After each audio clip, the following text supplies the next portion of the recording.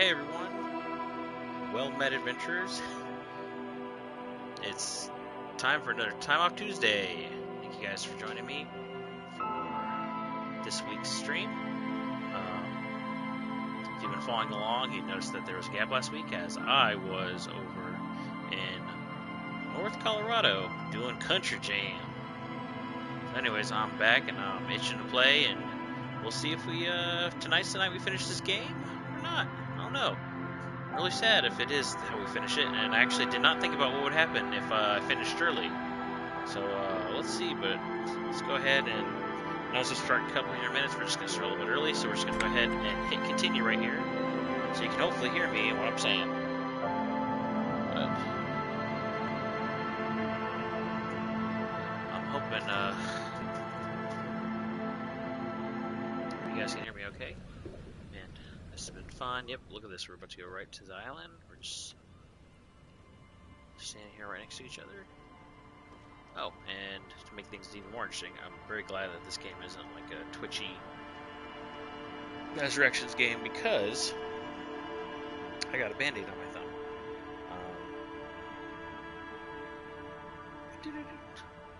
No, I didn't cut myself or anything. I'm just trying to get rid of some stuff, and so it's forming right on my thumb, and so I had to put a bandage there, so it's going to make controlling things interesting.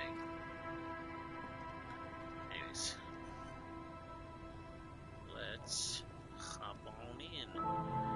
A skiff with a small steering engine in the back floats on the calm mirror of the sea. Its 2 seats are empty. Once you get in, that's it. One pull of the starter handle, and you're off into the bay. A strange trepidation comes over you. Are you sure you want to go now? I'd say this is the game's way of telling me there's no turning back from this point. That's what I would suspect. Have you made all the necessary preparations? Closed all your accounts? Remember what the net picker said. It's a small tank. You won't be going back and forth on this.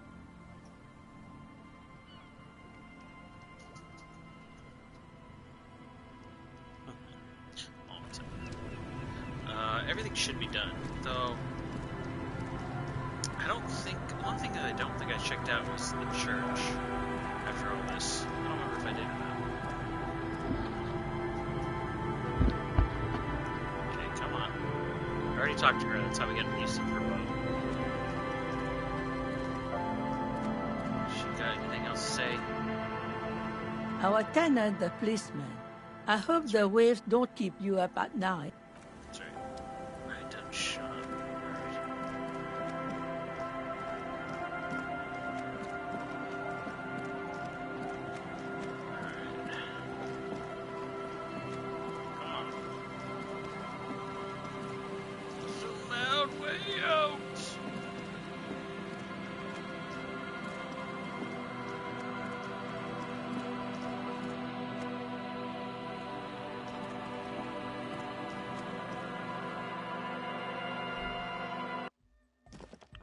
I don't remember if I talked to him last time to wrap things up, but... Oh, hey, man. It's good to see you. Goodbye. Yeah, I did, because they have, like, nothing new to say about some shit. Yes, what is it?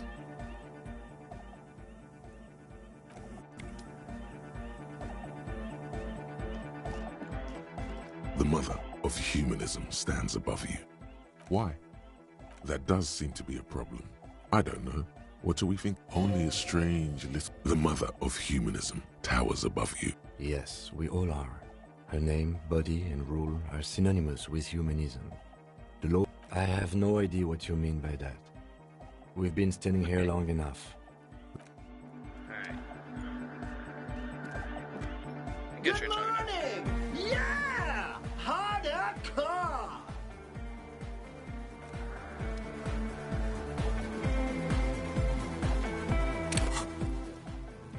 Very close to level up.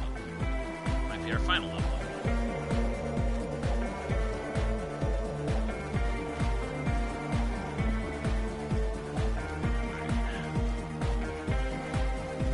Let me just check the vector.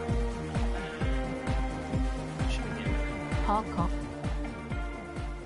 That's right, I already talked to her. Okay.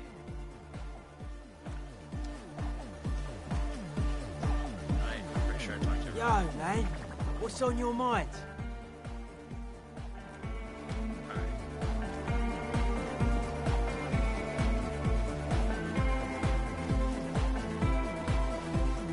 There's no way to get back into the harbor. They're on lockdown, preparing for war. Yeah, that's right. There's really nothing. So I should just hop to the boat. I'm already gone. It's fine. It's fine.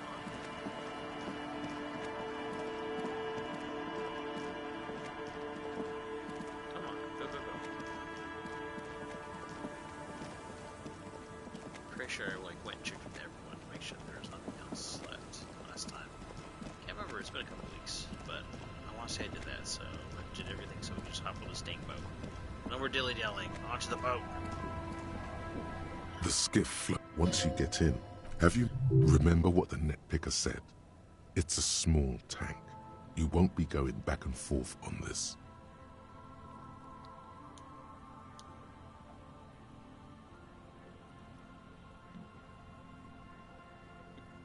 What?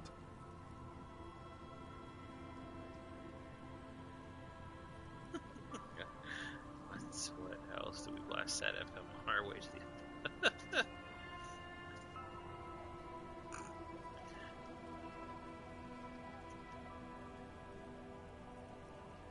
Fine, why not? Yeah, that's great. Very cool. Now tune it to SAD FM. You know you want to. SAD FM is a radio station specializing in sad, slow rock songs. That's awesome. You seem to know its frequency by heart. Get in and ride to the island. Right along.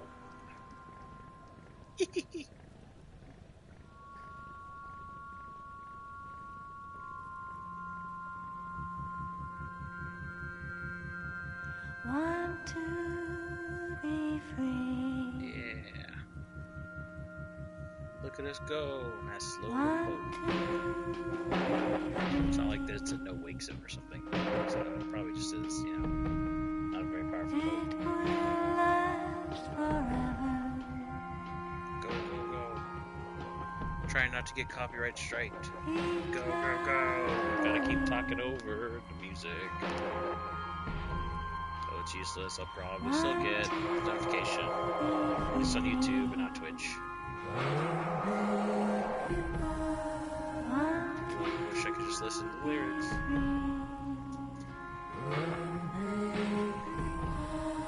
It will last forever.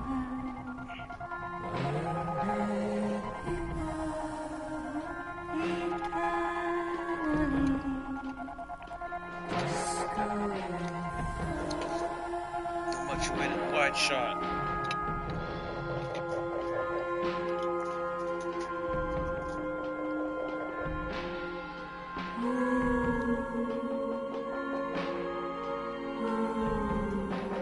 Want to be free. So slow.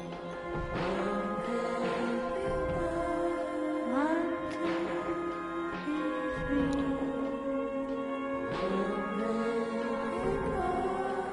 It's making my heart go off.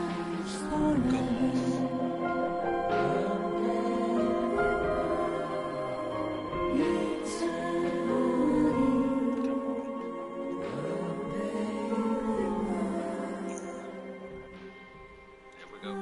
Off in the wild blue yonder.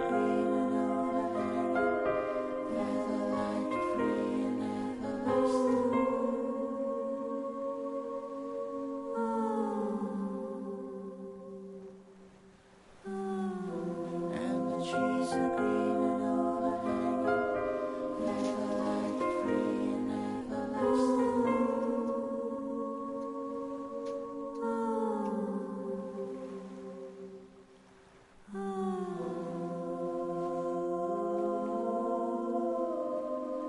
Want to It's not very far away. That was a really short space.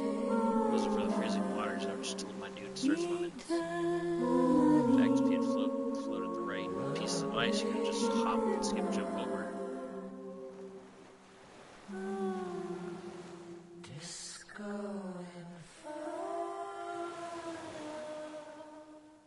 Disco. They mentioned it. The boat comes to a slow stop. The lieutenant turns the engine off. Then there's silence. In the silence, a sputter of wings. A flock of quails takes off in the distance. Ooh, quiet. Let's go. Yeah. Alright. What do we possibly spend our last level up on? Let's see. Hard to select stuff. Either A, we can make our drama not suck so bad. Up Inland Empire, start getting real freaky. How do I still have -2 damage? It's like I can get healed from last time now.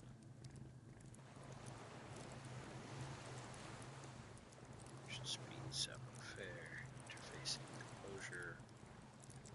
Pain threshold maxed out. Either. Let's see, I have 4 endurance total. Do half-light, electrochemistry, drama.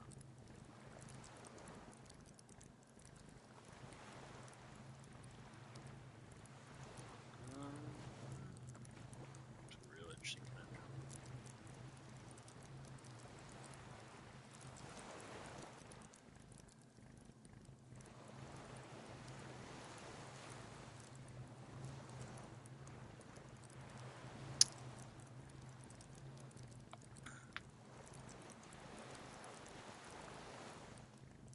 Could go with another thought, but a thought I think is wasted. Our tasks.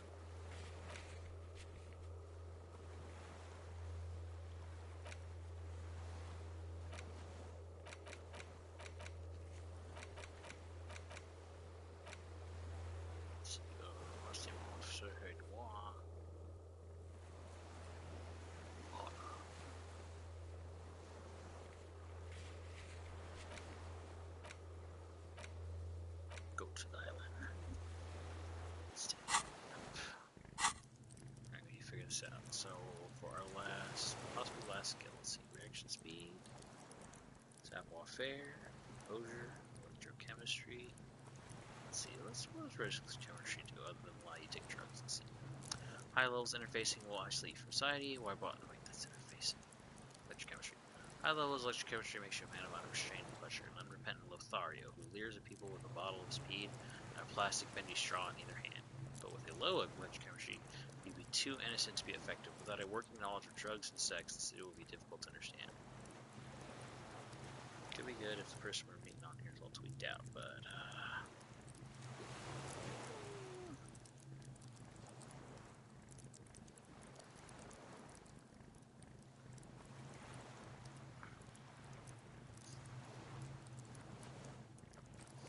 maybe reaction speed.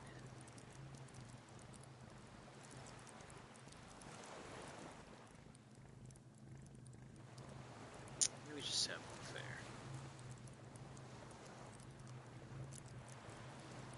Stylish douchebag Rochelle.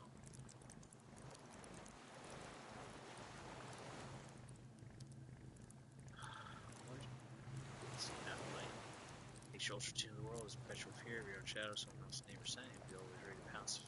It's going to tear you past by, but always ready to life find like someone just like you. Nothing but the still respect you.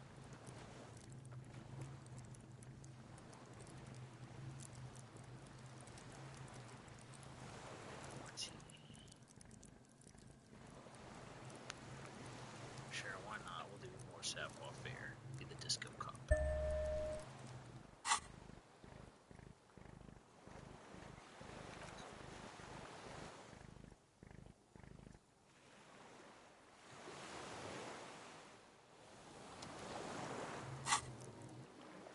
So it's 92. Well, I guess I just have straight up just 2 damage. I don't remember what I did, unless it just wasn't fully healed from last time. One of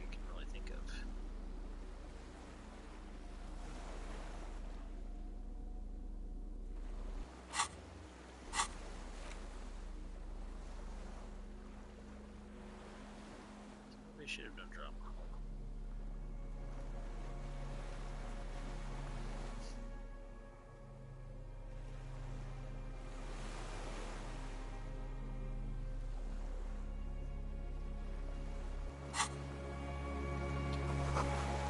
Spaceship trails off from break the foundation. Chain trails off to the ocean. The chain trails off into the ocean, connecting the island to the supply depot on the coast. Ah, yes, so it seems. For bringing munitions to the island, maybe? And supplies? You could also lock the bay when you raise the chain. As a defensive measure, lock it off that side of the bay. From enemies of the commune of Revachol. This sea fort was a revolutionary fortification, I believe.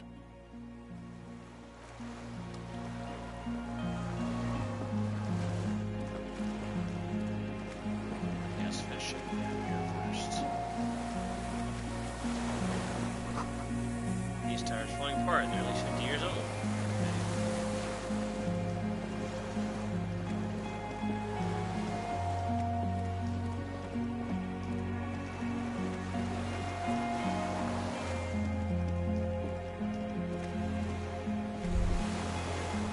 Some fuels looked out barrel, black viscous.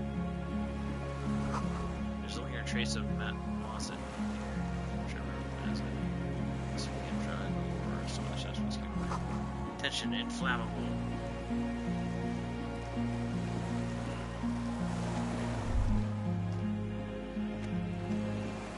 The dry grass crackles under your feet as you stop.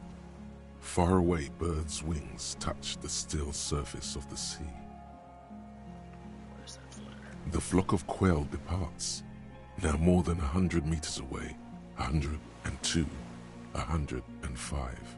Underneath the flutter. On the islet, there is almost no wind, just the light movement of air through the reeds.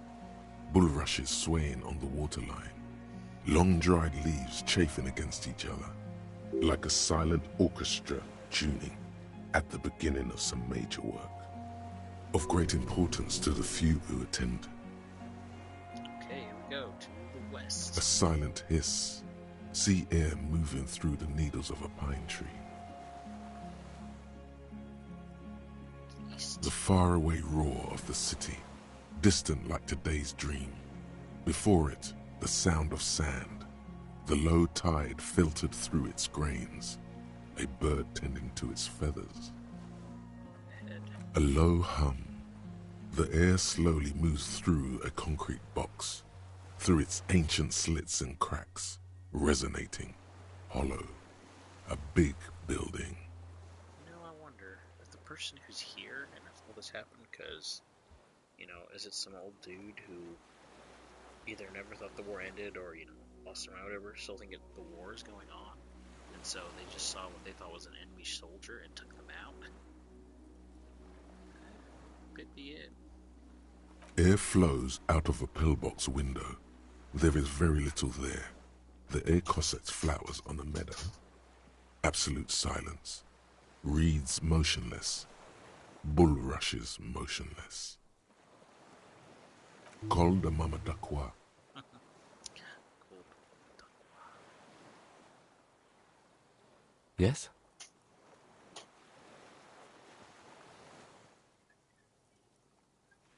It is. Is that why we are stopping? The lieutenant nods in silence. Yes? I have. Is that why we're stopping?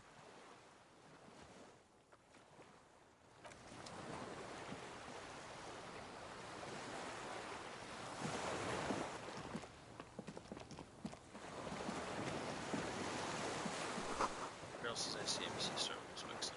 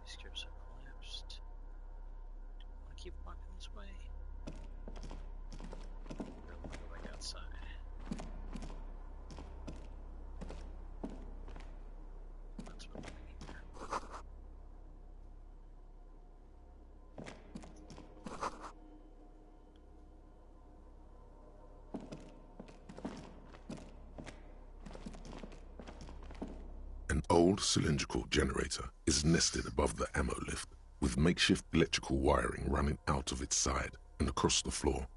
The cables disappear into the wall to your right. The lieutenant puts his hand on the metal barrel, checking for warmth. It's cold now, but someone has been maintaining it. The wiring has been repaired. Downstairs, somewhere? Liquid carbon. I would imagine it takes mazout. There's the fuel cap on the side of the dynamo. The kind that's favored by vagrants and fuel thieves. It's been a long winter, long and cold. If anyone stayed here, they'd need a generator. A hollow ring, the canister is empty. Dust falls from the generator and down into the ammo lift. I don't know. I'm not a philosopher. That is his idea of a joke.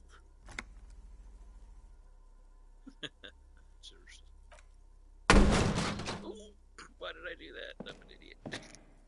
A small agony. Minuscule bones may have fractured, but it proves the point. He nods approvingly. He even smiles. Someone with basic electrical skills has restored it in order to keep the room warm. Maybe it's the fire guy. The wind outside picks up suddenly, with a faint howl. Inside, it's warm. Bent metal, broken glass. Your path lies strewn with the broken forms of everyday objects. You are the destroyer, the bane of inanimate matter. Gaze upon me, stuff in despair. No, I'm just a disempowered individual trying to take my disappointment out on everyday objects. Yeah, I rip shit apart. Well, I didn't know that thing was going to make me kick it. I wouldn't have done it if I'd known it'd make me kick it. Though it probably did tell me say kick or whatever. Didn't know, or like a hard kick. Look, there's a discarded milk carton on the floor. Why don't you destroy that, too? Good idea. Fuck you, milk carton. This is all your fault. No, I actually feel sorry for the thing I've destroyed. I'm sorry, milk carton. That's good. You're right. That's definitely not the behavior of a destroyer at all.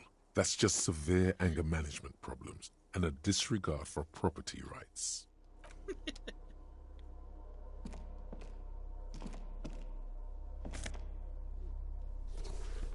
Found an arrow shirt. Oops.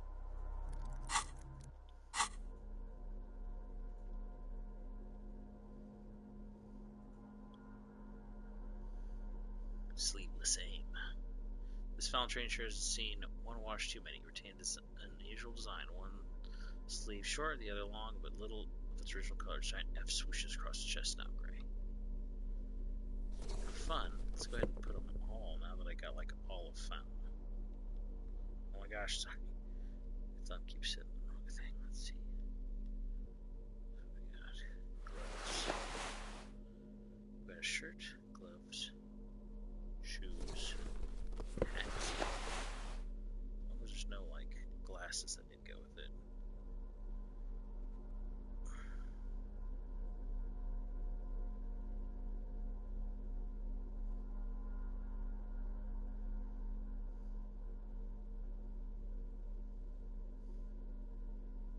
Shoes, glove, jacket, pants, shirt. Yeah, I've got everything other than his glasses or a neck that goes with it.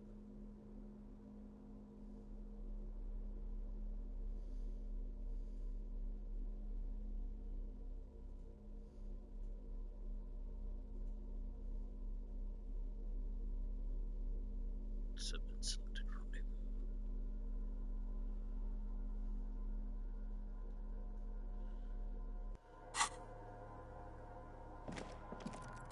Nothing? Okay. Whatever. I was hoping something would pop, but whatever.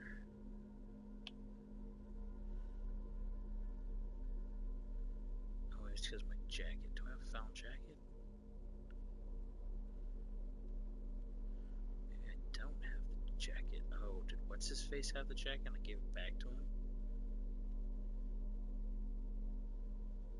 That's probably what happened.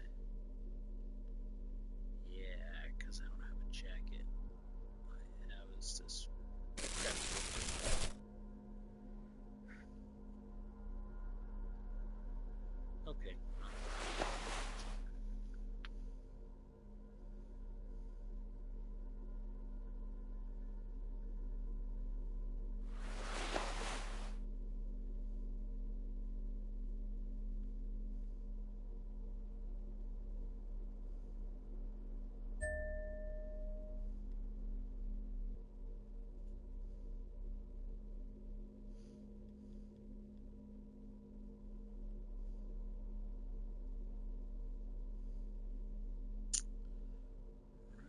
change boots. Sorry.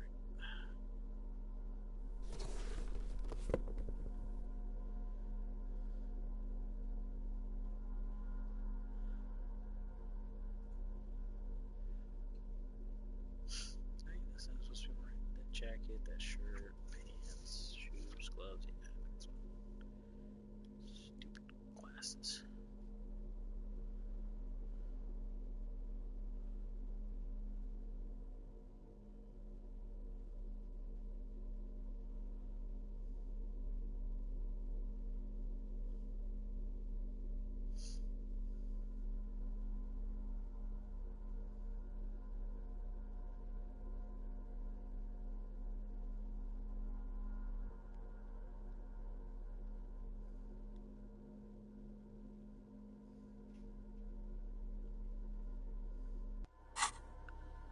Awesome. You know what? Because there's never going to be a better time for it. Me and Kim are going to share that sandwich freaking right now. Nope, got any morale damage? Even if I did, I've got so much healing stuff. Let's just go with it. Let's see, giant ham sandwich. This might be the biggest sandwich you have ever seen. The size almost spinning, evoking feelings of inaccuracy. Abundant components, rich in both smell and taste. Probably this is truly a work to craft. The ham sandwich looks fresh and nutritious in your hand, begging to be eaten. I cannot be bought. Throw the sandwich on the ground. Here, Kim, let's share. See, say back one. It's gonna get messy. Get the sandwich. Here we go. Here, Kim, let's share. I'll pass. Thanks. When you hold something up long enough, some people are compelled to take it. Try it on the lieutenant. Hold up the sandwich. Thank you, but no, I'm not hungry. We'll make him eat this damn thing with me. No. No. Just no. A sandwich. Hold the sandwich up. Moving close to his chin. The lieutenant's eyes express an absolute lack of interest. Kid be a jackass. The lieutenant stands next to you, but he might as well exist in a parallel realm. This man does not crack under pressure. Stars would die before he'd succumb to any kind of manipulation. With this realization comes a sudden flash of pride.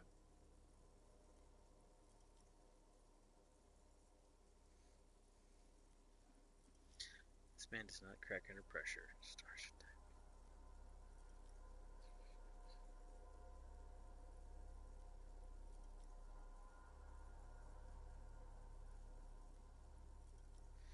I'm trying to figure out which one would be.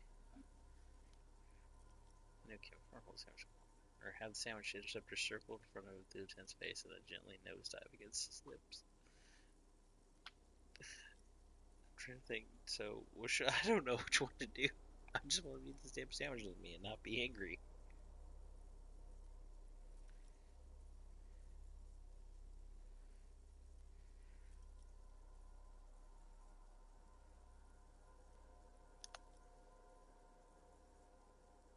Some people would feel compelled to take it. Yes, I know.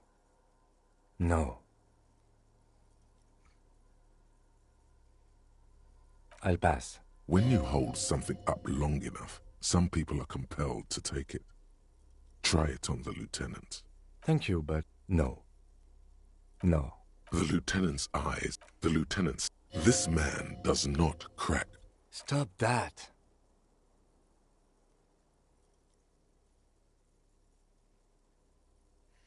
The ham better crack for lunch. Okay, I won't be a jerk. I'll just ask. I'm just not hungry. Smell hunger, Camaraderie? Yes, pursuing the sandwich. You and I solidify the bond between us. Is it really necessary? The bond between officers, partners, are paramount. That's how trust is built. Trust saves lives.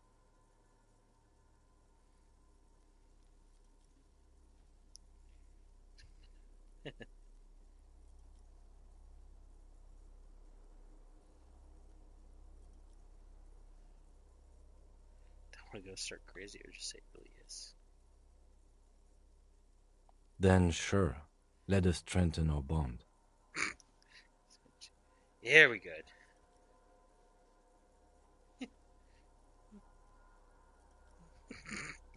Sure. Let's just go with it. Sure. Time to go solve a murder investigation. Alright. Ate this steak sandwich now. I feel better. Alright. There's a greasy old spring mattress in the corner, resting on piles of soft cover books. White linen and a pillow are visible under a worn-out caracal blanket. Someone has been squatting here. The linen is fresh, recently washed. You force the rest of the sentence out through pain, thick as molasses, no longer able to hear yourself speak.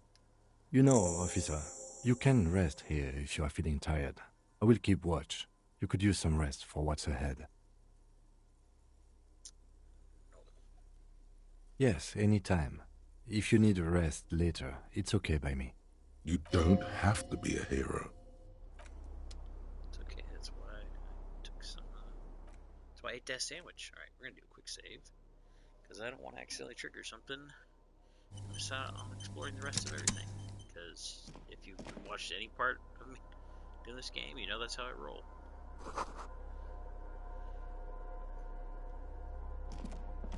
Books and magazines lie scattered on the floor and on a makeshift cupboard.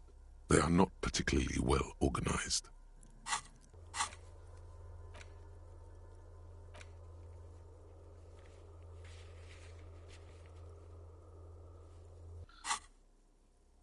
Most are soft covers, serialized fantastique and detective stories from the 20s and 30s.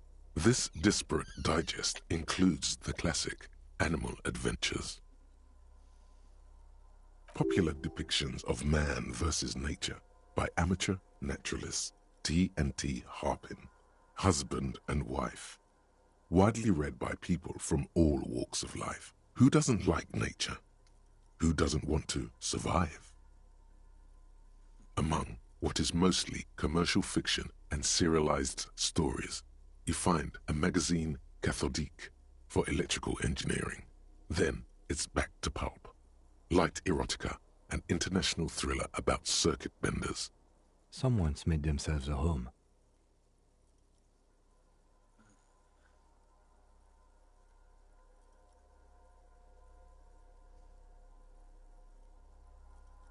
Okay. Conceptualization, huh? First, let's check out other stuff real quick.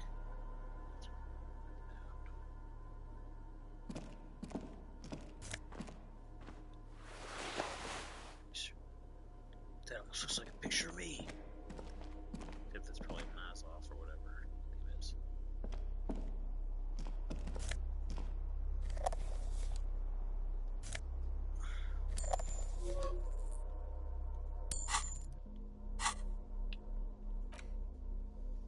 Let's see. Empathy +2, apply to the underclass, -1 composure, sucks to be poor. This towy old scarf itches when wrapped around the neck. It has humanitarian aid written all over it. Did you know that thousands all over the East are suffering the same fate as you, the fate of uncomfortable army surplus scarves? Okay, let's go with... Okay, we need to build our conceptualization. So... shirt. Jacket.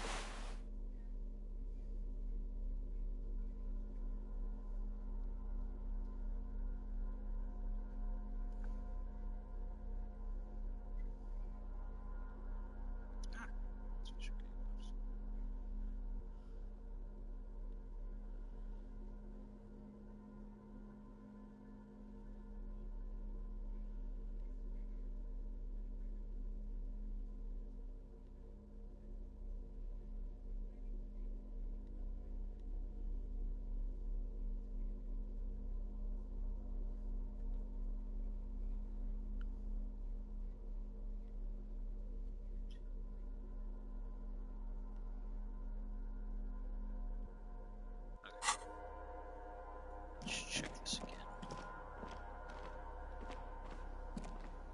Soft covers, serialized fantastique and detective stories, Animal Adventures, a magazine. Oh yes, under the bed. there is a rather extensive collection of critical theory, that is, dour, life non-affirming left-wing literature, published by small imprints such as Abattoir Firm and Elysium. It's not exactly light reading. Life non-affirming. Let's see. Look, Kim, powerful communist theory, rigorous and truthful. Look, Kim, deranged commie ranting. Look, Kim, downbeat dribble for people who can't get shit done. Look, Kim, a book of left wing. Book left wing. I have no comments. See you.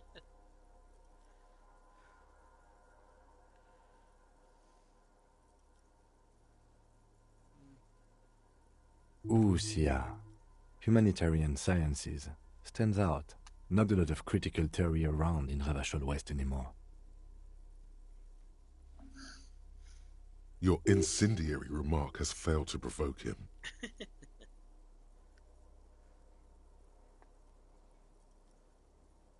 Wasn't there some in the communist students' room?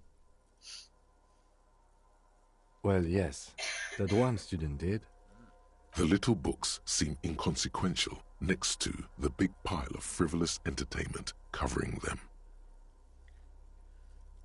Again, I am not a philosopher, but whoever has lived here, they have some education and a certain set of interests. Interesting. It's interesting.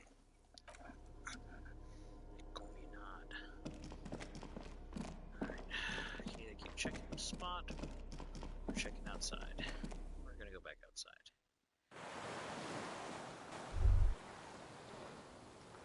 ICM? This feels familiar somehow.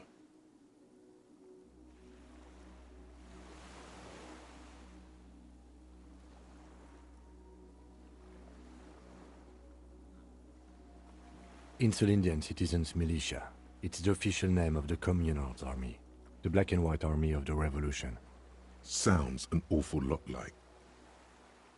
It does. The RCM may descend from the ICM. It's impossible to say. It was chaos after the war. The name was good for getting people to join us. Ravachol West was mostly workers and criminals.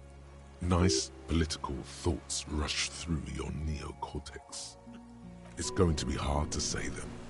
Carrying around all that weight on a busted crutch is making you pant. Oh, my endurance failed. Oh, I meant to push back my stuff.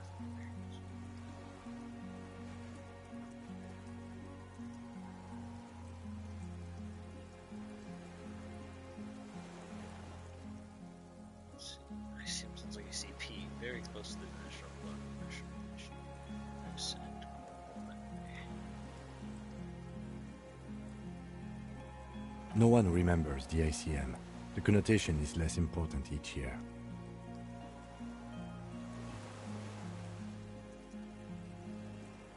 No, an upside-down star.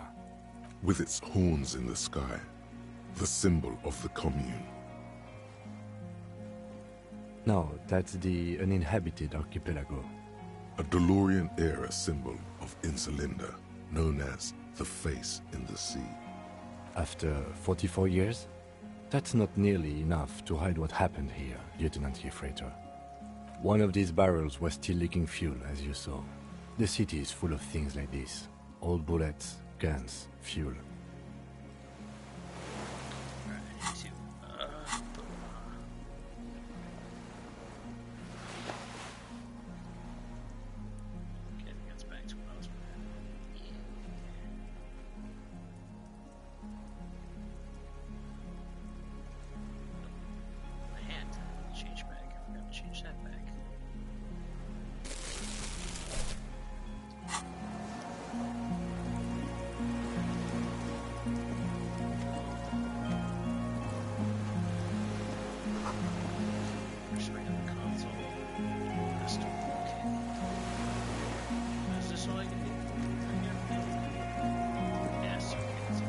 Let's go through. Alright, maybe I should rest for an hour, just get some XP. Maybe something will happen. Okay, so first off, let's do another quick save. And then let's go ahead and have our boy Harry take a quick nap. The greasy old spring mattress. The offer still stands. Take it. You don't look so good. You face the concrete wall. There's less light there, in the dark corner. Like a dog, you lie there. Probably it's close to your chest. The blanket feels cold. The entire room does. Concrete and cold. Minutes pass. Half an hour, maybe. The sounds of the sea beyond grow distant. Your eyelids close until you feel yourself standing up in the darkness, right next to the mattress. Slowly, the world begins to hatch from the blackness. It's evening. Sleep. What? It's supposed to be just an hour. Oh, where's Kim? He better be nearby. If he's not nearby, then we'll reload because I was not done.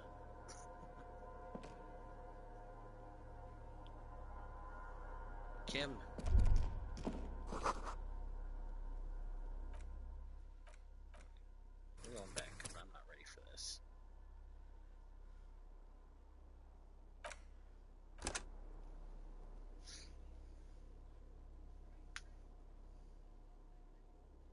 I'm not ready for this. Or if I have to sleep, okay. We're not done, so.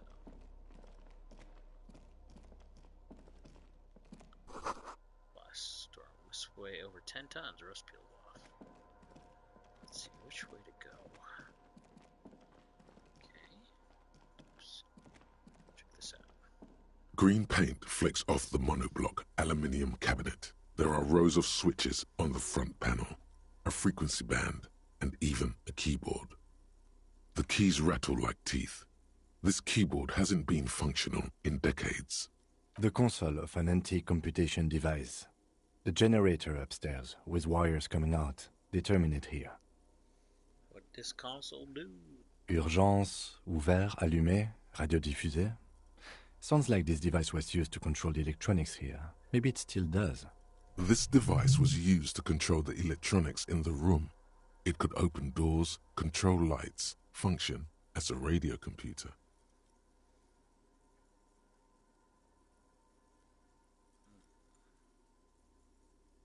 Nothing happens. The dial slides under the glass. Silently, you make out defunct stations on the UKV frequency. The words, Feld Insula, are written on the band. Insular. This is an off-air radio computer, I believe, used for military communications. We need to restore power before using this, officer. The generator, it didn't look like there was fuel in it. We should look around outside. There are barrels all over. Maybe one of them still has something in it. The boat engine.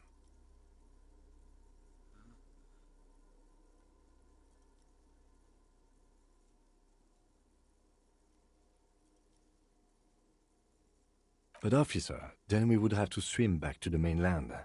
Let's just look around, okay? The consul stands by, mutely. Urgence ouvert reads a dial key.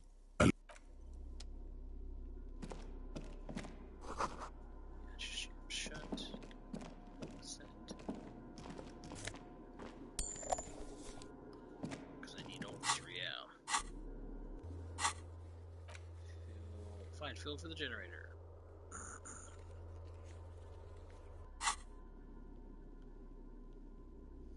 I bet you that's how you. Oh, go back. Water rush below, far down below. I'm guessing this is what I can use to open up this door again. Some door. You see a small metal door nested inside a larger one.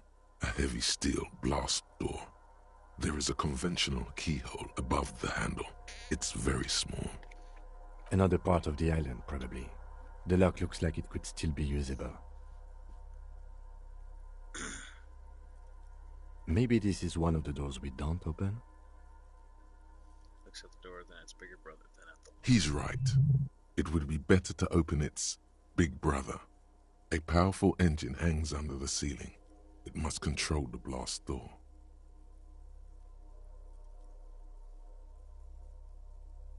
Yeah, on the console just southeast of here. Remember? Let's look around. Getting the blast door open seems like the best plan. Neck. Okay.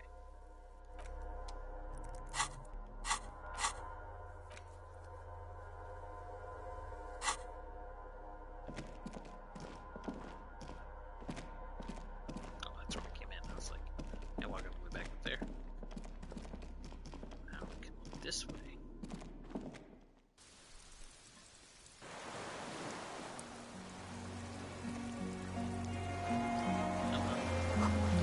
Firing stuff, you can't see inside. Let's see if we can find the gunner's nest or whatever. Under a tent is shook. Sound partnership signal. Where's that going? Hey.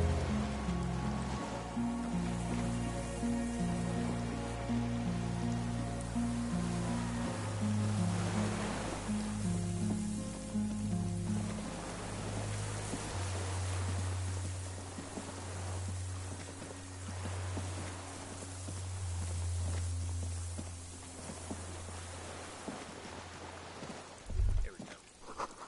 Ash cracks under your feet. Be careful not to fall through. Trust.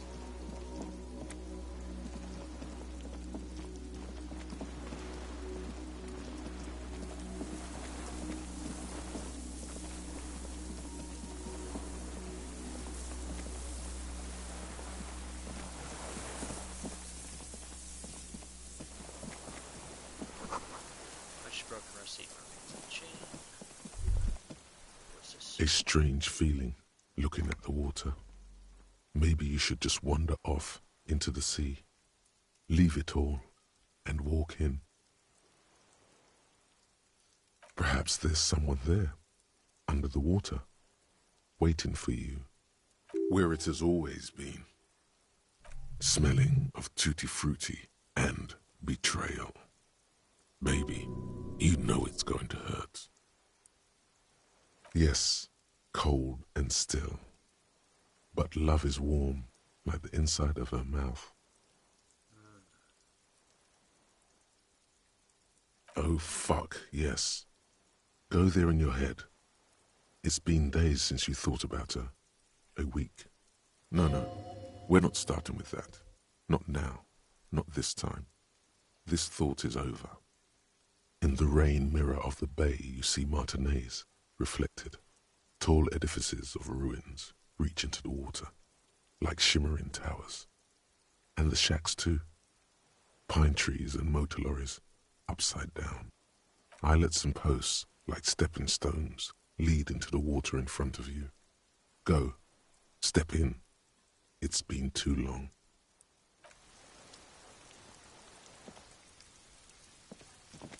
Interessante.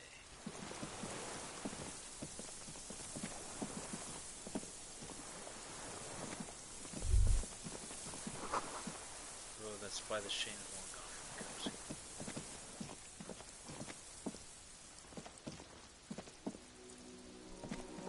Guess I can't get over here. Walk back this way.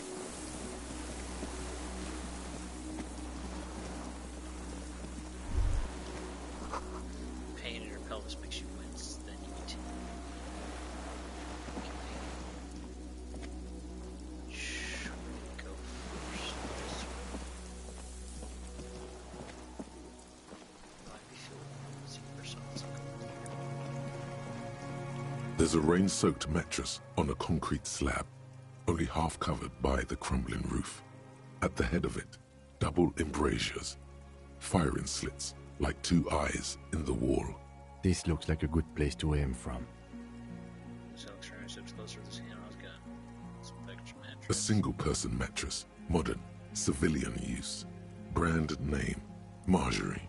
There's a fuel stain on the cover, along with cigarette burns. And an empty can of beans on the ground next to it, filled to the brim with cigarette butts. The silhouette of a tobacco picker adorns the paper filter. The brand, Tio Moteri. Contemporary Rivisholians prefer Druan, a local blend from the southern islands, or Astra, the legendary cigarette from Grad. Tio Moteri is favored by older men for its paper filter tips sweet smell, and added tar. Gross.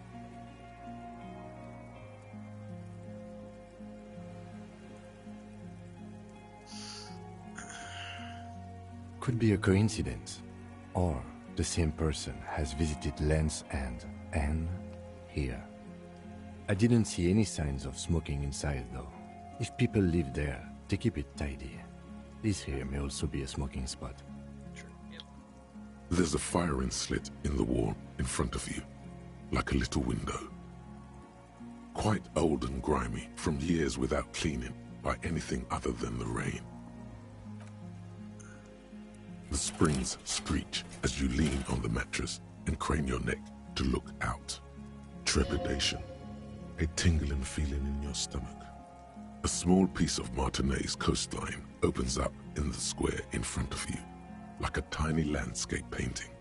1 kilometer across the water, the ruins look familiar. A towering skyscraper, its top floors shaved off by artillery fire. Capeside apartments. Rue de Saint-Gislain, 33A and 33B. The red chimney and collapsed back of the 4-story tenement in front of the whirling in rags. Rue de Saint-Gislain, 10. The doomed commercial area. The box-shaped silhouette of the whirling in rags. You see a small fleck of white on the rooftop, the upstairs window of Clausia's room, in the rain, reflecting light.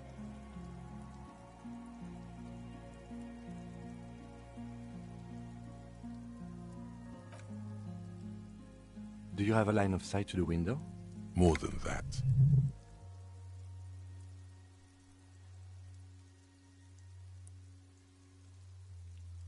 A pair of binoculars? Or a scope of a rifle? You'd be prone, lying on a mattress, barrel resting on the embrasure. Cheek against a cheek rest, hand on the hair trigger, on a calm day like this. Good. I think we have it, Detective. The origin of the shot. This is the sniper's nest. New skill point.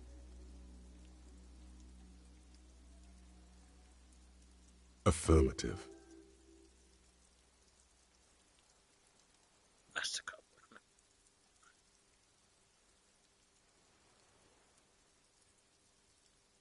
Why? We don't go everywhere in a 1,000-meter radius of the crime scene. That's not procedure.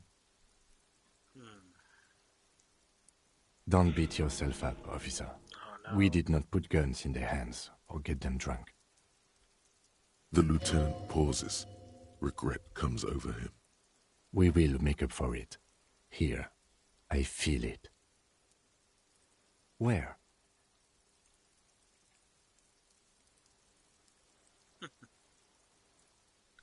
Underneath the mattress. Oh my gosh, that'd be.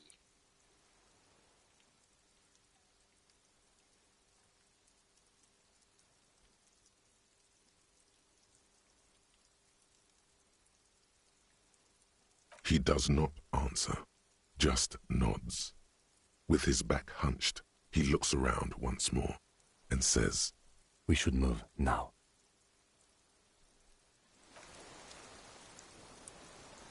Ooh,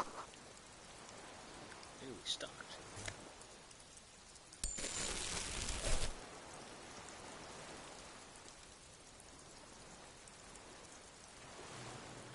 New point. Final one, maybe. I said that before. Let's see. What should we increase? Trauma. Action speed. I did savoir faire last time. Composure. Let's see.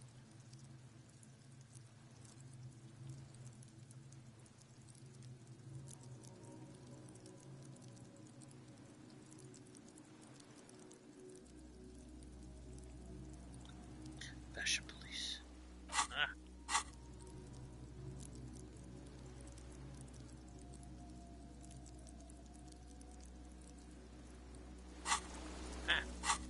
I meant to do him.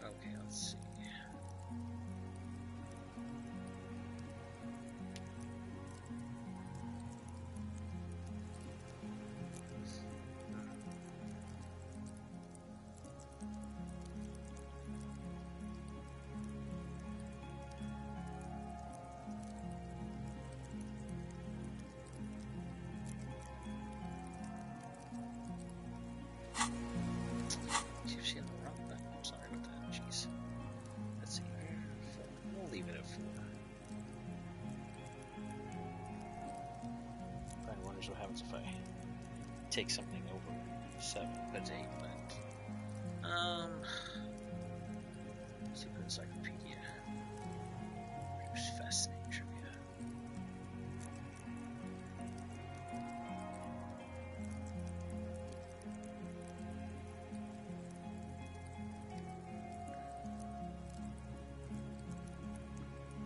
Let's do. We don't want to spend for maybe one more for encyclopedia. Considering that these are both the same, let's just. I always like learning stuff, so let's just go with encyclopedia. Because why not? I don't think it hurts at this point.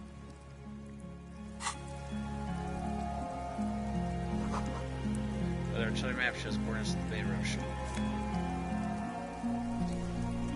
Fuel canister, that's good. There's a rain-soaked map. This looks like a good place to wait.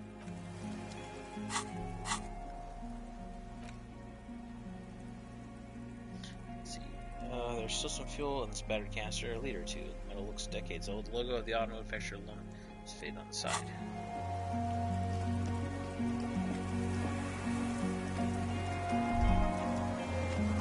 You feel eyes on your back, someone's watching, but you can't see where. As long as you don't have a loaded gun on you. What do I say? Did we check all about here?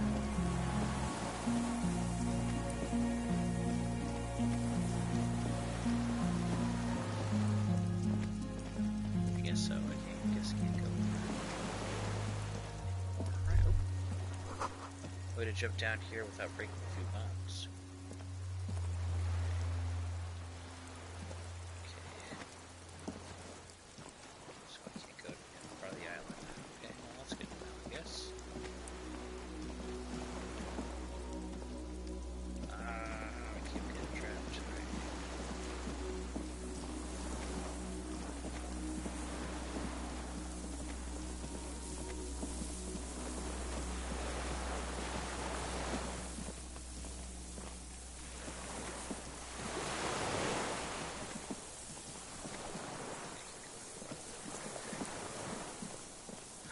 Whether it's a restaurant or not, that's the question. I don't know. I still want bad things to happen because I slept.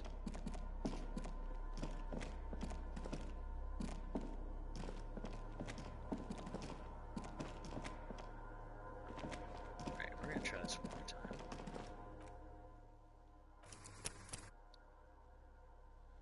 Hopefully it'll just be a nice moment and not something bad that happens.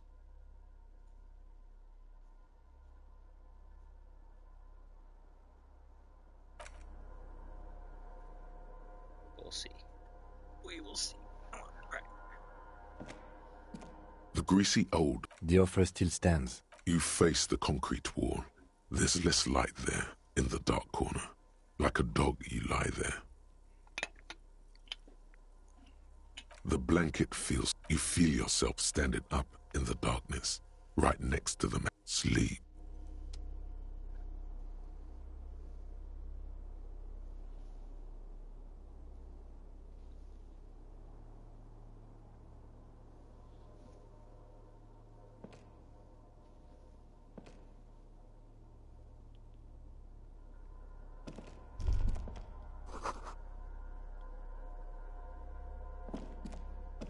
Go aside to the meat ship. Gotta check on that. Which is very scary because nothing is showing it.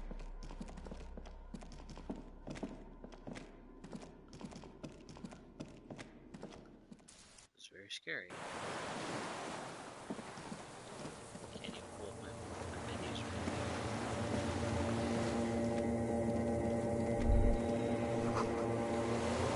go down to the chain or something there.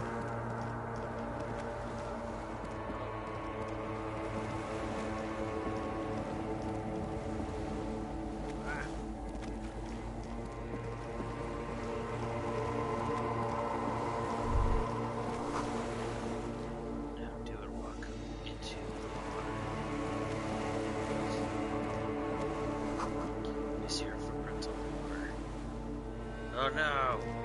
my dream telling me to do? What is this nonsense happening? Oh. Oh, whoa, okay. What is happening here? Dolores Day, the innocence of humanism, internationalism, and the welfare state turns around to face you. She has an airship airbag in her hand. She seems to be in a hurry. Okay, don't say you need to talk right away. Melt the ice first. This way you're already talking. But you don't even want to talk to her. She would only be cold and mean. Let her go. Let her go? This is the Holy Queen of the territories of Muindi and Insulinda. Think of the historic knowledge we could glean. This is a once-in-a-lifetime opportunity to win her back.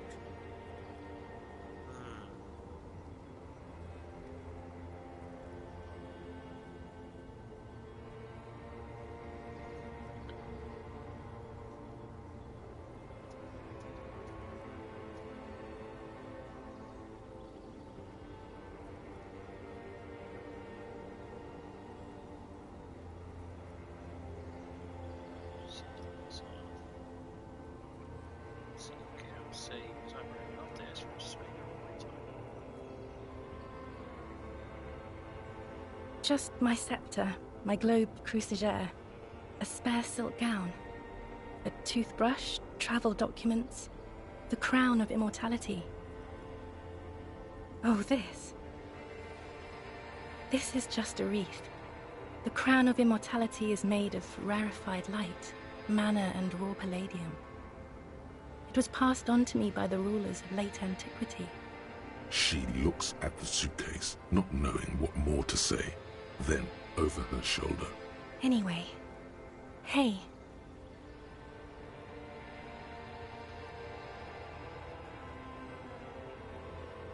I'm doing really good, actually.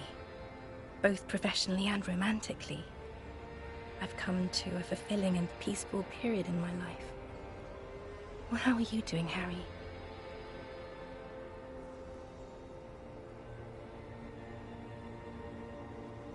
Well, I'm in my head too. We're all in our heads.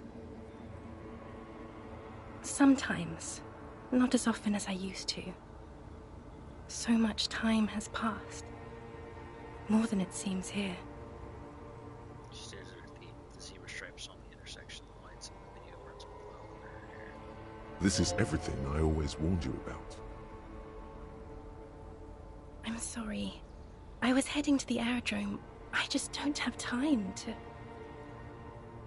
She means she doesn't have time to tend to your emotions. She sighs and looks over her shoulder. What are you doing? Stop saying things like that. I'm going to Morova. To live there, in Grad. It's 1 million kilometers away, Harry. Might as well be another lifetime.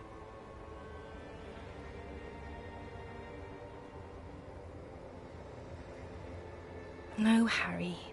No. I don't want a massive, epic showdown. I want to go to the aerodrome. I have tickets for the 10:20 flight to Morova. Really, we don't have anything to talk about anymore.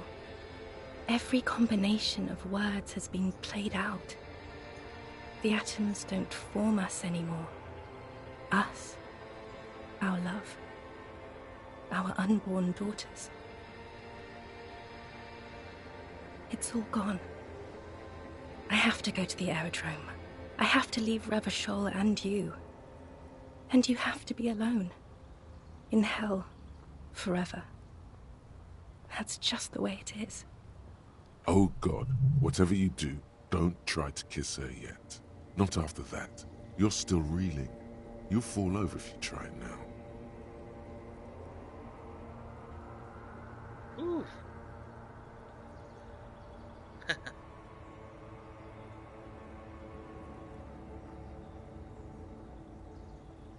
But that's not a very good way for us to be. I don't want it. It looks expensive. I don't want it. That's not what figurines do, Harry. She looks at the headless Found Rider between your fingers and doesn't know what to say. The figurines don't do anything? Anything at all. But I thought the historic figure she had.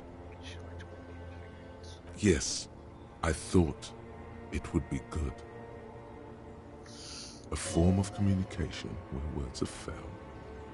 Yes, it was a good idea, but she felt obliged by the headless Found Rider to give you things in return. Things she no longer wants to give you. So she refused. That's how it goes. Your figurine rider idea was naive. No, please. Please don't give me anything. Harry, I don't want things. I want to go to the aerodrome. I didn't ask for things. It's too late to give me anything. I would have liked these things a long time ago. The headless Fallen Rider especially. But now, only boring hell remains. Figurines won't win. I guess it's supposed to be winner over.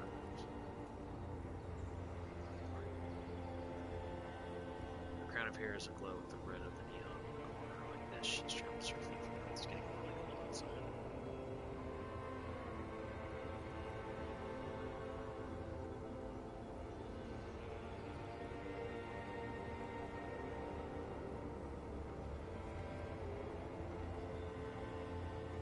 Oh, I can't do it, but oh, what do I do?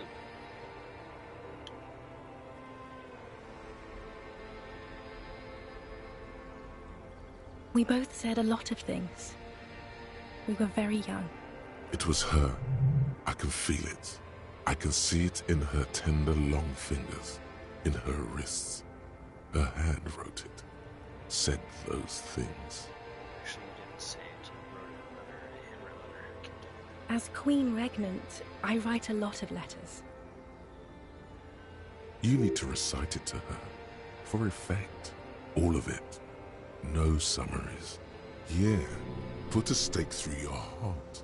She'll get hurt too. Collateral damage. She won't get hurt. She'll bend out of the way.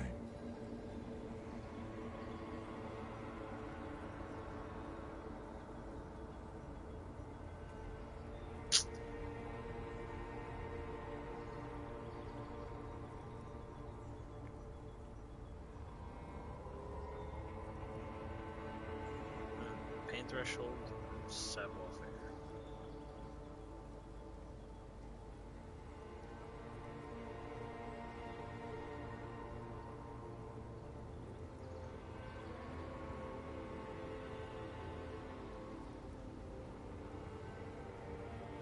Okay, Harry. Okay. It was morning and you slept. The room smelled of cigarettes and Rowans. There was hoarfrost on the ground when I left. It was autumn, the first one we had together. But you have to understand, it was 1,000,000 years ago. No, it was 100 million years ago. I was someone else then, filled to the brim with love for you, hanging on your every word. Oh, Harry, you were the coolest. But I am no longer that person. This has taken her place. It will devour you. Harry, I will eat your mind. The light of the video rental shines through her dress now. A DeLorean figure, cut in black, moves below. It's still her. Her legs, her breasts, her hips.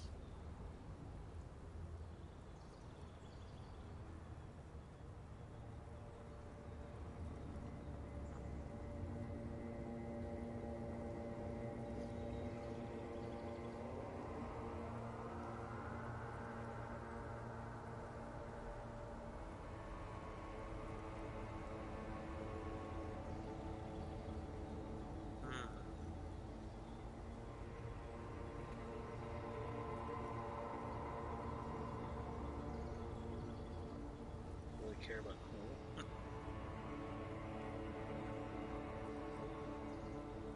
And my crown of immortality? No. You scared her out of me. With your crying, the awful time we wound up having. And the cheap rental flats you could afford. Can't you see? I can never think you're cool again. I can only think that way about new people. You're a better man now. More level-headed. More normal. No, it's too late.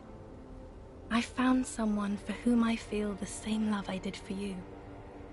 Only this time, he is more careful. He will not lose me. It will go somewhere. It will grow. Your heart burns. Through the blackness, you feel the trickle of blood on the mattress below you. Harry, do you notice how none of this is very funny?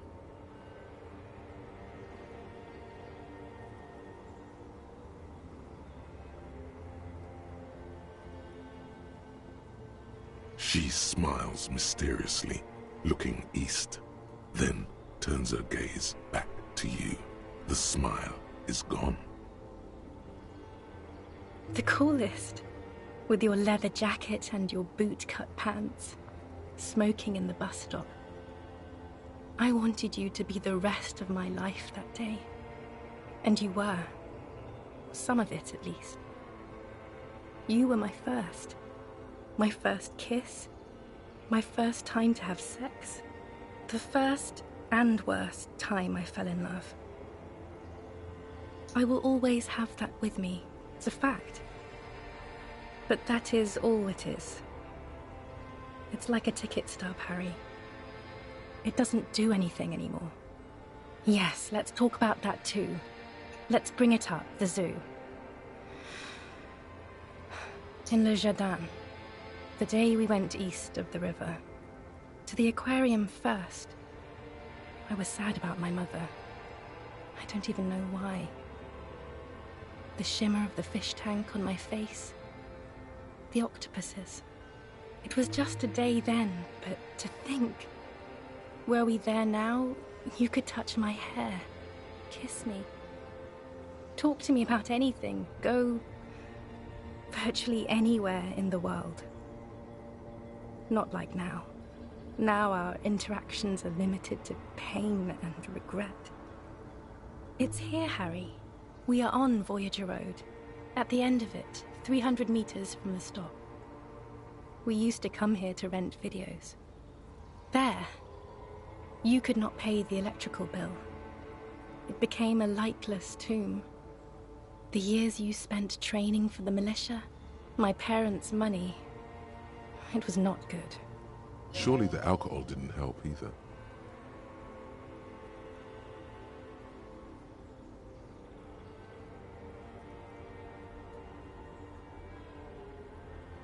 Everyone has a little glass of wine every now and then. I certainly do. It's a Queen Regnant thing. I don't think it was the alcohol. It was inevitability. Is there really anything left? If not, we can always repeat one of the things we have already talked about. Talk about it again. If you do not feel like doing that, you should let me go to the aerodrome. I don't know what you mean. Dolores Day.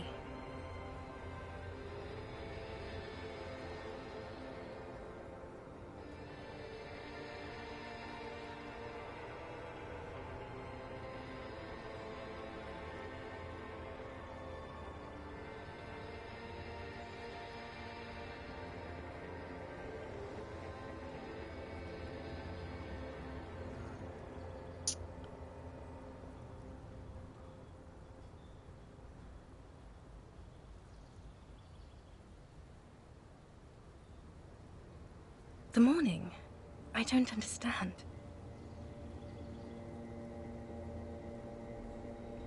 Oh my God, Harry, stop. I don't want to hear anything about the morning. Mourning someone who's still alive. Any of that. I can't do that anymore. I'm not 80 years old, I'm 32. People my age are not supposed to mourn.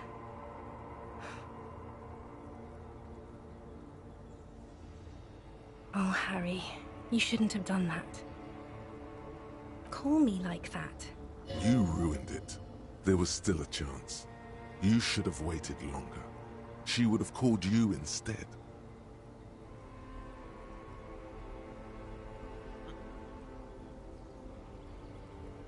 Oh, Harry, do you really think so? We haven't talked in years. I don't want to call you. I don't want to hear from you. I think of you less and less every year. Weeks go by without me remembering you. Months already. Soon it will be years. Every season that passes, the light gets less clear. I sit there in Morova, in the holy gratitude of my bliss. I put my hand on my belly and smile. The air gets cold around you. She looks down on her stomach, then up at you. Her eyes are full of tremendous distance and mystery. The death blow is coming. Black-eyed dogs wander the alleys. Apple trees hang their bony limbs low over the patchwork of roofs. Red and black. Revachol West, the evening sun. She's left and bloomed, far away from us, our vast soul.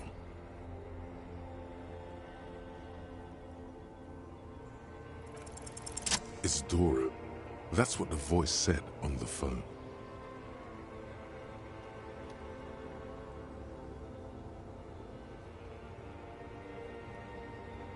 Dubois, yes. Dora Dubois.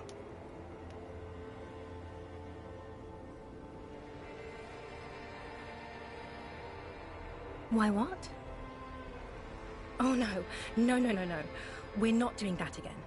That was not the death blow yet. You saved yourself. For now. Keep stumbling around, and it will happen.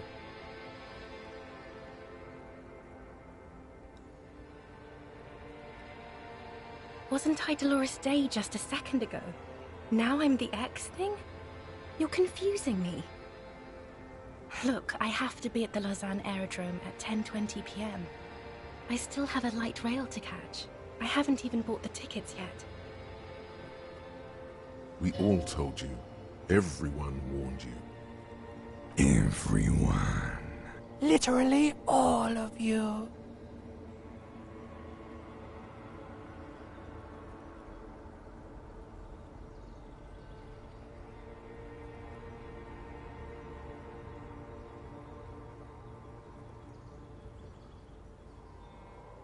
I'm glad too, but I have to go. My friend... What?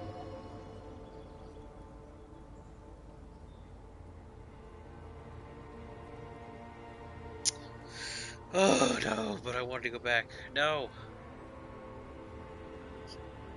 Detective of reversal to eternal damnation.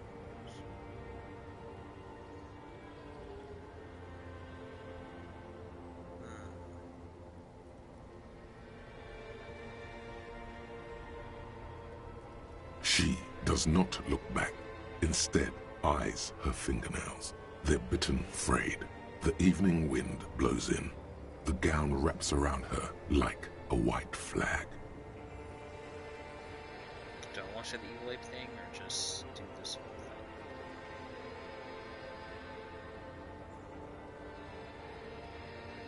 You don't have to hate the world. Can't you see how kind and beautiful everything is? I don't have time to deal with your pessimism. There are so many people at the stop at this hour. They're all going to the aerodrome.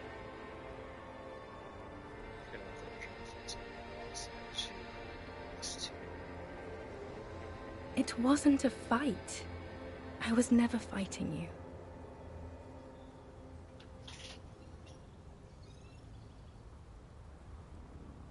Let's stop it with the apes. This isn't going anywhere. You told her you loved her. She has to feel something. Okay, I guess nothing else to say. Yes, Harry. I am. Things have gotten much better for me. Now that I am the ruler of the known world. Oh God, it's already so late. I have to go, Harry. A tiny golden watch with red straps around her bony little wrists.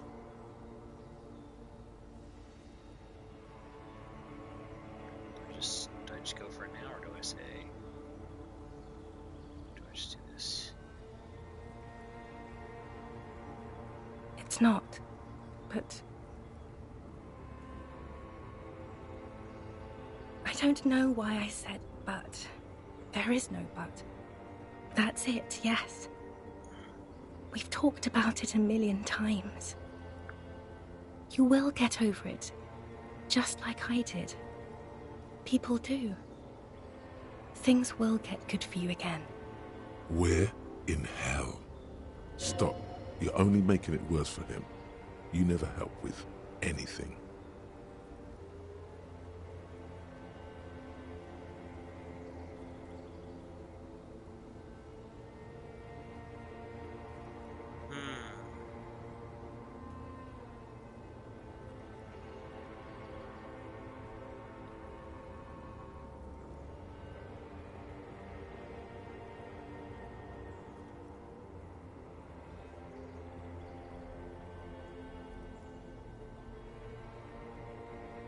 See? It just takes some time. For you, I think it'll take something like 20 years, maybe. It was hard for me, too. I used to think I couldn't live without you. She looks you straight in the eye. Her irises are like flecked with green. But I can. She keeps her shoulders squared and her back straight. But it's clear you're still making her sad.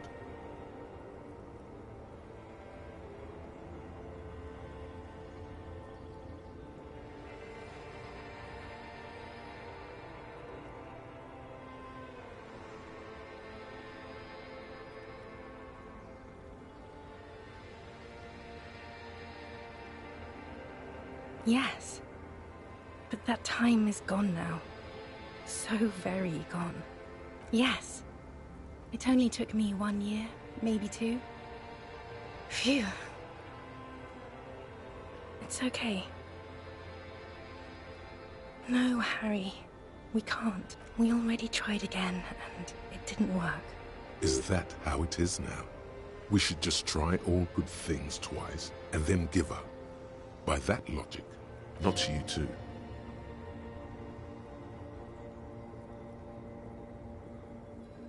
I don't know.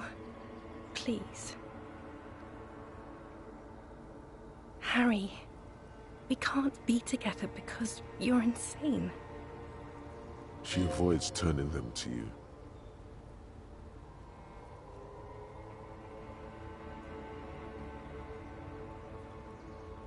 They're turning moist now. Her eyes. She slowly shakes her head and tries to get a hold of herself, brushing her hands in her gown. You know what I mean.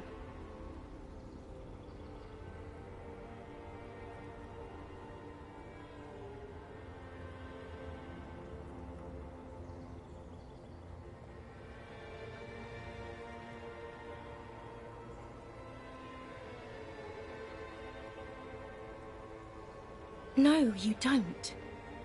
You've worked there for so long, you can't even talk like a normal person anymore. It's always lists with you. Questions. Questions? Did someone say questions?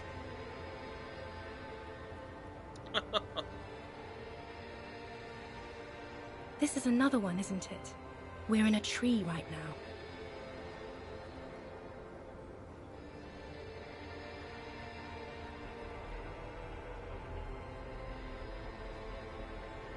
Wow. Oh, going meta.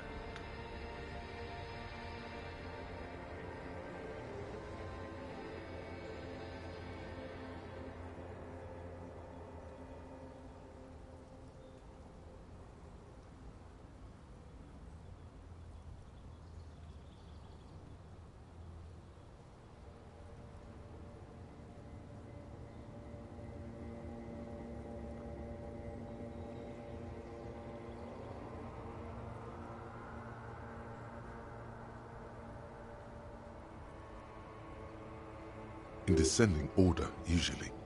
It's best to do them like that. Ooh, calm myself. It's not just the lists or trees or whatever. You get sad, Harry. Too sad. People can't get that sad. It's impossible to watch. Other people get sad too, but not like you. You stay down for too long. Until you start giving your thoughts names and talking to things. In conclusion, you're ill.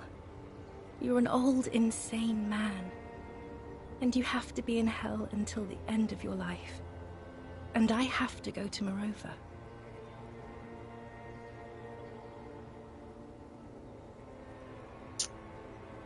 You know what? I'm not doing these things. I'm doing this.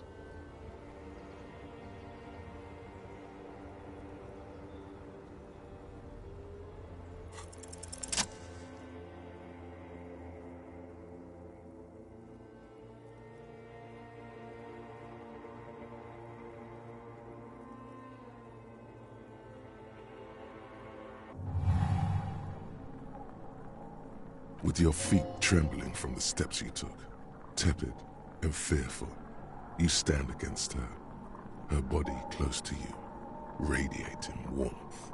With your eyes closed, you move your lips on her mouth. She is not kissing you back.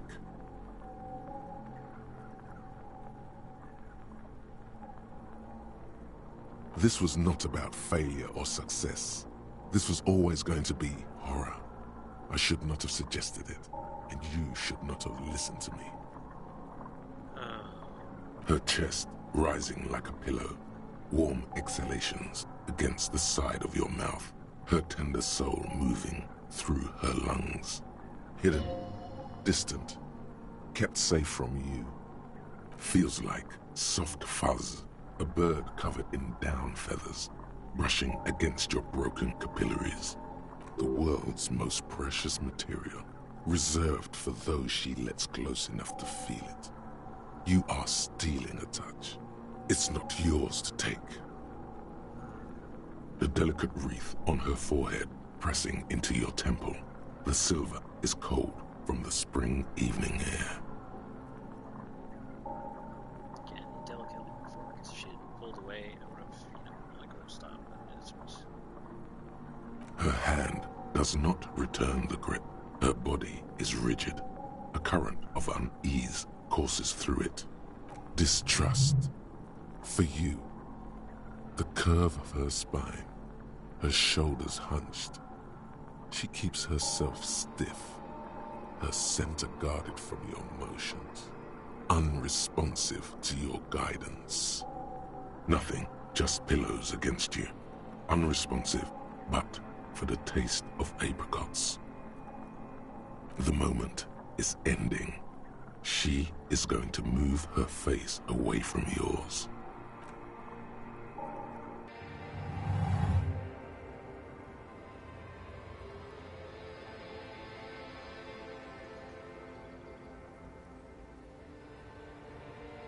Trying hard not to look at you. When she withdrew and you held on to her hand, she tried not to look at your face and see the expression there.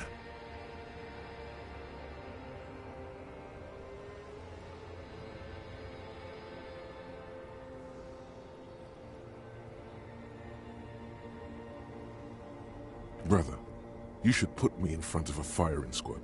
I have no words for how I failed you.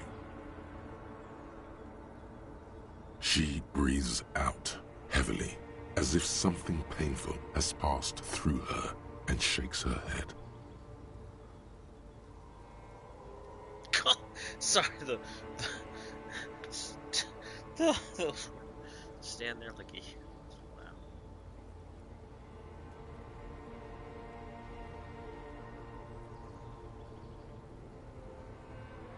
She shakes her head one more time. The evening wind rustles her hair, blowing old newspapers and fast food wrappings down the street. Why did you do that to yourself? You know I don't cheat, Harry. I never cheated on you. She breathes out. She shakes her head one more time. The evening wind rustles her hair, blowing old newspapers and fast food wrappings down the street. No, Harry. Not yet. There is one more thing you have to see. Slides her hands down her chest onto her lower stomach. I'm pregnant.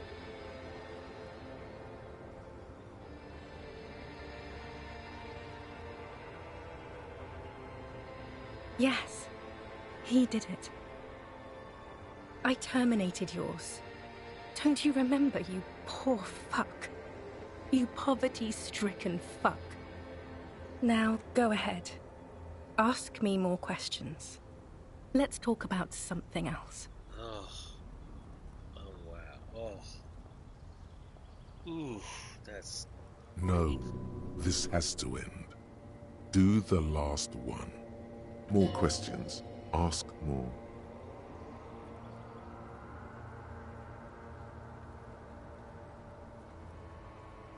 That is very contested by modern historians. Very contested. Plus, you're only saying this because things didn't work out between us. I have to go to the aerodrome now. I don't have time to defend myself from these accusations. Stop making her angry. She won't start loving you again if you call her a mass murderer. Seriously.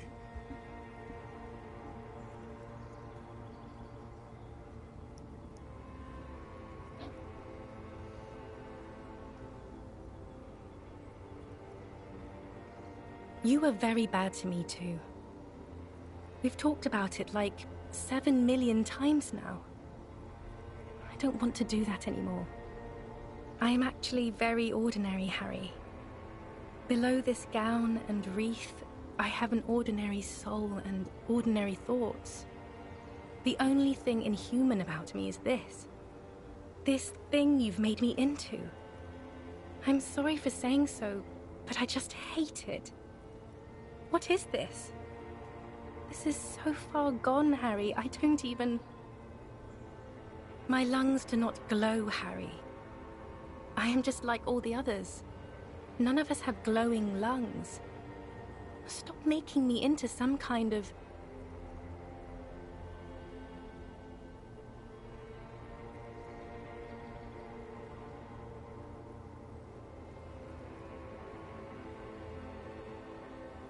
Oh, Harry. I don't need you to forgive. It's a good thing for me. It's good news. Why aren't you smiling more? All the roads will miss her footsteps when she's gone from here. A completely different world.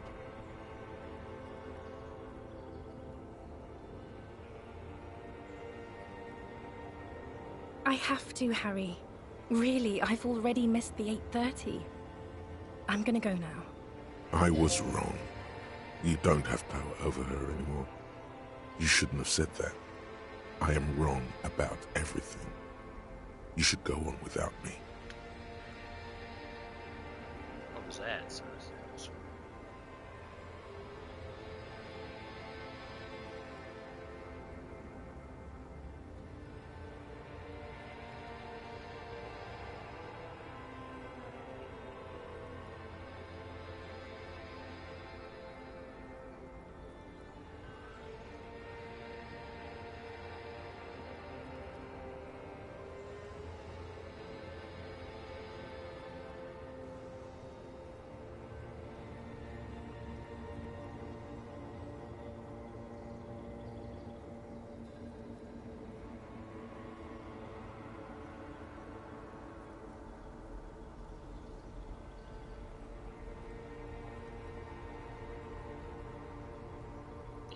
sure, why not? Let's go with this. I don't even know. That was someone else. I betrayed her, overwrote her, and I'm happier for it. And I'm really going now. The time is up. I must be on the 10:20 flight. I won't see you, but you will see me. Oh, Harry, this is a dream. Can't you see? I'm already in Morova by now. Who knows how long ago this happened? A year? 2, 5 years ago. Right here, tomorrow night. Once this dream starts happening, it keeps happening. 3 times a week, at least. And Harry, it really, really looks like it started happening again. There's the video rental. I'm suffocatingly beautiful and young, and I smell of tutti frutti chewing gum, like I did that time when I asked you for forgiveness, after leaving you the first time, so long ago.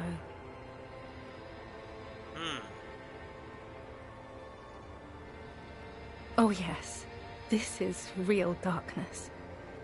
It's not death or war or child molestation. Real darkness has love for a face. The first death is in the heart, Harry. See you tomorrow.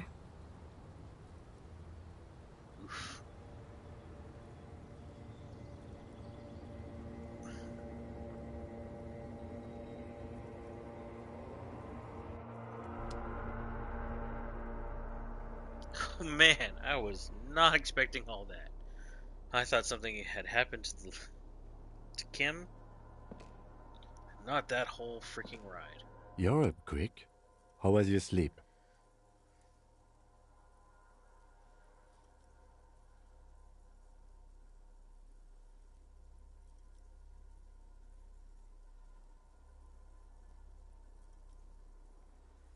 Let's see.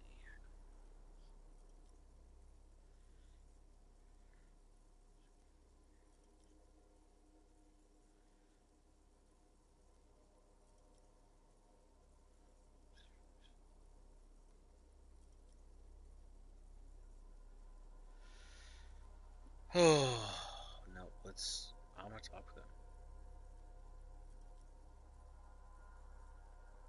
I did not want to wake you. Perhaps I should have? Was it a job dream?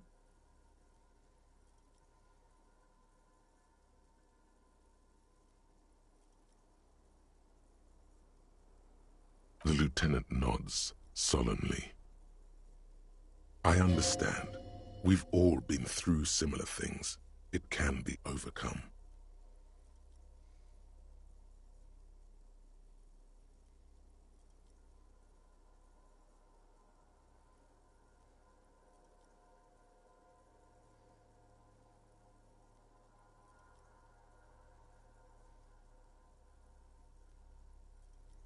Are you sure you're okay?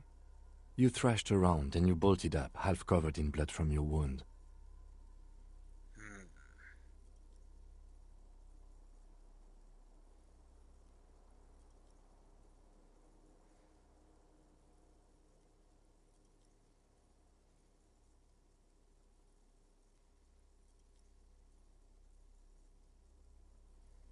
I feel like none of these are good answers.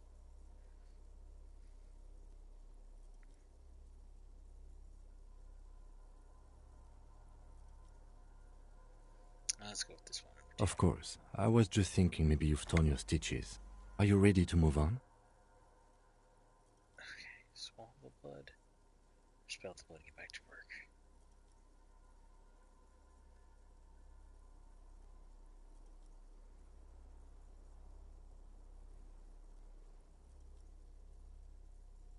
Okay.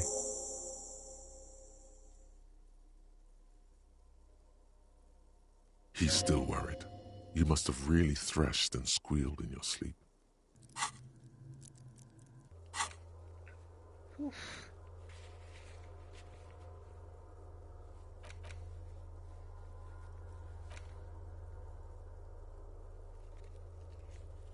Damage figures earn rest no matter what thoughts and dreams may bring. Wow, that was super freaking intense. But at least, well, we learned the truth about what's going on with what happened with Harry and his wife, ex-wife. Jeez.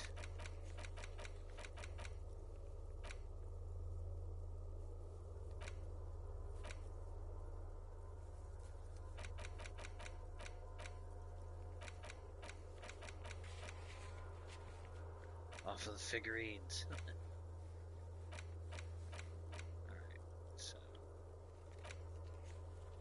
basically find the murder weapon, open the blast door, and find fuel for the generator, which we already did, and find booze and drink it.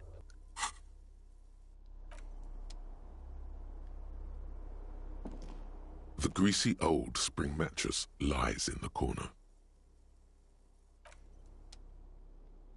That was when I should have eaten the sandwich. Oh well. Does Kim have anything to say? Yes? Alright. Oof.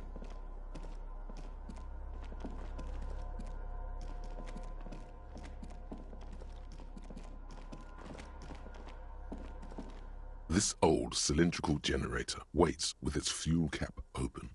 Makeshift electrical wiring runs out of its side and across the floor. The lieutenant assists you, holding the canister up to the fuel tank as you tilt. Dark brown, viscous fluid pours out, and the room fills with a chemical smell. There's a red starter switch on the side of the cylinder and a start rope on the other side. The lieutenant flicks the switch. The recoil start wakes the old generator up. The machine sputters like an old warhorse before settling down to a rattle. That should do it.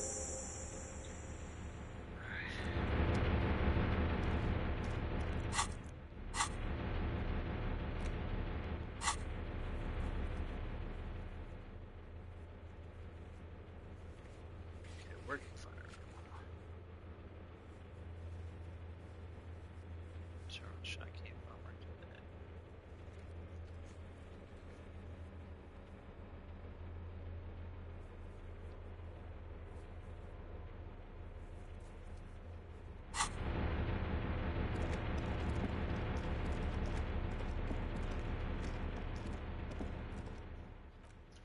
We're gonna save.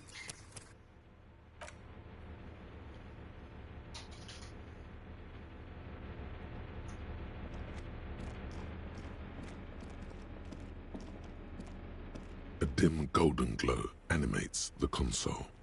Faint, like a ghost light. Urgence ouvert reads one dial key. Allumer reads another. It's on. Turn emergency open. Automatic boot. I think, yes. Let's see. That one. The emergency open. The blast door opens with a series of clicks. A shaft of light appears, then widens as the light shines in.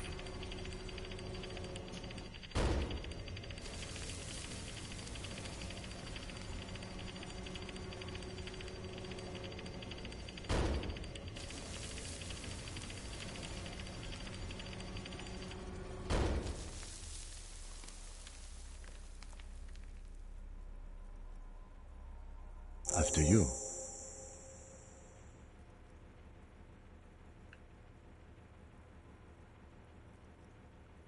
Let's see. Cross side, I want to cross San Francisco. So did I. Not back there, but I felt it since we came here. I don't know. A thin wisp of smoke rises from a charred black fire pit. The wind picks up, then dies down again. Don't worry. I have a gun. I know. It was not easy to acquire.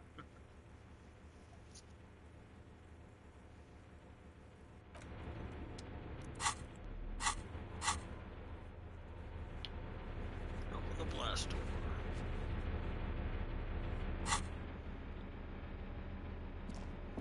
Right. You saved.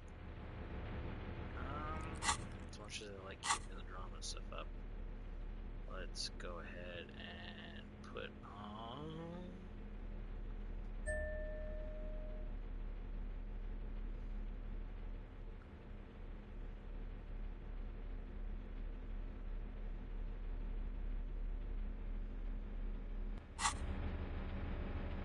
Alright, and you know what?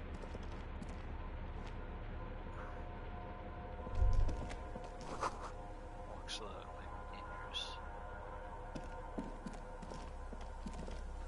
Alright, you know what? This is going to be a good time. It's a little bit earlier, but let's go ahead and take our midstream break. We'll take a short rest.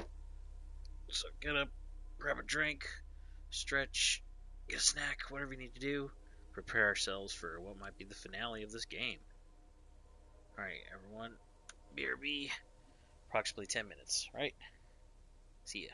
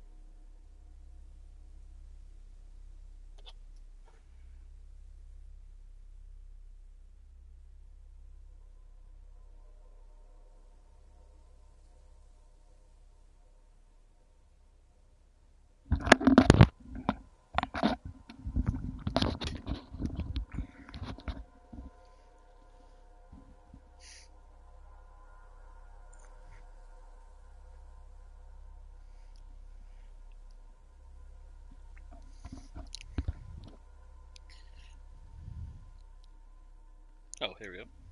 Alright, everybody. Welcome back. Hope you had a good short rest. Went and had me a little bit of Chipotle. Got me a refill on my drink.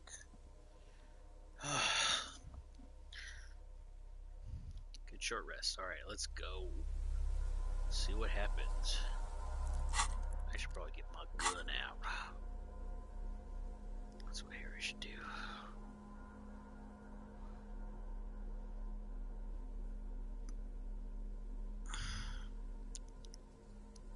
Don't have the headless phone. What do I do? So.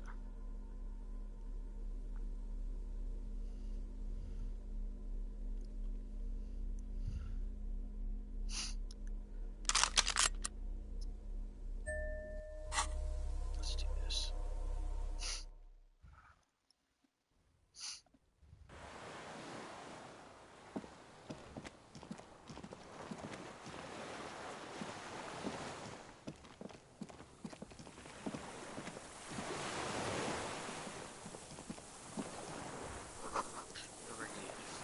It's deflated and broken. Okay. White flowers blossom all around you. Oh, were those the maybells or whatever?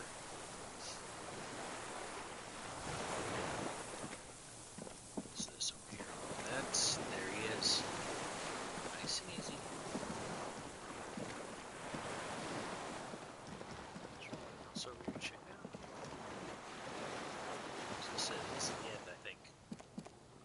Let's see what happens.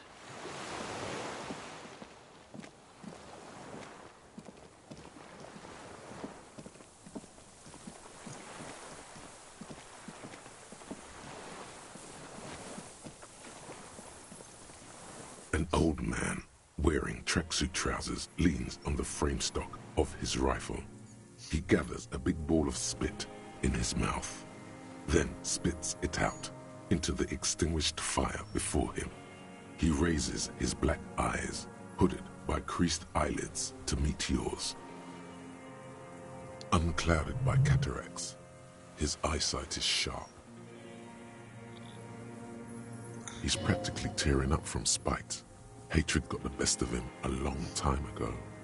This man hates everything.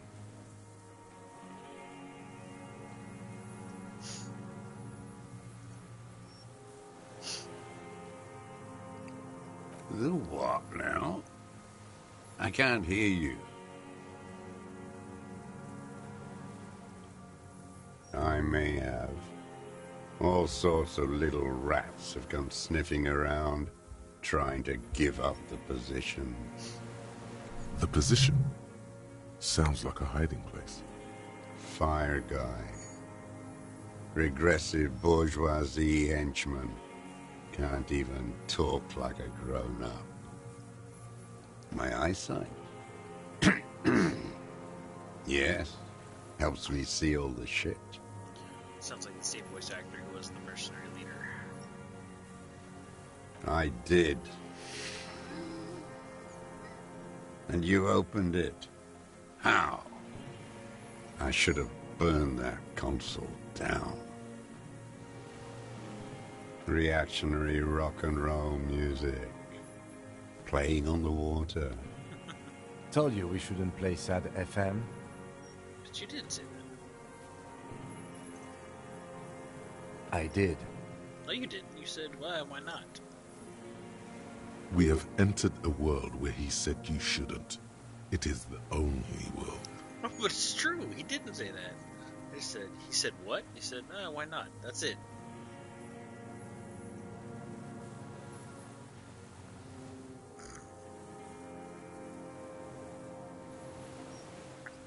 The fascists were right about rock and roll.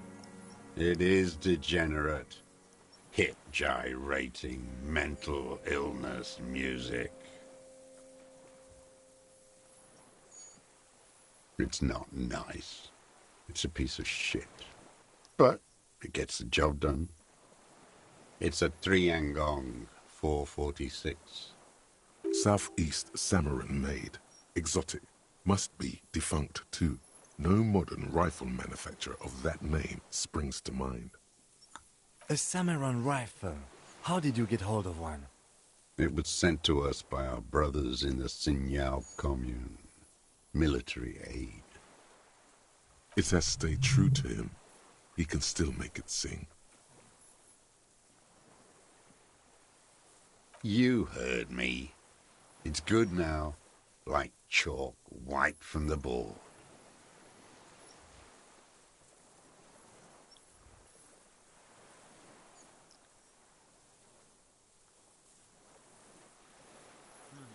Yes, I bet you've killed a lot of people with it. You fascist fuck. Have you come to make me one of them? We have come to ask you questions, nothing more. If you do not comply, we will take you in. Do you understand?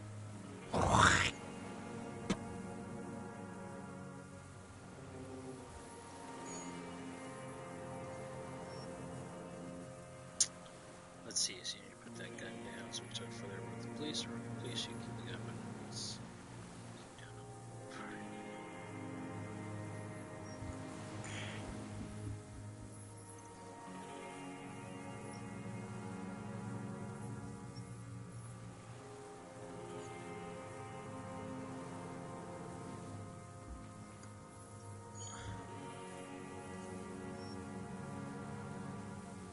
No. Whew. Put it down now, sir. Cam, Or jeez. you're gonna blow my brains out before you question me? To hell with it. It's a walking stick anyway. It's out of bullets. Lace rifle down here, so it looks at it lying there. Like an amputated limb in the sand. He stares on, his wrinkled mouth moving without a sound. A strange sadness, like a song.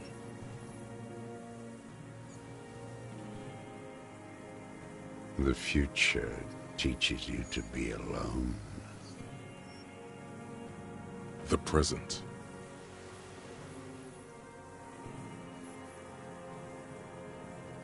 The present to be afraid, cold. The old man pulls back the hood of his plastic cape and looks up into the sky. It's blue-gray, the same color as sea.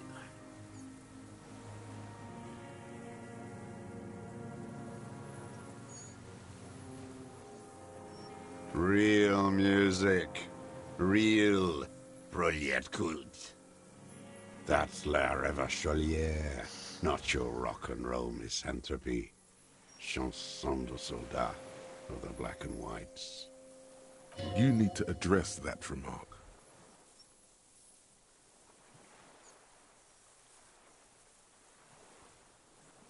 The job of a shitlicker.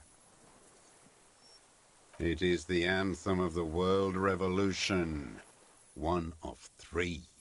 In Grad, they sang Brave Children, favorites of history. And in Signal, it was some Samaran shit, I guess. Everyone has. They named a fucking perfume after it. Talk to her?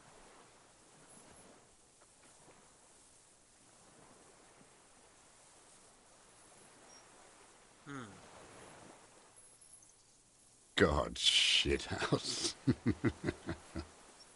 Should have taken it down like they did in Grad. Dismantled it for firewood. All around you, the air slowly circulates the islet, carrying little swallows and black-beaked seagulls in its slow drift. They all, every one of them, every bird, mammal, and crustacean, keep their distance. How did it go? Something about shooting rabbits. I don't know. I can't remember. It doesn't matter. It's gone now. He waves erratically with his hand. annoyed that he can't remember. A little tremor passes through him. It was dear to him.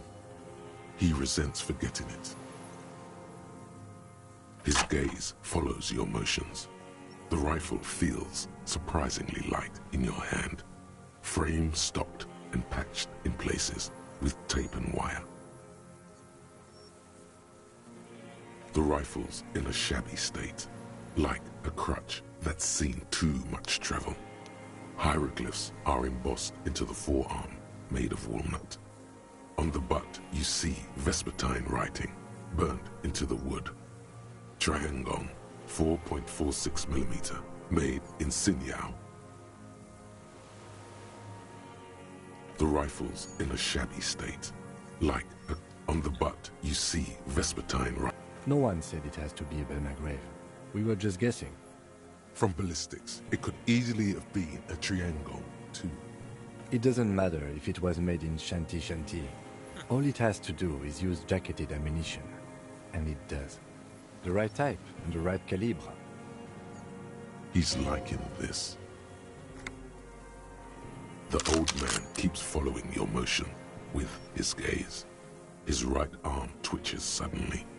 This looked very much like the murder weapon. It could be used against him to get a confession in time.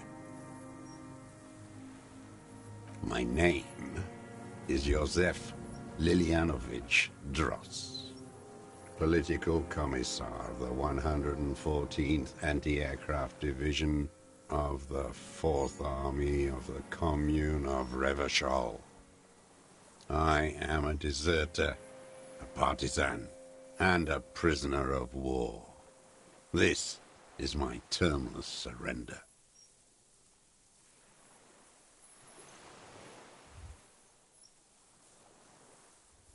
The Commune of Revachol? Do you mean the ICM? You're a holdover from the... From the Insular Indian Citizens Militia, the Army of the Revolution.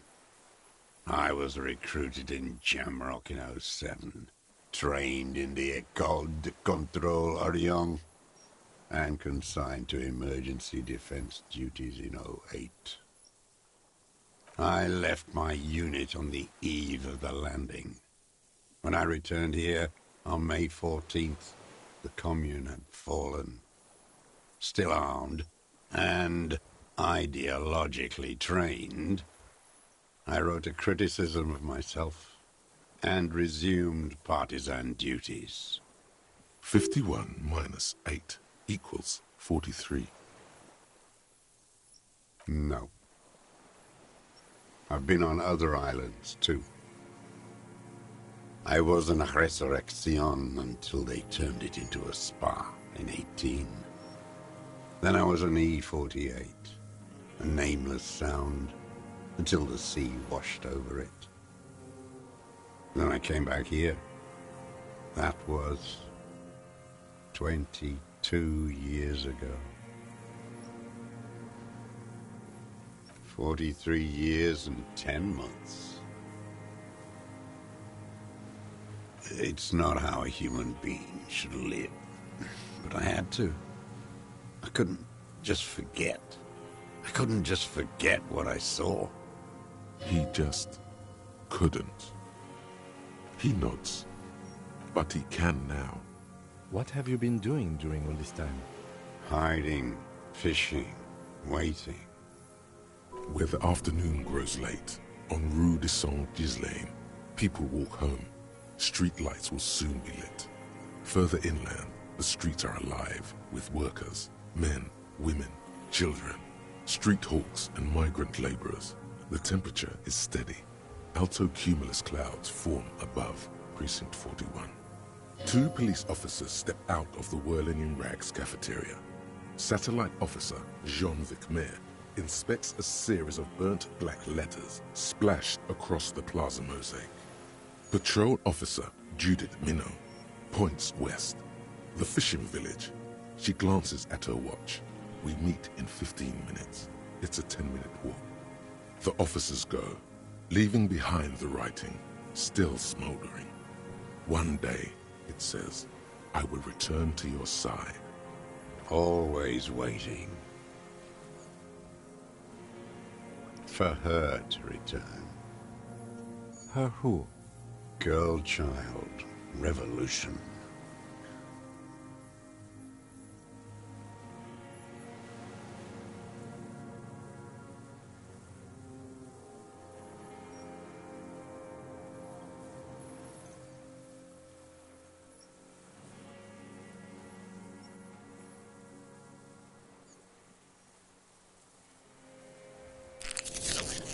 Didn't mean to do that, but that doesn't hurt. Let's see.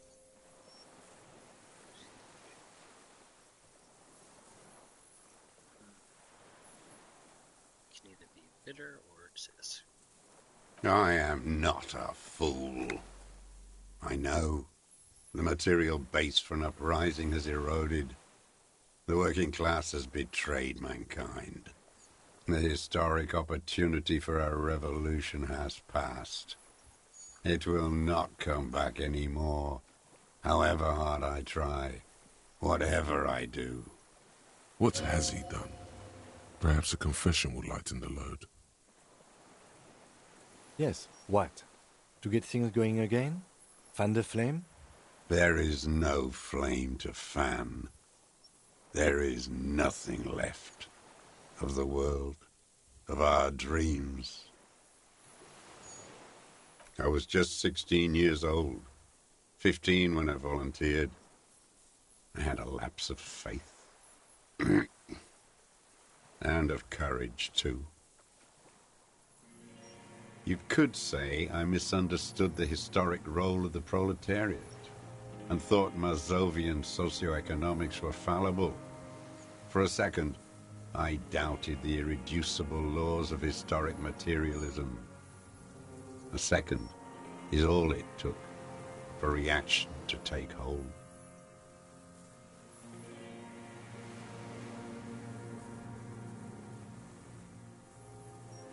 Petty bourgeois terror. It's in all men. It's the same thing. You haven't seen it. Not really. Not naked. It's impossible not to be afraid.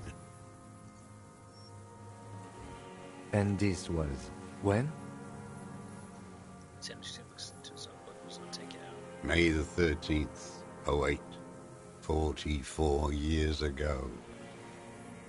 The horizon was black with coalition airships. Their petroleum rose to the sky, and it looked like it formed the clouds, storm clouds. When they started shelling, it was dark magic. The combined might of international capital, all at once, all the greed and terror in the world, tore into Revachol. It lifted streets from the ground and turned houses into ghosts. We were in the flak tower, huddled on the floor. The artillery was 80 kilometers away in Ozon, but I knew the commune would fall. We would all be turned into ash. So I said I was going to the map room. A terrible shame, still within him. The lobes of his ears are red with it. The shame and smallness of what he became. No. I climbed the chain link across the water and hid inland, in the bunkers there, like the weakest of the weak. A mouse, frightened at the ordnance all night, and the sound of the rotors in the morning, whirring. Airships. I climbed out into hell. The landing was complete.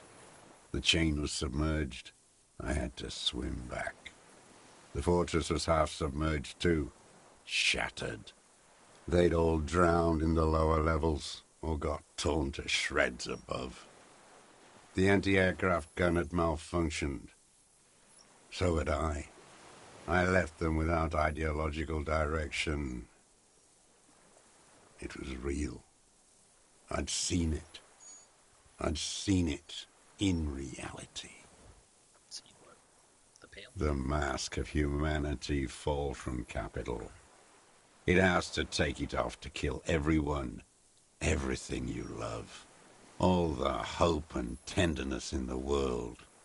It has to take it off just for 1 second to do the deed. And then you see it, as it strangles and beats your friends to death. The sweetest, most courageous people in the world. You see the fear and power in its eyes. Then you know that the bourgeois are not human.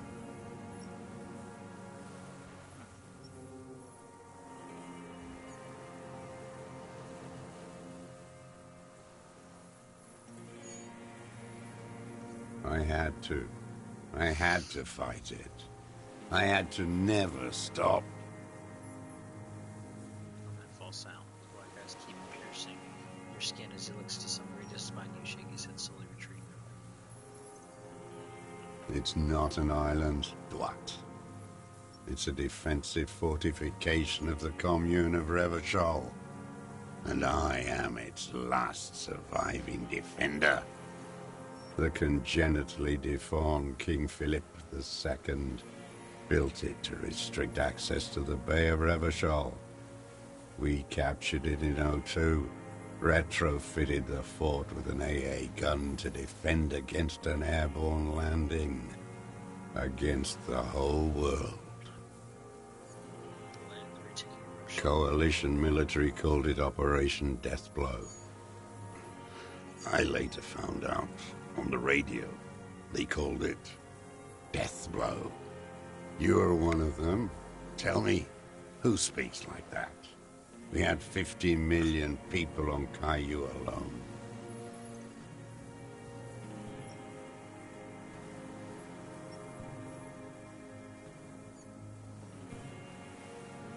Sure you are.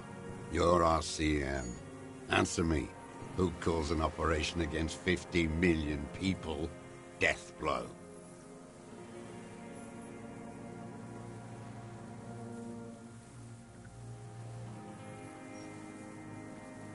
Iblis. The black-eyed angel. How does anyone survive? I steal. Now hold on there.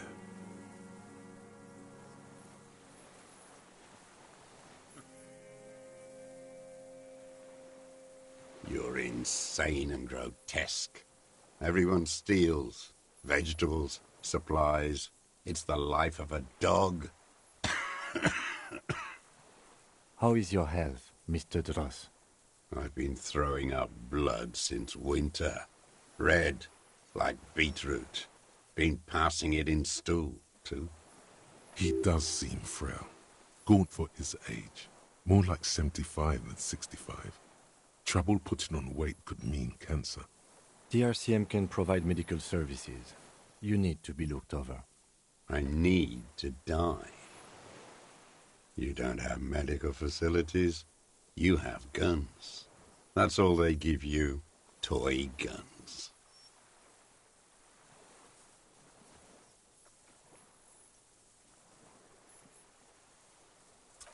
I have been running out of that stuff. There's no way he could manage the pain without them. It's safe to say he is addicted to painkillers by now. It's the little joys. The dark joke, a sunshiny day, morphine.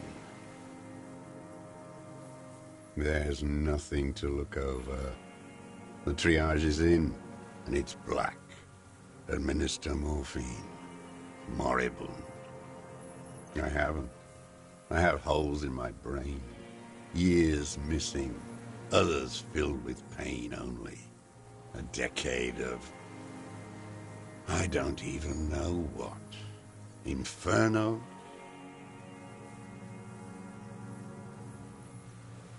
I would imagine it gets tremendously difficult, mentally, to live in isolation. Traitors. It's better alone. I watched the people of this city turn the lights back on, more and more each year. Ruins, glimmering in the dark, like a fucking merry-go-round. It's disgusting.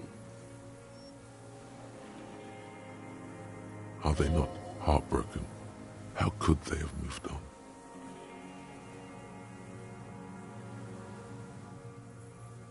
It was hard in the Thames. I didn't have partisan training. They were searching for stragglers, those bloodhounds. Floodlights on the water at night. There were posters, campaigns. We communards still hoped, and they needed to snuff that hope out. The East capitulated. Martinez and Coal City were turned to dust. But Jamrock, Forburg, even Coron, and Boogie Street, of course. Those fucking kips had Marsov coursing through their veins. And others too. Some cordons of Revachol was still fighting. There were cells. I tried to contact them. Soon they all went silent. The frequencies dead. At night, I used a dinghy. I only went after dark then. When I got to the city, I stayed underground. Patrols, you lot, the commons too. They'd started snitching. The deflated tire, wow. In the city, you move underground? From bunker to bunker. Not anymore. No one cares now. I don't even have to hide. They think I'm another antisocial vagrant. I could walk straight into that town if I wanted. I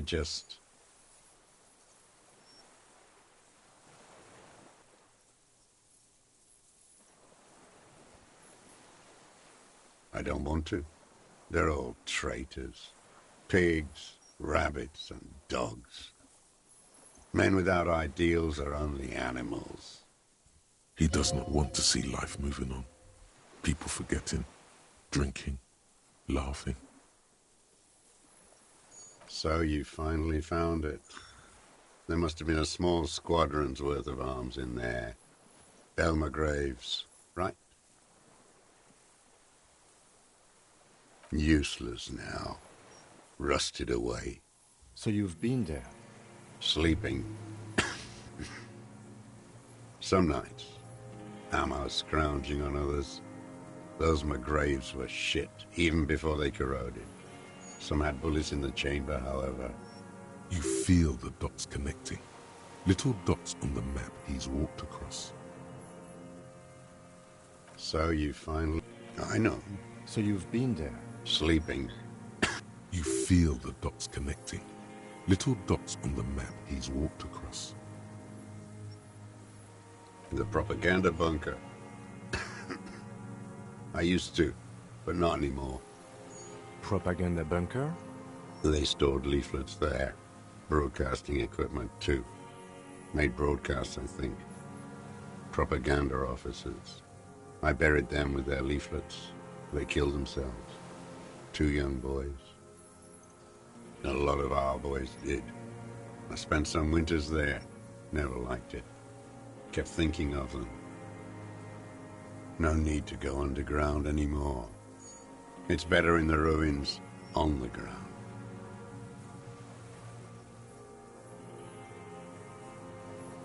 I do. They're good. Plenty of tar. I like that boy on the pack, too. Reminds me of the last century. The old man looks across the water, at the city, the ruins, the motorways rising above it. You're with the RCM, the coalition-appointed mob that enforces bourgeois morals in Revachol.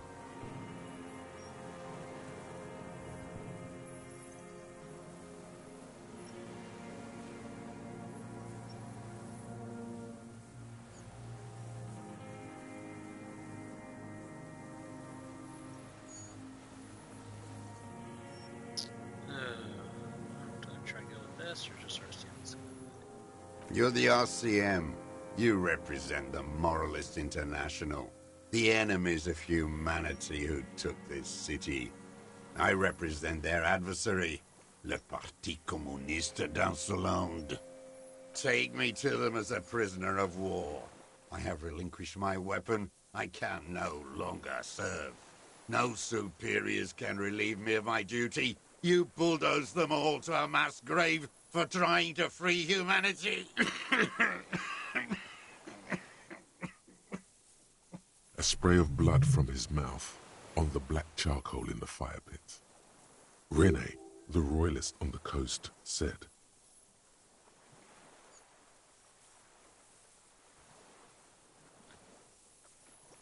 Liberal reactionaries signed that instrument. Traitors who should have been burned alive. I answer to the Communist Party. Is that part of why you've been here all this time? Because the party didn't surrender? He just wipes the blood from his chin.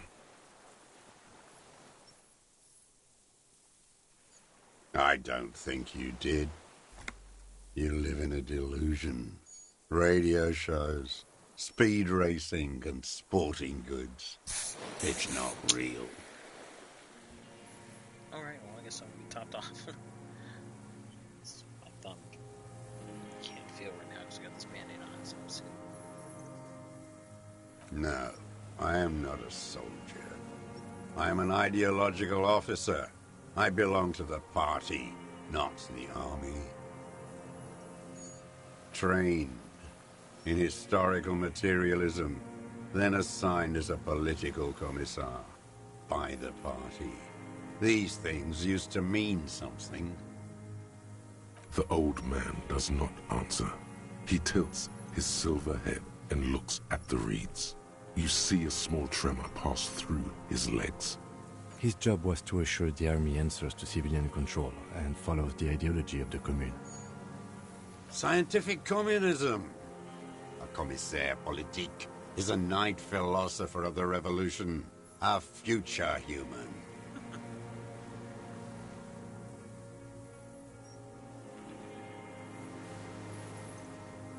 Awakened from shutdown by the promise of ideology, he was like a cleric, a shepherd. No, the opposite of that. A future human, not a human of the past. He nods slowly, then another tremor.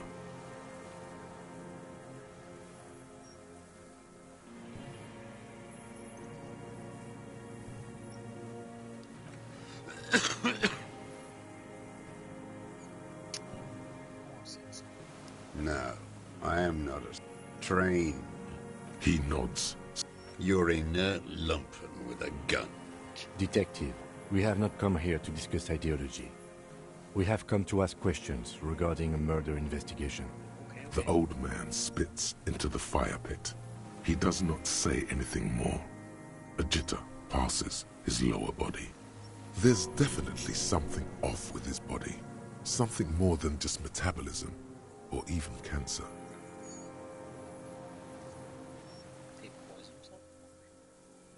There's nothing serious in this world. It's a farce.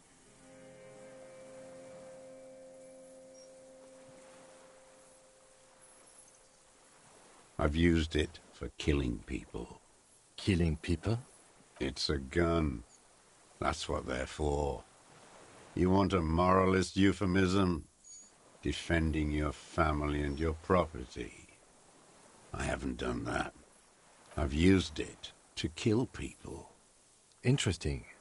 During or after the war? There is no after the war. Class war is never over. So he's continued killing after hostilities ended. Okay. This is it. You can feel it, like battery acid on the tip of your tongue. Something you haven't felt in a while. But this is what you live for. This is the shit.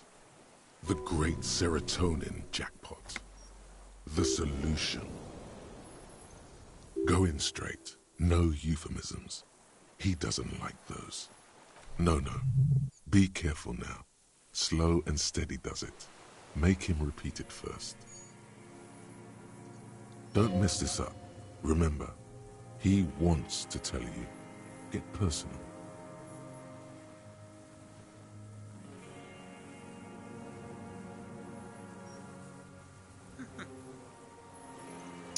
Let's see. Oh, be careful now. Slow and steady doesn't make him repeat it.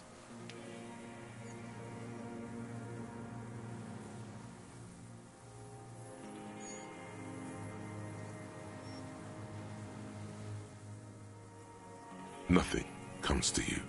Silence. His black eyes look at you, and in them a chill like electricity running up your spine, crawling into your skull. All is not as it seems. Detective. Damn it. Ask it already, he wants to say.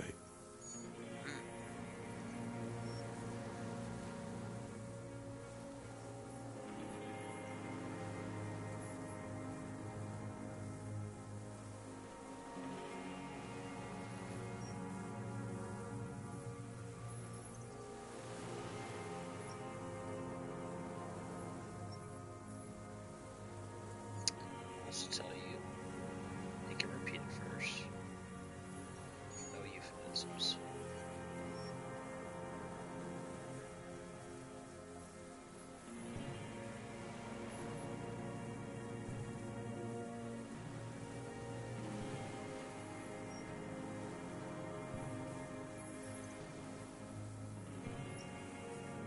I don't want to tell you anything, you grotesque murderer.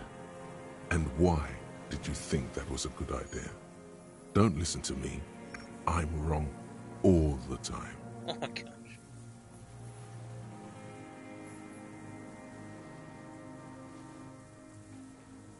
What did I just say? What did I just tell you? Don't drop the ball now. Okay, jeez. The who now? He heard you. He just wants to hear you say it. You're in.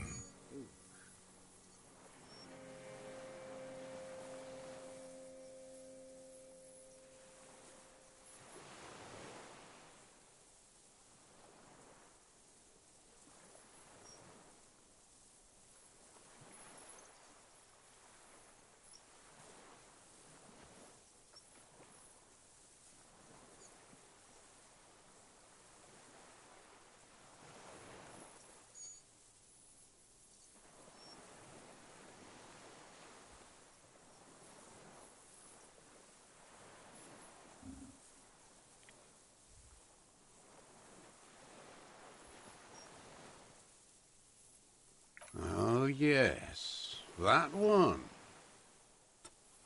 Ugly piece of work, that boy. Did you kill him? I am a son of a welder and an officer of the commune of Revachol. I do not collaborate with murderers and pederasts of the liberal regime. But you need at least 3 examples proof to show that you have it. Anyway, there's resistance. Okay. Exhaust him with proof. Pile it all on him. Get a confession. The gun. The murder weapon is the perfect opener. The scent of blood in the air. But what else? There was something you can't remember. Something about the tracks. Suddenly, all those tracks are so confusing. Go with something else first.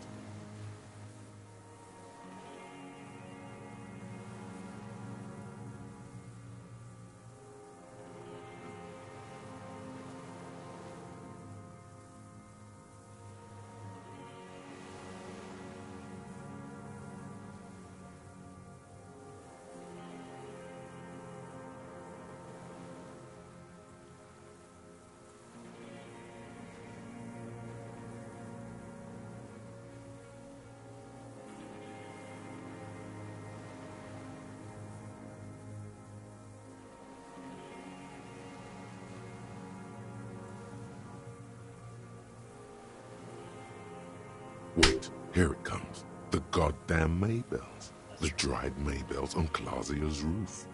There were Maybells in the grass when you got here. They're revolutionary symbols from the war. Nowhere else, nowhere in all of Martinez have you seen them this spring. Wait, don't forget the footprints. The diagonal prints in the dust in the secret space behind Clausia's bedroom. Now, they're gonna come up. You got it. Remember? The boot prints were like no modern soul. Maybe don't beat yourself anymore, though. You're not immortal.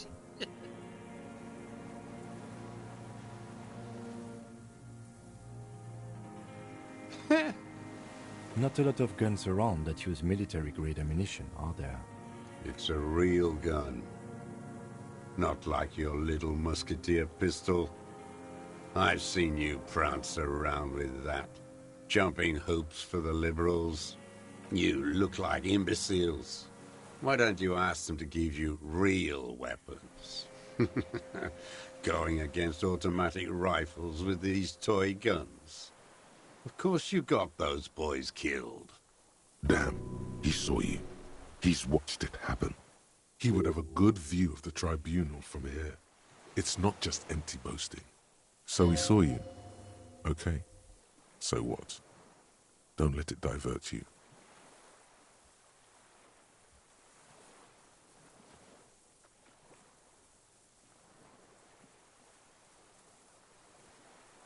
You know what?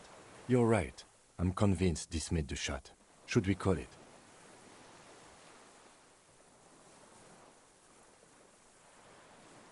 .46 jacketed ammunition, modified for range.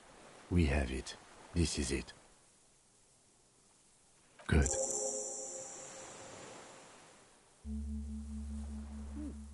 New skill. Why not? Because everything's going to crap.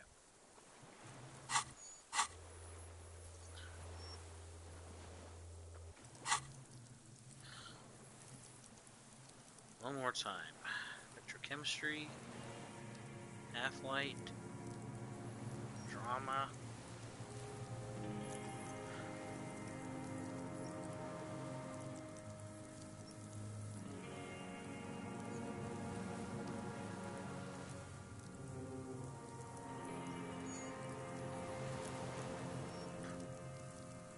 Can't increase this anymore. Part wants to do electrochemistry because of what's going on with this whole deal. I'm not sure if that's what I should do or not.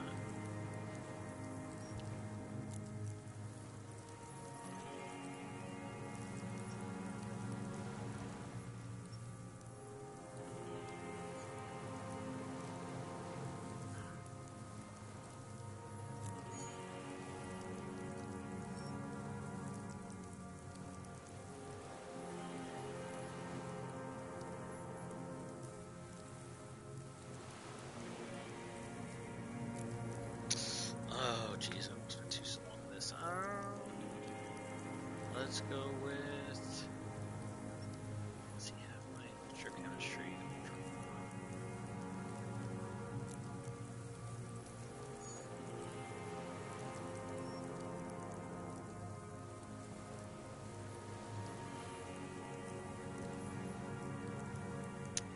Didn't think I would be raising this to this, but sure, we're not.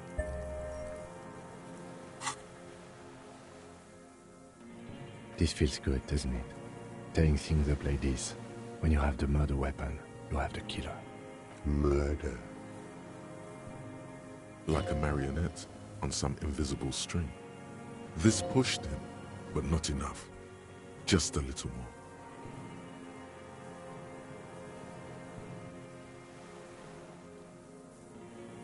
I saw you poking around there, looking for evidence. You're damn diligent when it comes to dead fascies. Did you like the view? You had direct visibility. There are embrasures in the concrete, specifically meant for a top follower to use. And you had a long-range rifle in your possession. You've been here a long time, Mr. Dross. Too long. You clearly need medical aid. I'm ready to die. I've done my part. He's practically admitting to it. Dead fascists, for fascists, done his part.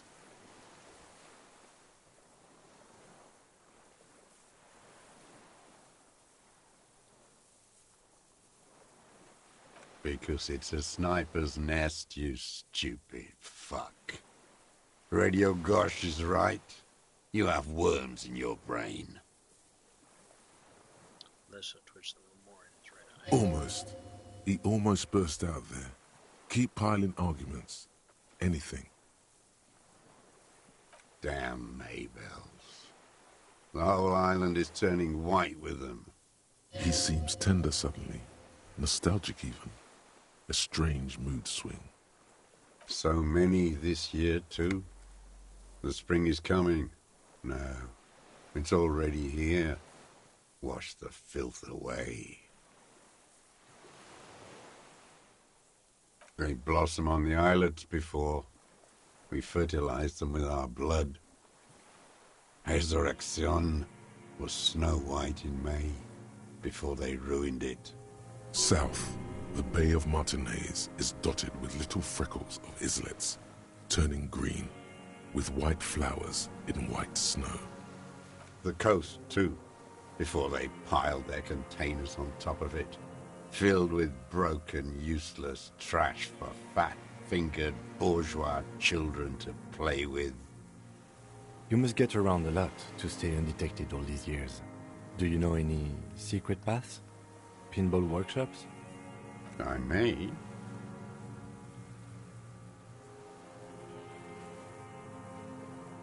Classier. With the victim. There is a small tremble. Looks like a smile. A crooked smile. Yet isn't quite voluntary. He's about to burst. Don't leave any loose ends. Get him on everything. Everything is brands with you individualists. Who cares what brand my shoes are? Sansa. Some shit. Show me the souls, please, Mr. Doras. Fucking imbecile. Like a white spiral pattern covers the soles of the worn out shoes on his feet. The maker is called Sansarique, and the size is 42 to 44. These are not the unusual horizontal patterned soles you saw in the dust on the floor of the hidden room. They do, however, seem to be about the same size. The size fits, but not the sole.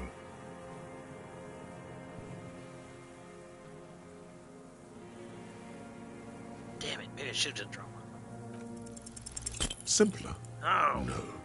This is another loose thread you will never connect. What? No! No!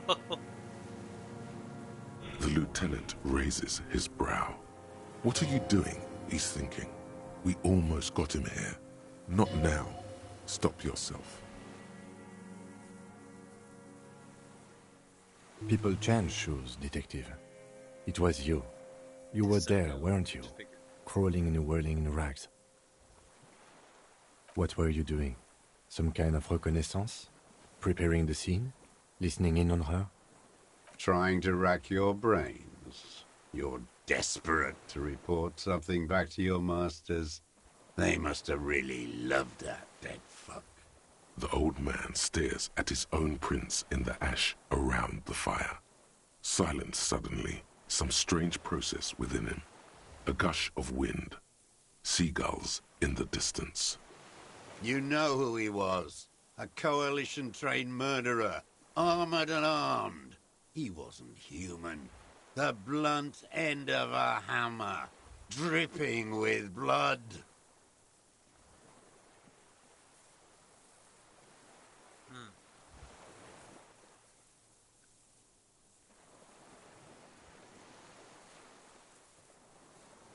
Beating us to the ground, moaning with joy.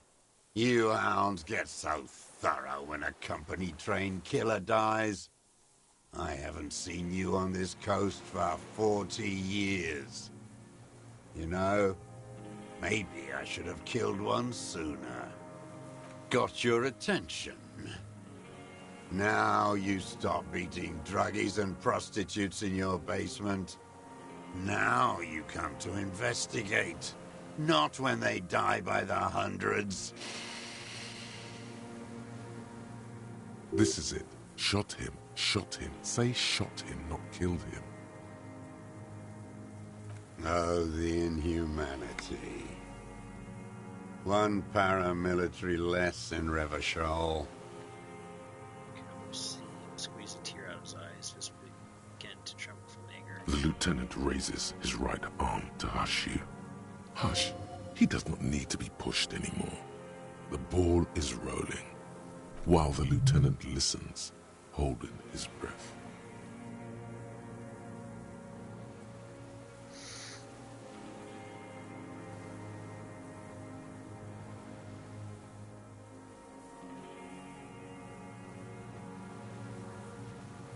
I had them in my sights, both of them, him and the whore. I was breathing with them, in phase, and I pulled the trigger and flew on the air until I landed in his mouth. Begins to smile. I didn't think I had a shot like that in me anymore. I did. I saw him kneel there with his mouth full of death, and that stupid look on his face. And his dick still in her. Nothing. I went to sleep. Next morning there were Maybells everywhere. The world was white, or what's left of it anyway. My last spring here. I knew the fascists would come to avenge their own. And so they did. Mr. Dross, are you aware you're confessing to murder? Yes. Well, why not? It's too late now, but go ahead.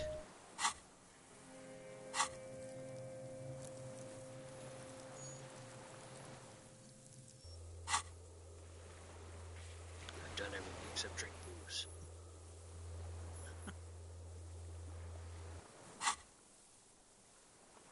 And you were looking at them, the victim and a young woman, having sex, through the scope of your rifle that night, before you shot him?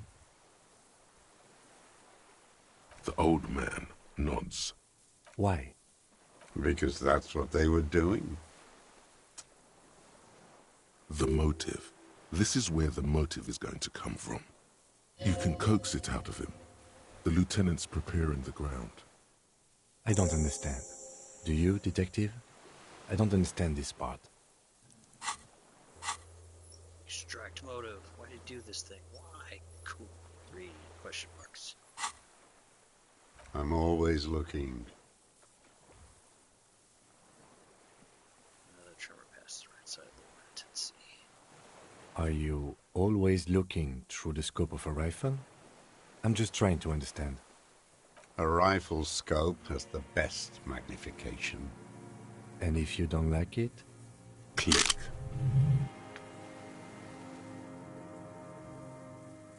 Yes. Think of it as a form of critique. He will not stop now. These dialectical materialist types never do. Exploit it. You got him going. Connect every little piece now. Wrap this up like a gift. Start with when he first saw him. It will give him a chance to ramble.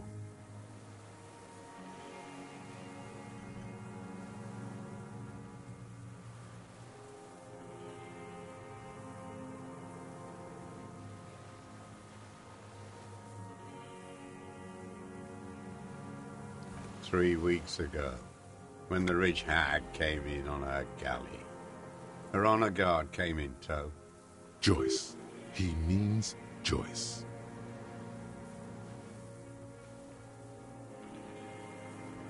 Wrinkled up whore.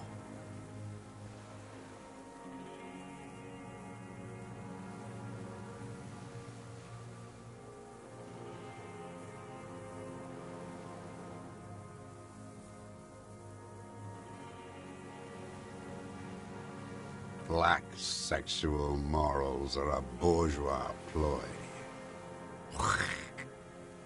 As to pederasty, the party legalized it in '04. My party, not your liberal masters. So don't you sermonize me, you racist shithole. It's still bourgeois when the bourgeois does it, fiddling with their sexual organs. Some strange glandular process takes place in him at the thought, like yeast rising. They moved into a deserted apartment above the roundabout. Radio equipment out for all to see. Reactionary radio playing, sloppy and drunk. I've seen their kind during the landing. Those Occidental and Mesk phalangs weren't conscripts. Boys like us. They were whites. All they know is to destroy and hurt. Barely alive. They like to kill while they're on their drugs.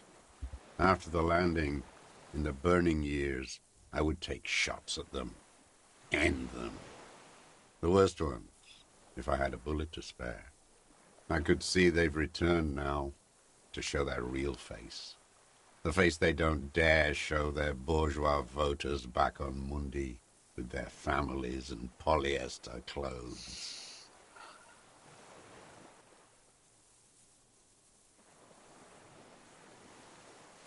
Them fucking.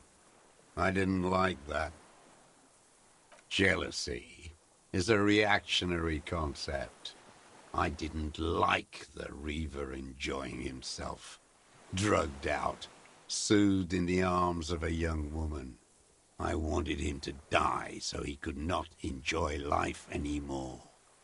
And I wanted to see his head explode. That too.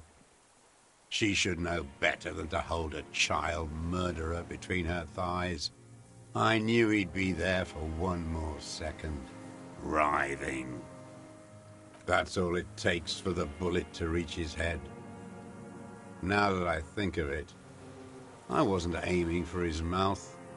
I wanted his brains to spill out on her. But you can't have everything. This man has seen past her, like you did. And now he longs to see her covered in blood, to punish her.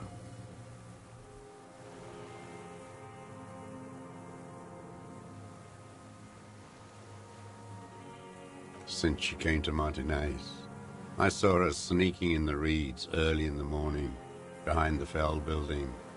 It was dark, still winter. She didn't have her skimpy outfit on then, just a spot in the night, moving. Past the Fell building on a ghost? What was she doing there? Hiding something in the water. She had a fag after she'd done it. I was up in the ruins there. She couldn't see me, but I could see her, smoking. She was nervous, but not scared. And beautiful. That, too. How could you see what she looked like? You said it was dark. The sun came up. Her hair was like cobwebs. She smoked more fags and snorted a line of whatever shit she was on, right there. She needed it just to move. Her passport and tickets to Villiers. And from there to Cachet Brut. In the free state of Seminine, hidden away at the edge of the earth, near the Pale. After she was gone. Did you keep what was in it? When we found the submersible, it was empty. No. Why would I do that? I didn't need tickets to Villiers. I put them back. If I wanted to extort someone, I'd do better.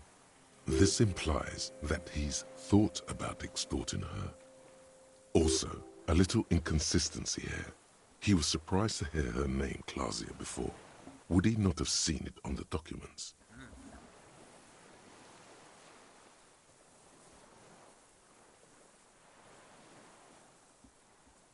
Why would I need that trash?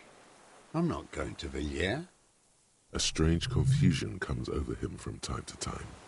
Some kind of aberration of the nervous system. You didn't say Clausia in there. It was something. I don't remember. It was dark that morning. I only remember her face on the photo. I did. She had a face like an archipelago, with those birthmarks, and a body hard and lean and bruised all over, black and yellow. I could see she's taken a beating. I could see who she was, too. A spook, on the run. Revachol's the cloaca of capital now. All the bagmen and arms dealers end up here to do drugs and have sex like animals. You could tell she was a spook from the documents? She had different color hair on the photo, and glasses. Forged.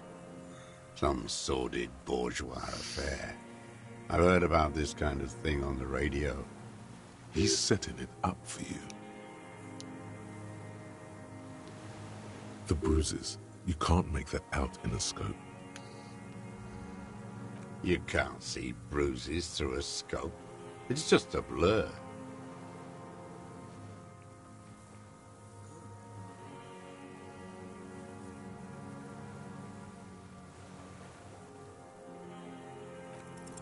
It quickly comes to you.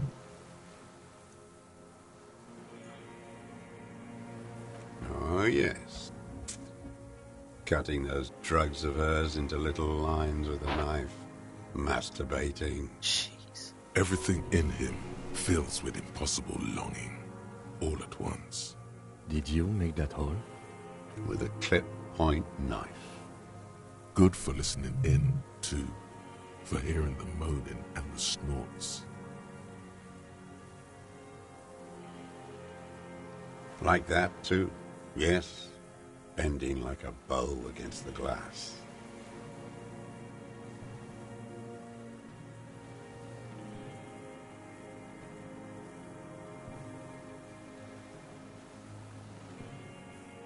I've been through all of Martinez. Every nook and cranny. Yes, that too. The things they did in that little room. What she'd do to feel good. Funny the way light works. You turn it on inside, and it gets so dark out, you can't see a man looking in. I learned that in the 20s, when they were still hunting me. I've seen people do some shit, but... Those two took the cake. You hear the familiar scribble of the lieutenant's pen. A quick glance at you. One more loose end down. We're doing this, detective. How did you get in there? The hidden pinball workshop. I can just walk in there now after a good wash. I told you, they think I'm an antisocial. Closing hour is a good time. The kitchen's empty. You had to open the steel door in the kitchen? How? I got that open a long time ago. Some bourgeois game merchant lived there. I don't know, 15 years ago. He left spare keys all over, and I took one. Then I saw her turn the light on one night in my scope. Andy found use for it. A spare key, like the one hanging behind the Union Box window. She practically breastfed that man. You wouldn't believe the things she let him do to her. You stare at them too. In your mind, her innocence day still turns to leaf. Airport bag in hand, silks flowing in her wake. See you tomorrow, Harry. Her voice rings in the evening air, burning.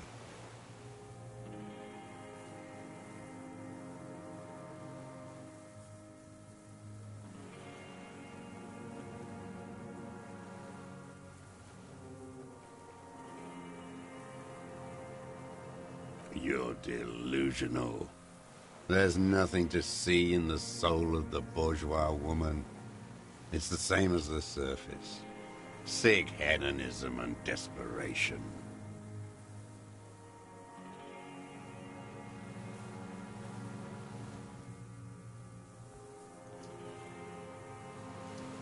Stop distracting me. Notifications. Let's see.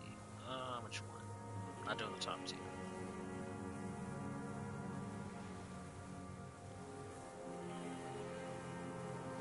Sure. The world is insane.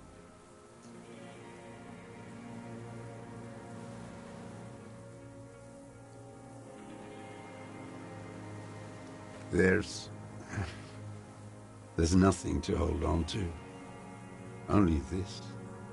It's not enough. The coals of his eyes glisten suddenly, like stones dripping with water. Is he crying? Man needs to feel something else. In this fight, it helps if you have your eye on something there. It's weakness, I know. Yes, over the years. It's not unproletarian to feel something. No.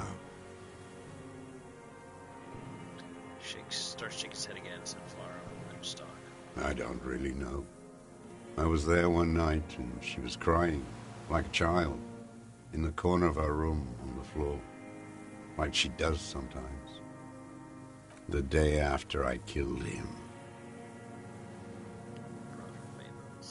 Yes, I don't know why I do the things I do anymore. It's as if something put the thought there to leave the flowers.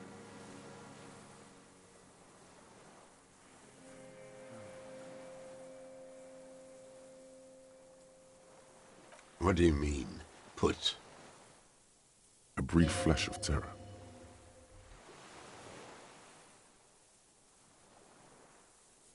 Maybe. I told you, I have holes in my brain now. I wouldn't just sit here waiting for you. If you came 10 years ago, I would have killed you. In the silence, the lieutenant draws a line in his notes, then nods at you once more. One more down.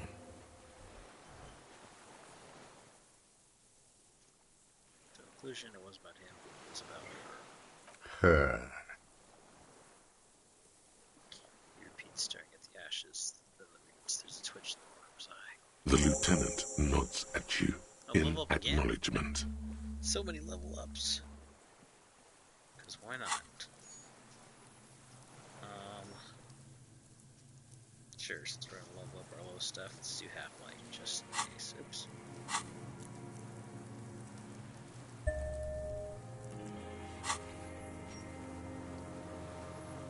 Extract motive. Okay. That's it. Motive. We have it. Where is she, that Clasier? I haven't seen her there for days.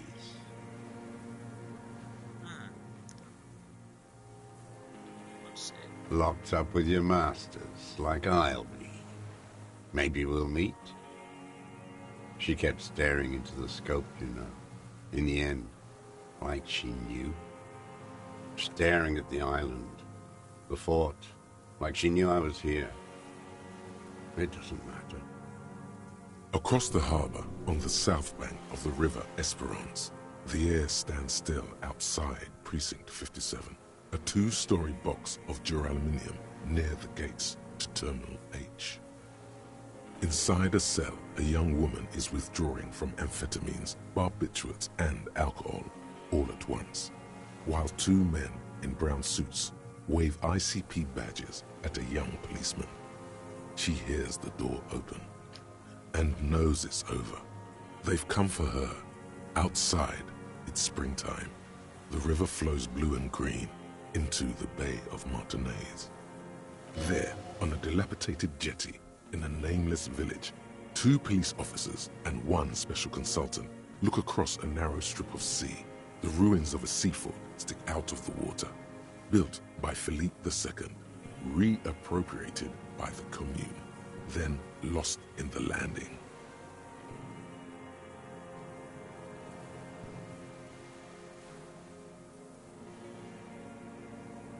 He's there, doing what exactly, I don't know.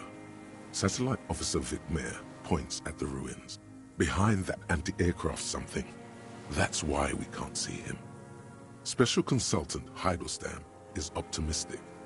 We'll see the boat when he comes. Let's go get a coffee until then. I know this interesting little place. Where? His voice trails off as the three walk down the jetty. As the men go, Patrol Officer Minnow looks back over her shoulder at the crumbling fortification like a rotten tooth rising out of the water. Good luck, Harry, she thinks. You need something good for this. We could get more. We've got him talking. Who knows what he's seen and done over the years? You could get more out of him. He likes talking. Enough. Take him in. Bend his arms behind his back and end this.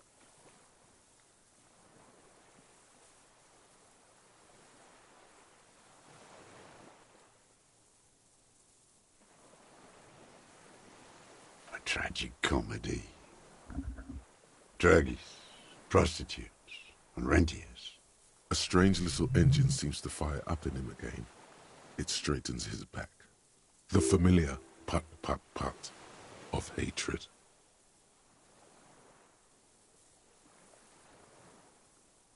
Specifically, the whole city is a charnel house. Stripped clean and draped in neon. But Martinez is the worst. Because of the racists. Everyone is a racist in Martinez. It's their favorite thing to do in the whole world. Listening to race-themed radio shows.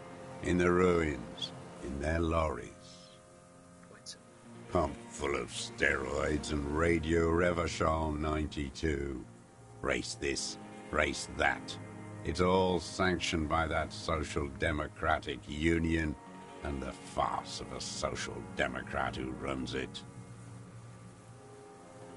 Yes, the fly larva in his container. He let some nihilistic advertising yuppies erect a statue of Philippe III, a syphilitic murderer, on the town square, to spit on the working class. Not since the serfs of ancient Pericarnassus has history produced a more inert social class than the Martinez proletariat. The rest of Revachol at least pretends to rebuild. These people still live in ruins. In tents, like animals, like those boom-boom morons on the ice. A pity they didn't drown in that tent of theirs. The worst of them is the blood-drenched Sucrion on her yacht, licking her lips. The old whore's gone now. Her gun-toting porcelain men are dead. So, actually, no. The worst is that old cop parading around in his uniform, throwing balls all day. It's not enough that the racists and liberals are dancing on our graves. The old loyalist ghouls still parade the ruins too. Every morning he's there, while the parasites he fought to protect are off in Ozon, or Coyamorang, or some other island they built their palaces on, feeding on drugs and having sex with their own children. That's all the rich really want. Sex with their own children. Throughout history, even the royal bloodline of the suzerain, it's all just an excuse for them to have sordid sex. At least that old cunt, Frisell, is now dead. We did good when we pushed him under the horse car, until, in the 30s, those disco whores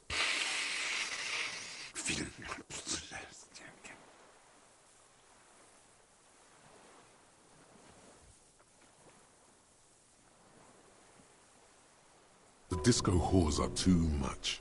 Hatred shuts down his brain's language center, leaving only a nonsensical sputter. There was something about a statue and nihilistic advertising agency people. Might be worth investigating. Stop it, I'm trying to read.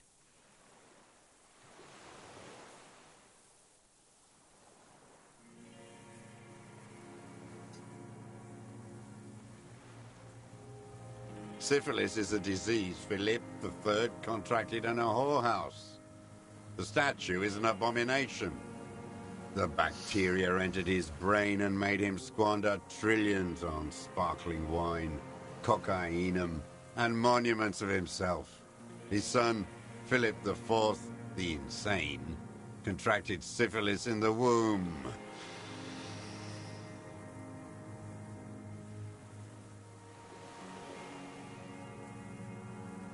That is technically possible, although Philippe III was not actually syphilitic. He was just mad.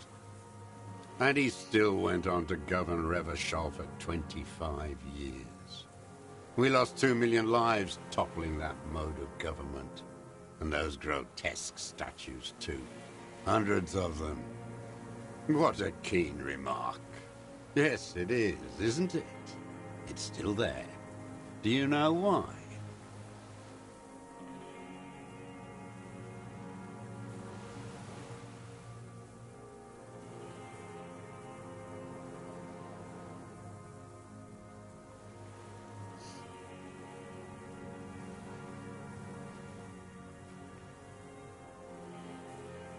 That's right.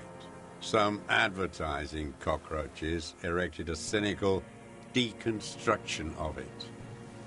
We tore it down with honest, working-class plastic explosives. And there it is again. Art is a bourgeois establishment. It's an affront to humanity. Every gallery should be bulldozed, and the artists should all be given 30 years of hard labor in Yekokata. Another hideous disappointment. Unions are the real enemy. The true enemy of the proletariat. Placating the masses. Disappointment. So personal. He displays a familiarity with the Union's top brass. That deformed toad? I wouldn't expect him to wipe his own ass. I mean, the brains of the operation. The smart one. Edgar.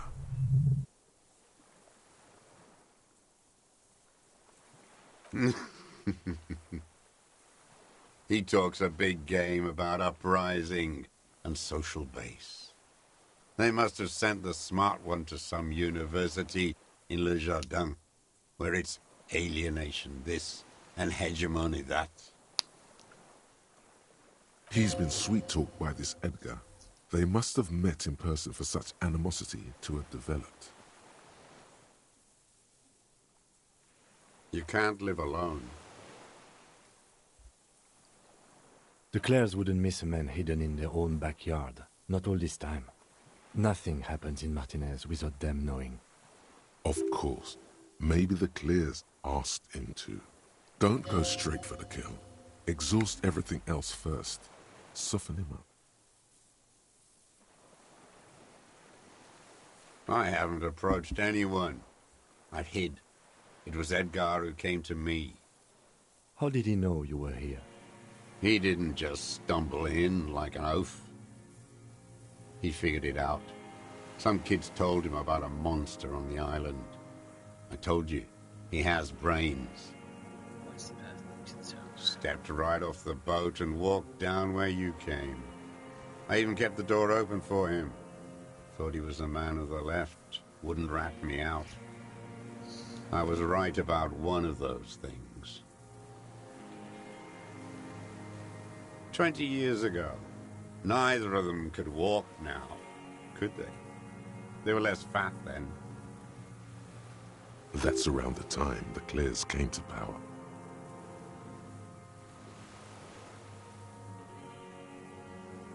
Edgar did the talking. Paid his respects like I were a fossil in a uniform. Offered platitudes about the struggle. Flaunted his pink degree. Even quoted Marzoff. Never trust a social democrat who quotes Marzoff. Oh, and charity, too. They love their charity. Offered me blankets and social housing. I still have the gas cooker he brought.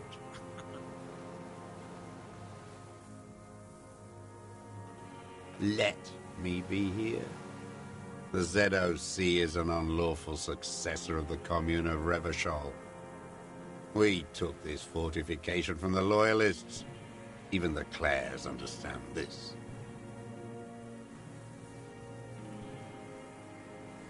They let him be here. Understanding was a courtesy. But why such a courtesy?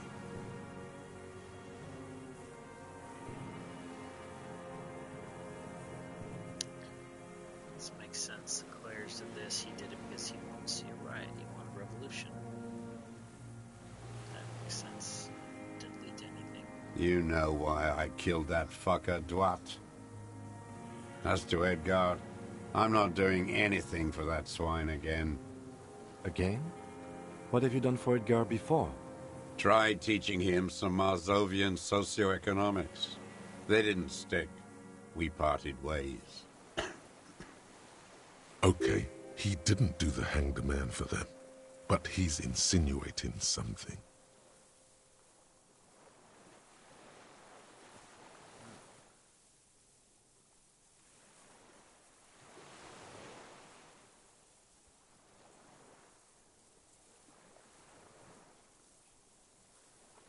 Every fucking morning for 34 years. Throwing that ball. One ball against the other. I've always loathed that game. That is not a working class game. I don't care what they say on Radio June. Royalist ghouls played like it was life itself. Click, clack across the water each day. And that uniform, like a parrot plumage. I won't even mention that he's a traitor to his race. A Patank maniac race traitor.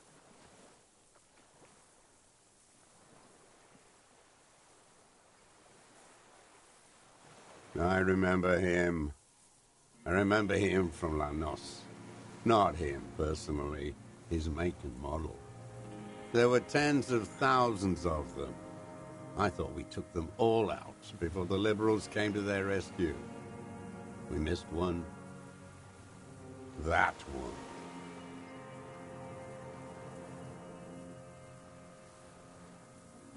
There doesn't seem to be a single person under the pine today. Not even Gaston. Alone. Fat and plump. Like a pheasant. Just begging to be popped off.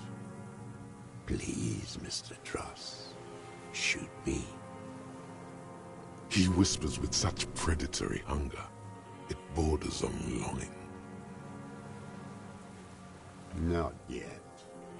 I like to look at him strut around, place the crosshair on his medals, right on his face, and just fiddle the trigger. Think about it. Let the bomb melt in my mouth. Save the treat for later? He is a juicy bonbon, that one. A real treat for the black day. The blackest. When I put that gun in my own mouth, I think, no, don't waste it. Put this lead in that cock, René. For the boys he killed. And then I look at him throw those balls, and I suddenly feel better. I even hid one bullet, so I'd always have one for him. Haven't seen him around lately, strutting around. Must be down with arthritis. I hope it hurts like hell. I hope he sweats blood. Hearing it may destabilize him. You sure you've gotten everything from him?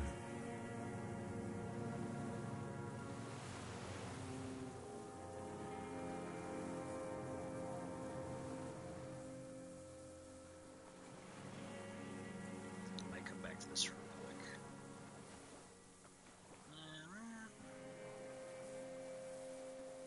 No. I waited too long.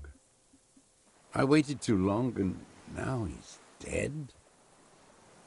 I'm sorry, Mr. Dross. I understand you knew him for a long time. They're all dead now. Fuck it. If he really wanted to kill him so bad, he would have done. There must have been 1,000 black days on these islands. His health ailing. And I blew them all. What does it matter now? He's gone. Ancient dust. He reminded him of himself. The same hatred. The same. You try to think of something else, but no. It's just hatred. All human beings care about each other. I cared for seeing his head explode. Now, God damn this world. Fuck you.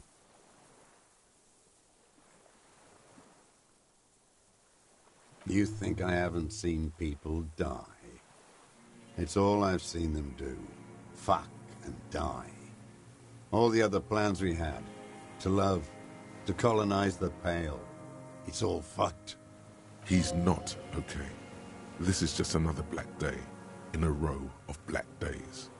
Something strange is keeping him together, making him endure. I don't even care about those whores anymore. Get it over with. Take me in. Renee must have been quite a loss for him. Maybe you could still get him to talk about things that don't require as much rage, because it's not there anymore.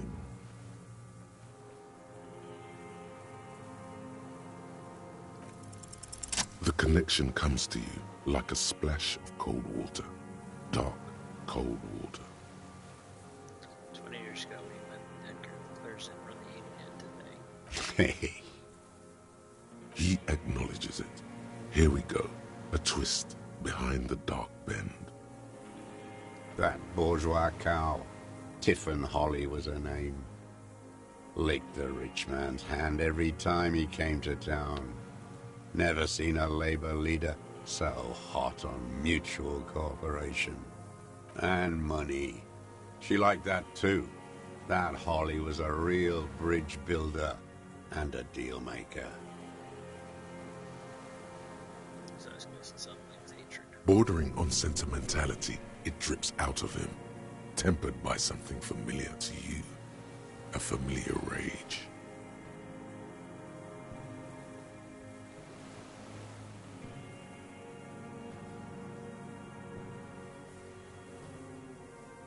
She was.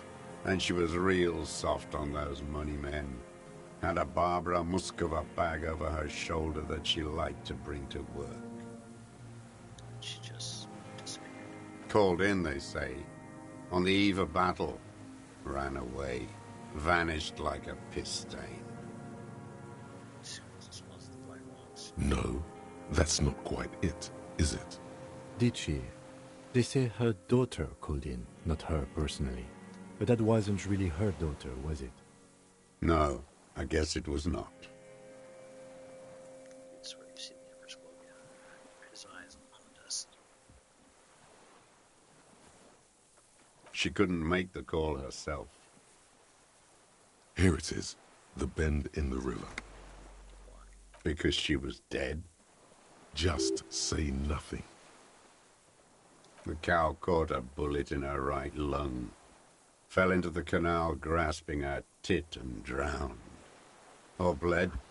Hard to say. It was a sloppy job. And a moving target.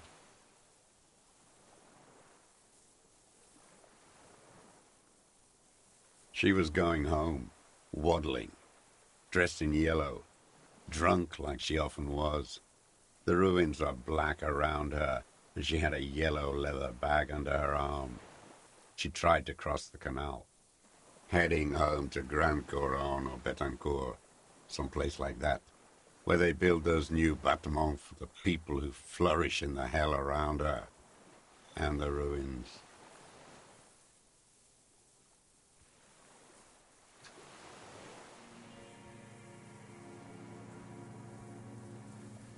Someone shot her.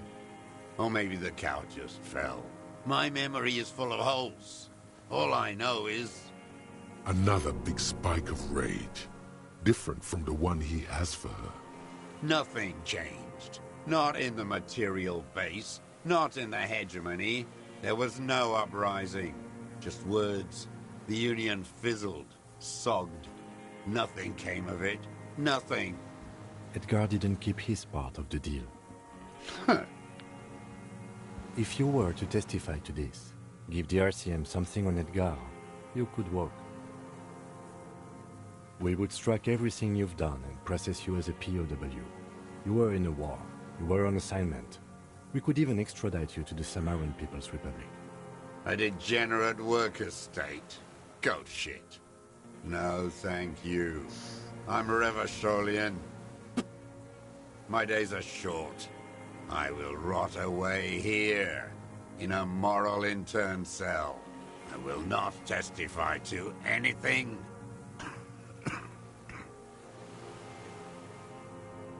I saw it happen, and I liked it. That's all I have to say. I didn't live and fight for 40 years to end up as a collaborationist. I've heard it on Channel 8, 40 AM, Radio Revachol, late night. Everyone is a blobber in this world. Everyone betrays everyone. They're all already locked up for betrayal. The best ones, the ones with heart, were slaughtered, trampled. Secret task complete. That's the previous woman. Where's the previous woman? Just appeared right before the bears took over. Her daughter called me. Like she even said she wasn't running anymore. Quit work. What happened? It was her daughter. The same old freezing hatred. There is plenty here to work with once he's in custody, and the lieutenant knows it. He gives you a little nod to proceed.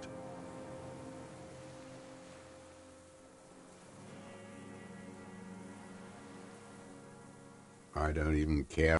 Renee must have been quite a lot. Glad we talked about what?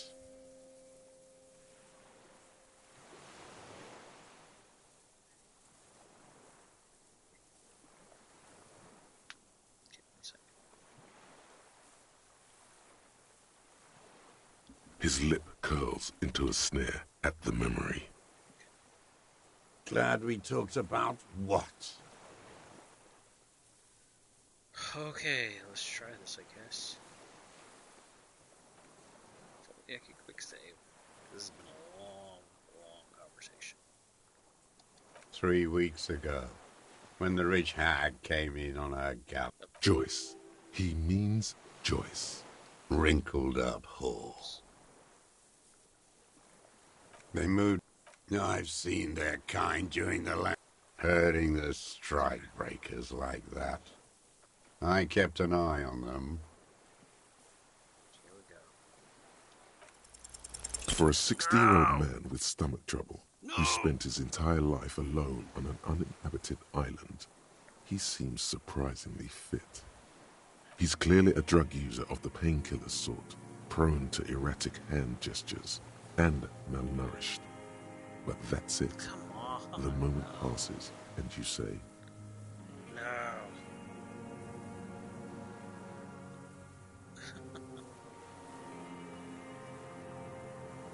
Really?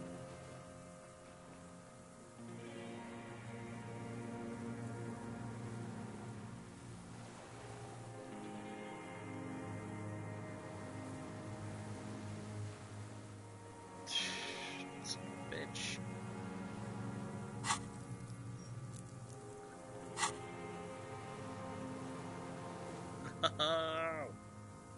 What? But you said I would be taken to the...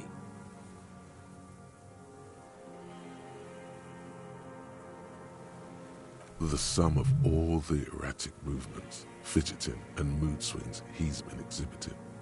The wind picks up. The silence on the water is broken all around you. Little shivers of waves appear. The lieutenant continues, like an incantation. Your wayfarer rights have been suspended. Information provided to the officers on the scene will be used against you by the prosecution. You will be given legal counsel within 1 week and must face court in 44 days. Do you understand? Do you understand? But...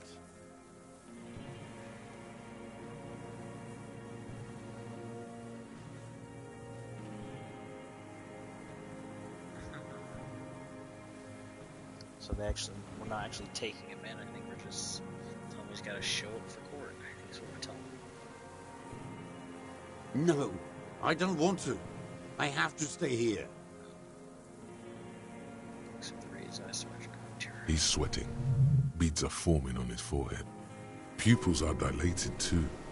Eyes getting blacker and blacker. Your confirmation is not required, sir. Now on to the boat.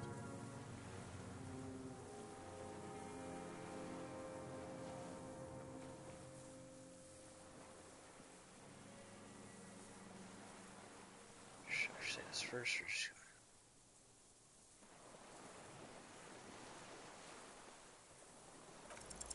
You thought you heard something, but it's just the reeds. You're killing me. Come Maybe on. we could all fit in there. Not really.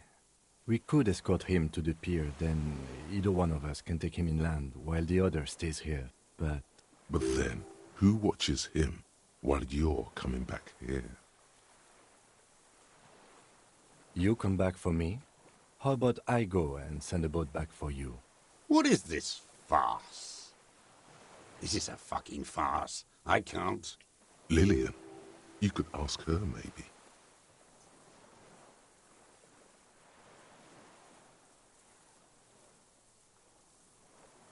This is no harmless old man. This fucking world. This world. What is this? This is so mad. I failed those checks. I want to freaking know. No, listen. Listen now.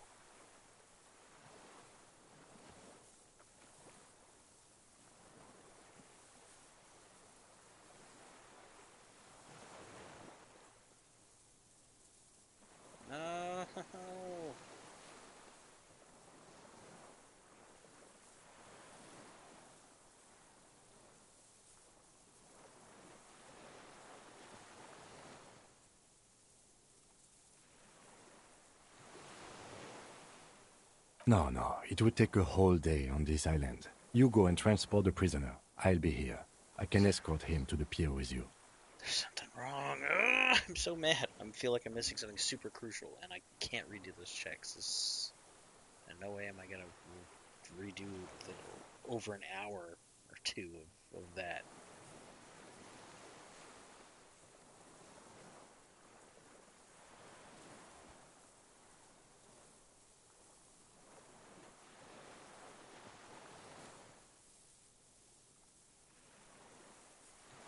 This world. What are you talking about? Is this... us? The wind is cold from the east. Your skin is crawling suddenly. See, getting shot. There's something going on. I'm mad. I didn't figure out what it is.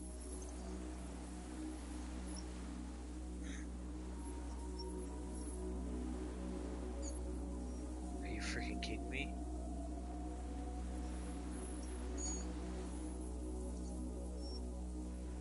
A delicate tangle of arms and legs unfolds from the reeds, limb by limb, to then just stand there, moving its scythe-like arms in ghostly silence.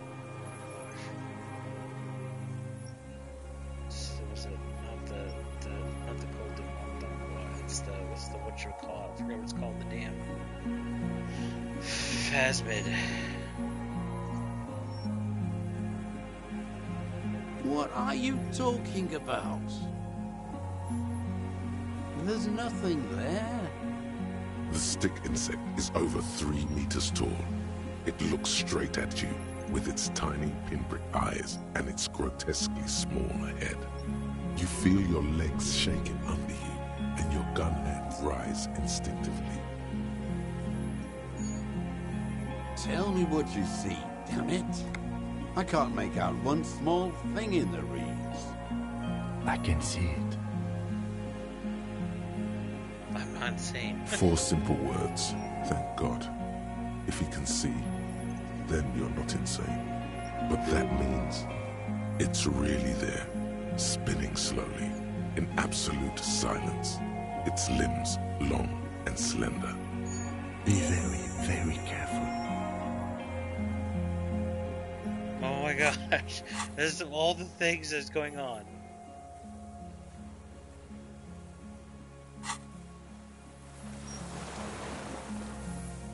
Before anything else freaking happens, I have to save. Oh my gosh, what is going on? What is going on?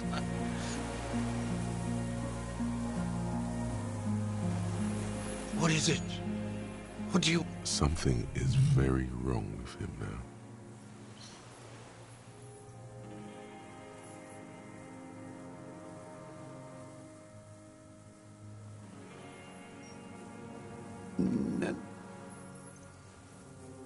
Nothing. Nothing is what he tried to say. There is nothing. Only the reeds for him. The reeds and devastation.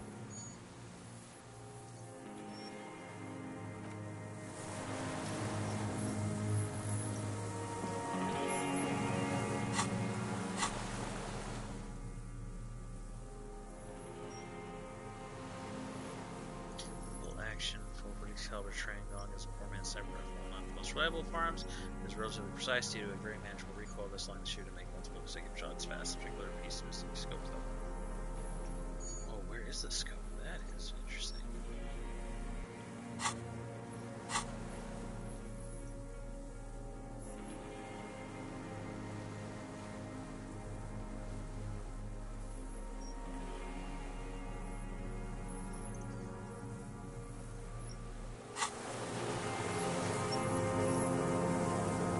The creature stands on long stilt-like legs, antennae hanging from its head like a woman's hair, white and curled at the tips.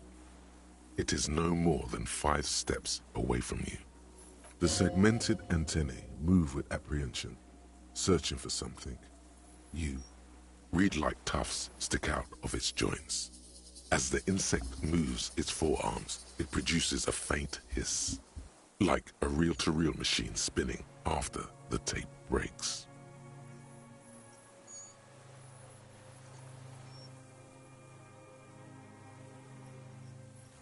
The corpse will be marked by stars. What?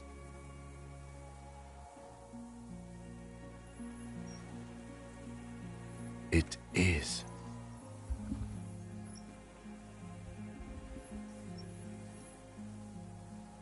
You glance over your shoulder. The lieutenant holds a piece of milled aluminium. He begins to pull it open, extremely carefully. It's the camera. No, the flash will scare the creature off. Warn him now. We need a photo. No one will believe us. From the corner of your eye, you see a sudden cascade of motion ripple through the phasmid's limbs. A series of ultrasonic clicks fills your ear. I am not palatable. Do not eat me. I am afraid.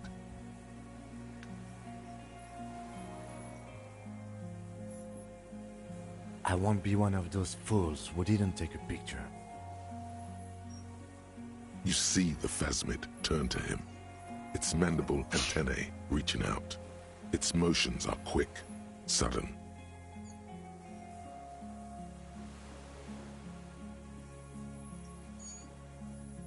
I don't think the pheromone will do anything. The spindly mechanism turns itself back to you, its antennae taking their measure of the air, slowly.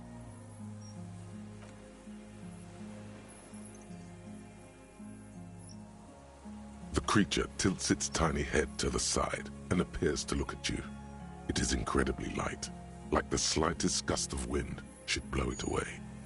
But it doesn't. There is a sadness in there. Or is it in you? From the dream. It's still with you. The pitiful, hey, you told her. Even now. Okay, here we go. Success. Slowly, with your breath held, you take 2 small steps toward the phasmid. The creature lets out a series of ultrasonic clicks that swarm around your head like swallows. Like laughter, a sort of happiness. Sweat drips from your brow, soaking your chest.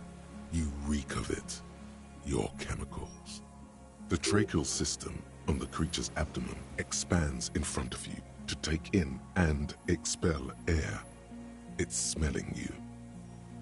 Hissing and clicking, it extends its mandible-like antennae to greet you. You're right below it now, looking up at the colossal chitin of its white limbs. The head of the creature is crowned by reeds, and its eyes are like small droplets of water.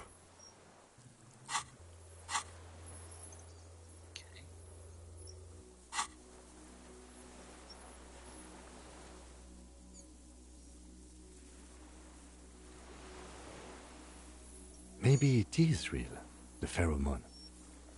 About now, he is ready to believe in anything. The insect's head is crowned with reed-like scales, the shape of seed heads. They rustle as the air moves. The ventricles at its abdomen continue expanding, like lunglets, breathing you in, your sour, greasy semiochemicals on the breeze.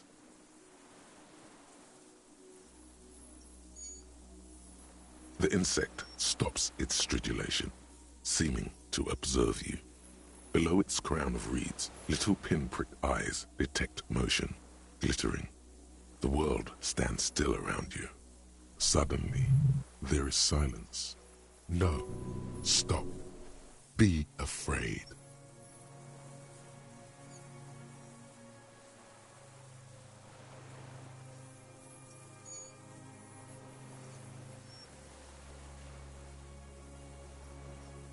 The invertebrate comes back to life, stridulating. Sets of complex eyes follow you, moving in tandem, on either side of the insect's small head. No reply. A total ancient silence comes from its mouth, along with what appears to be some kind of foam. The stridulations of its limbs continue all around you. You were right. Little bubbles form on the mouth parts of the creature, on its segmented lower lip. It looks to be foaming, slowly. The foam is white, then yellowish. Careful, it may be poisonous. The foam slowly turns a darker shade, like burnt caramel, as the insect moves its mouth parts, masticating. The little bubbles begin to burst, one by one. Spoke to the Eggman, did not give up on Phasmic. Knows of parthenogenesis. Nothing. +1 is +1. Okay. I exist.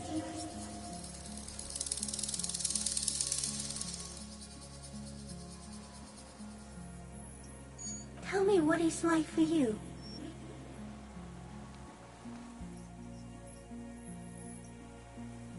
Then I will tell you what it's like for me.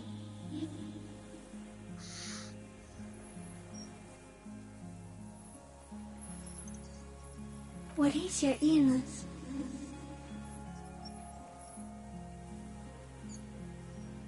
For me, it is not like that. I have states, not the emotions. For example, I experience excitement and unexpected sugar rewards. But that is not important. Now I will tell you how it is for me. For me, it is a series of half-lit images, a kind of darkness, being intruded upon, transient, dim, moist. Shapes of plants and animals, and internal sensations. A swarm of sounds, Tiny vibrations on the inside of my forearms all speak of complexities totally beyond my understanding. I am at the end of a narrow funnel, weightless, so light, it only feels like something to be me. In truth, perhaps I'm nothing. I certainly do not have a soul, and if I did, it would never ache. Oh my gosh.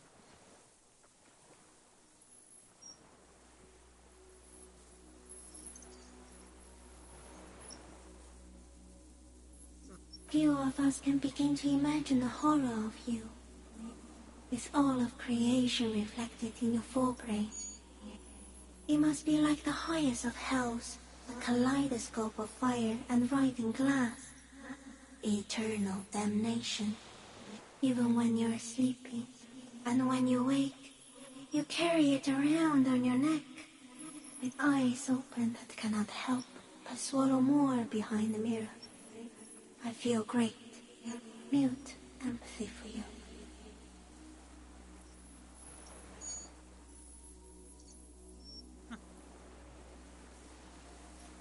That must be incredibly hard. The Arthropods are in silent and meaningless awe of you. Know that we're watching. When you're tired, when the vision spins out of control, the insects will be looking on, rooting for you. And when you fall, we will come to raise you up. Bud from you, banner-like, blossom from you and carry you apart in a sky funeral, in honor of your passing. But not me, because I'm just a leaf eater. In honor of your shit, Lieutenant Yfreter, which you kept together in the face of total unrelenting terror, day after day, second by second. Detective, arriving on the scene.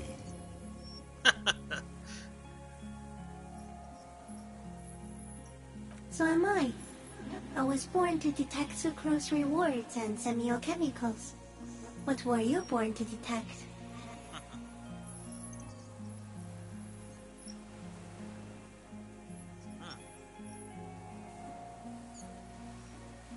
Yes, no one detected me for such a long, long time.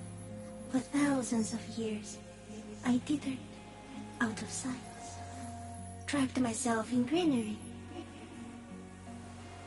No one believed I exist, almost no one, until you came, detective, dripping of blood that smells like strawberries, across the calm sea, the first in 1,000 ways.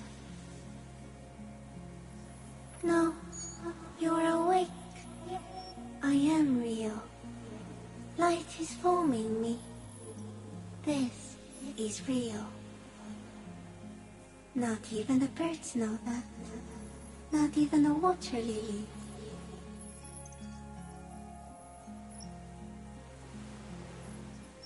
I think we should eat it. If it's a leaf, you can put it in your mouth. Or read. Yum yum. Wait, so...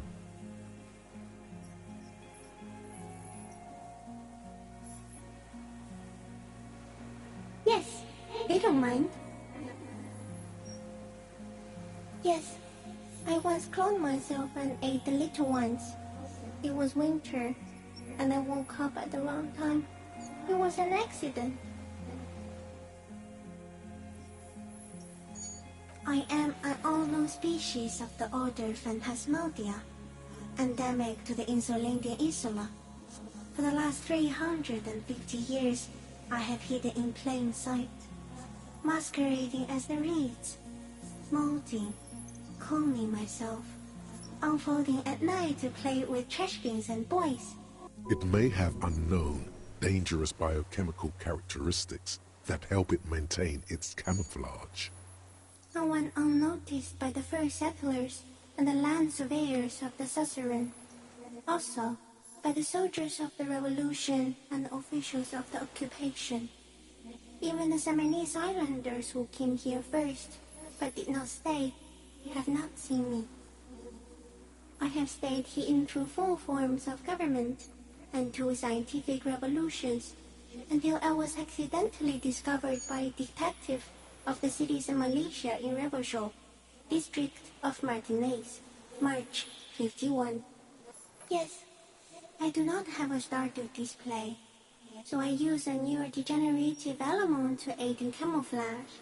Do not worry, it is only destructive over long periods of time. The deserter. He's been here for a long time. Oh, what? Crazy.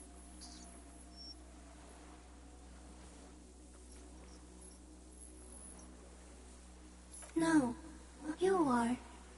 The moral of our encounter is, I am a relatively medium life form, while it is you who are a total extreme madness. A volatile senior nerve system ominously new to the planet. The Pale too came with you.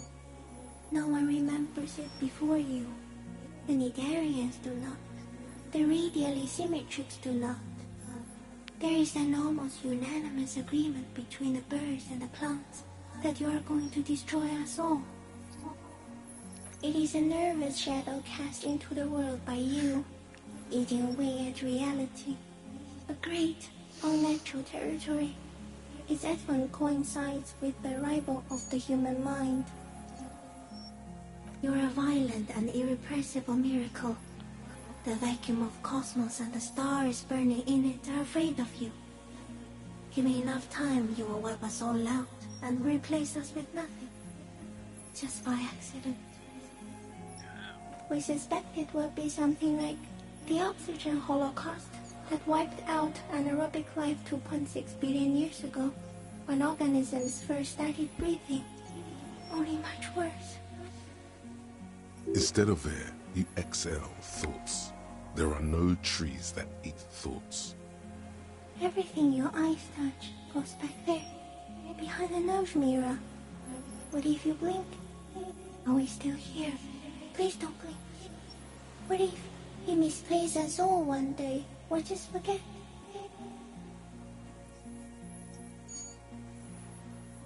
Jeez. Like, I always thought this way. I want to, like, do it this way. That's what you're doing. No, you're only thinking it now. This is a revelation. So it is already happening. Soon, one of you will close your eyes and open them to see that none of this ever existed. Jeez. Alright, No, you, the Pale too came. You're a violent. We suspect Instead of air, you exhale. everything your eyes touch goes back there, behind the nose. Please be. Or one day, one of you will close your eyes and sign, and open them to see that none of this ever existed. It doesn't look like that, no. You're just staring at it.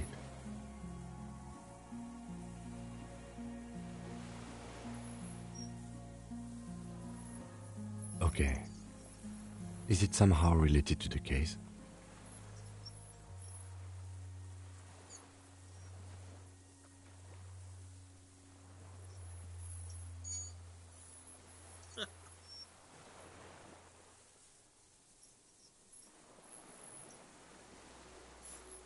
I think we should take the picture, and then you should back away from the unstudied species. It doesn't look like that, no. You're just staring at it. Okay. I think we should take the picture, Okay. and then you should back away from the unstudied species.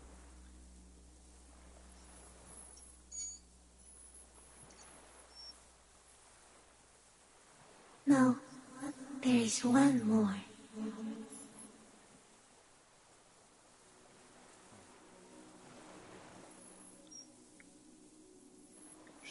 Kindness, scariest. It's beautiful.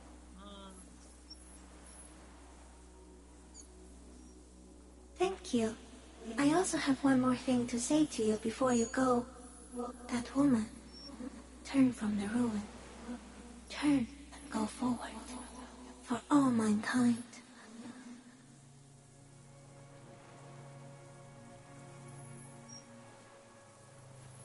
She was held on Earth. It doesn't take a 3-meter stick insect to tell you that.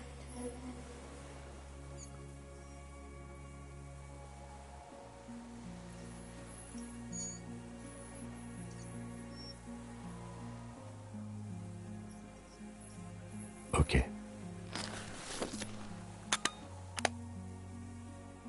There is no change in the insect's motion while it's being aimed by the camera.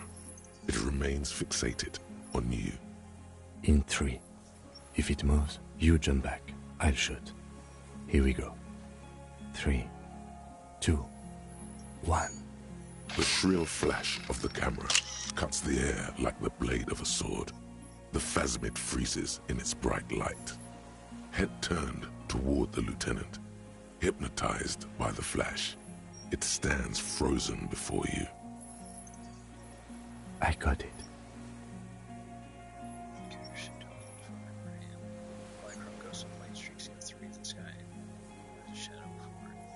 For all time.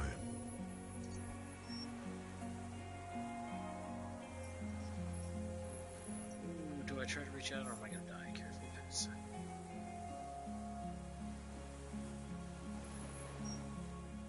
Do I try to touch it? Or do I just back off? The antennae hang from a great height. With your hand shaking, you barely touch the tip of the left whisker. On contact, the kiting curls into a spiral, like the tip of a poison ivy. Its touch on your fingertip feels cold, ticklish. The sensation is electrifying, resounding through your body. It is surprisingly delicate, the curly end of the whisker, like a young vine. It's even a bit wet. Be careful, detective. It's moving. You were right. It glistens with some kind of moisture. The creature in front of you stays frozen. I don't know if I should lick my finger. That sounds bad. The limb before you is incredibly light, like eggshell. It's much lighter than a reed. You feel a soft push could tip the creature over. Its hollow exoskeleton collapsing. Warning! A sudden shiver passes the limb. Looks like the creature is awakening, wave by wave from its stupor. Some sort of countdown process is happening. That's all you have time to think.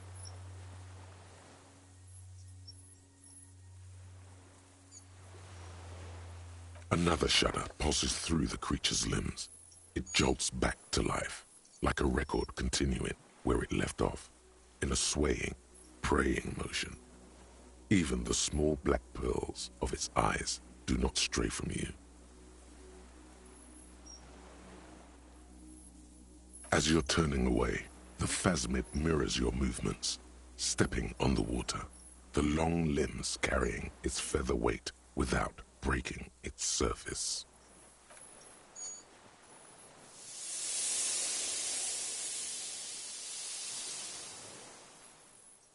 Crazy. Oh my goodness, so all that was connected. This is insane. And just like that, it's gone, skating away across the sea's calm mirror like a skipping stone, leaving nothing but circles on the water. And something under it, in the place it stood, bobbing there, among the reeds, a collection of items. It's gone.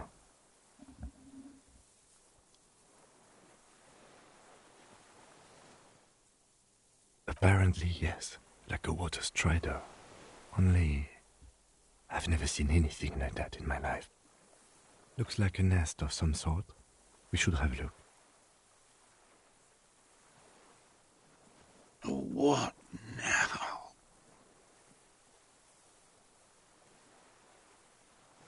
In some kind of strange, semi-catatonic state. Our suspect is not looking so good.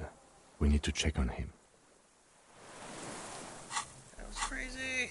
Jeez.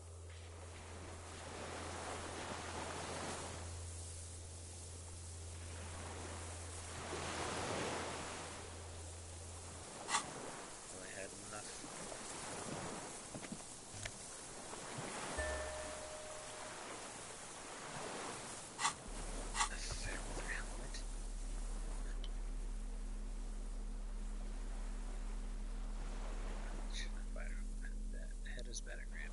This monstrous-looking bug-eyed ceramic helmet was in the Phasmid's nest. It still has some reason out of it, and it smells of seawater, but it's otherwise wearable as long as that comfortable thing. I feel scary somehow. T932 rifle scope.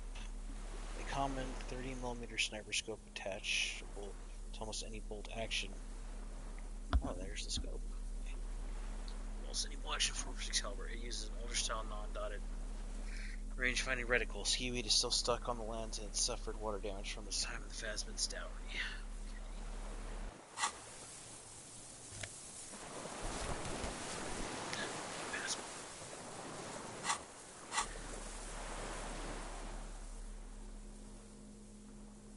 Travel passport with visa stamped on it.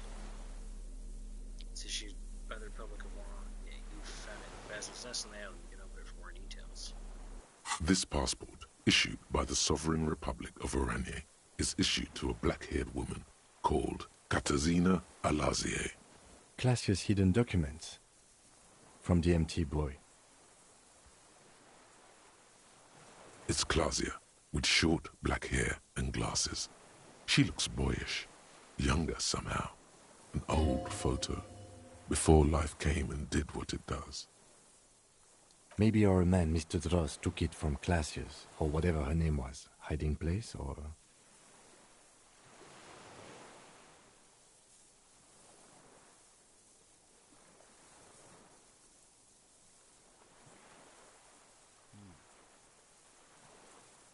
Like a magpie? What a coincidence. Then it would also have collected the other objects, which would be highly unusual. By now, the lieutenant has accepted your unusual methods. I can see how the helmet could wash up on the island. And the scope. Maybe Mr. Dross lost it. But to seek this out would be very unusual behavior for an arthropod. Would it? Maybe it was simply curious. An octopus belongs to a very different class. It's not even an insect, it's a mollusk. But yes, I see your point. She said it would be for Anouk Meyer-Smith. Anouk Meyer-Smith. Katarzyna Alazie was supposed to be her real name, where Klasia comes from. Remember? God damn it.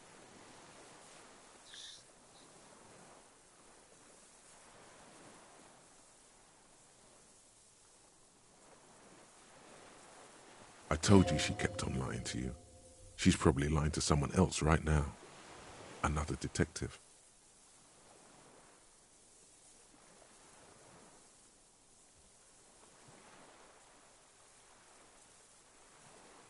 Yes, somehow she managed to lie to us, one more time.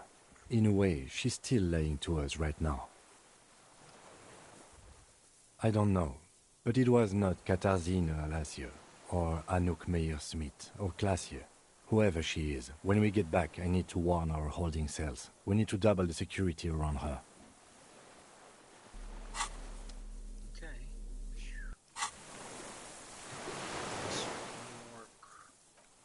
Save. Oh my gosh, so much crazy stuff has happened. Oh, normally it's supposed to be ending right back here. We're very close to the end, so might as well go for it. Yes?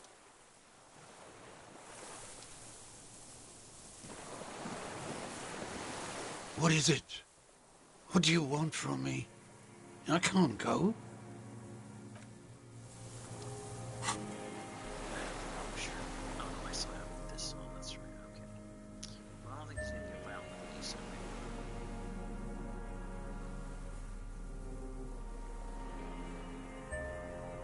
So let's go back to. Take it. I can't find something else that can be composure. Let me do it right. What is it? What do you want from...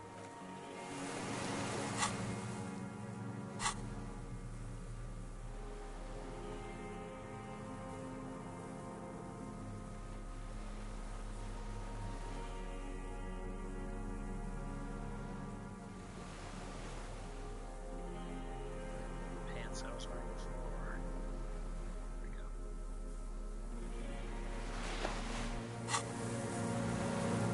What is it? See. Mr. Dross? The man does not respond.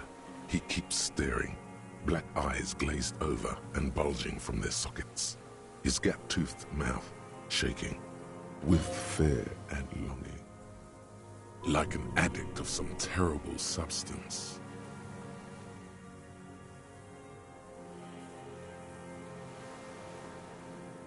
A light shiver passes him, followed by nothing. His hands are trembling, and he breathes slowly. He's going into some kind of psychomotor immobility. The good news is, this solves our transportation problem, doesn't it, Mr. Dross? The trembling mouth appears to sigh. Between this and the broken tire he's used for a boat, I think it's safe to leave him here, while we go and get help. It will need to be medical first, I'm afraid. Old age and shock. Yes, the arrest and the appearance of the phasmid, the combined stress.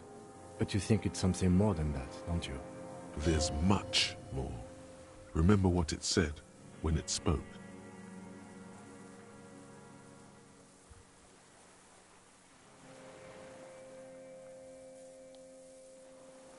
That could be part of the shock. But you're right, something is off here. Mr. Dross. No response.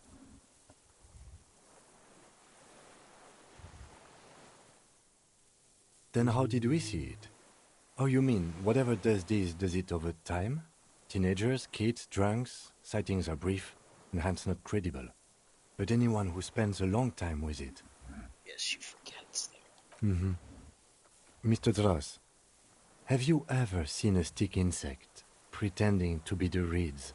The doctors will have to look at this. I hope your station has better medical personnel than 57. This is a little advanced for a nurse.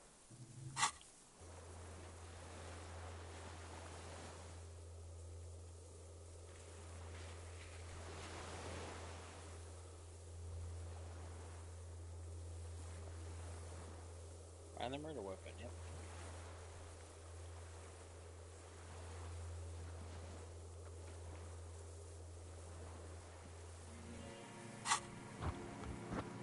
It's definitely toxics. Told you? Yes, good. During your long staring match, I understand. He did seem distressed when it finally came to arresting him, like he didn't want to leave this place, and the insect maybe. I have absolutely forgotten to take notes. I hope I remember all of this. This will be one hell of a report. Thank God we have the photo. No one would believe you without it. He stares into the reeds. Your words don't stir anything in him. Perhaps you should. Nothing. Just dull staring. Not even rage left, wherever he is. The last embers have gone out. The war is over. If Kuno kicked it into the sea, as he said he did, the ebb would put it back here. This makes sense. Mr. Dross could have picked it up. Or the phasmid even. If it did, this is incredible. No reaction. His breathing is slow, and he appears very old all of a sudden. Around 80. Did you take this passport and other papers from a boy on the coast?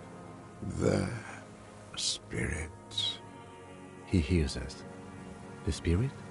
No reply. He's gone again. Try something else? We got him back for a moment. I lost. He turns his eyes to the reeds again, as he's done so many times.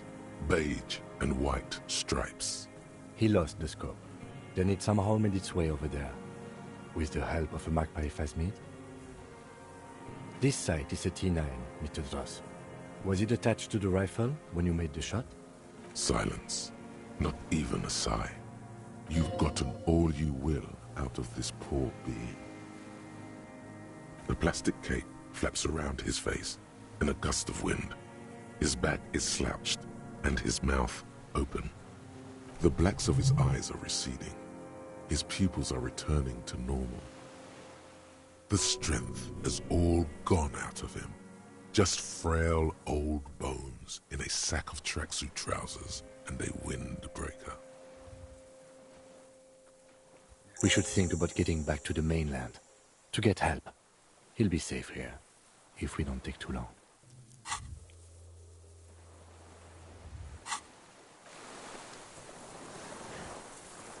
The old man I don't trust. I feel like we're gonna walk into an ambush, so let's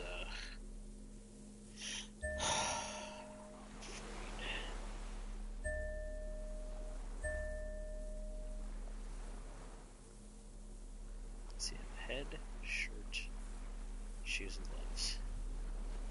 The only thing that there wasn't was pants.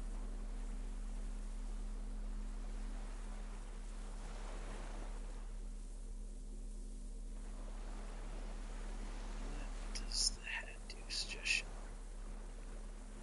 So if I wear this, my stats look like this.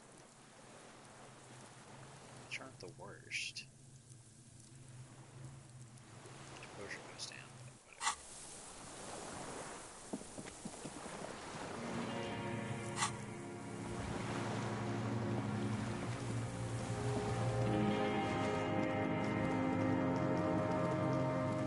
Before anything else happens, we're doing save game.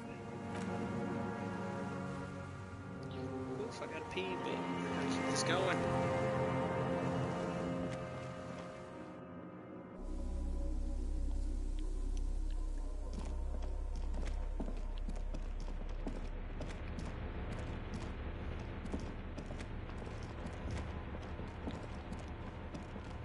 soft covers. The greasy old spring.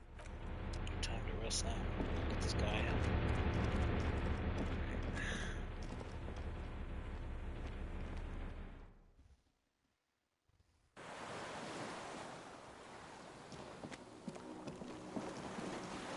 Maybe the danger has passed. I don't know. I just felt very like too ambush. So. The skiff is swaying on the waves by the dock. Let's. We are done here. He says just as last he looks out over The skiff rocks gently under your weight as you get in. The ride back is uneventful and quiet. But for the sound of conversation on the water, there is someone inland waiting for you. Two men and a woman stand on the concrete square of a nameless village, looking at a small yellow boat as it draws closer. The sea is calm. You reach the jetty and climb out of the skiff. back. The skiff bobs in the calm waters. It has nothing more to do. Yes? Do I want to invite trouble? No.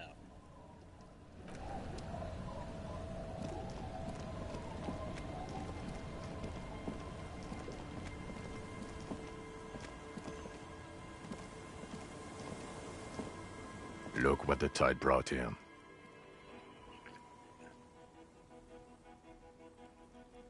I want to call you a teapot, but I'm honestly kind of impressed.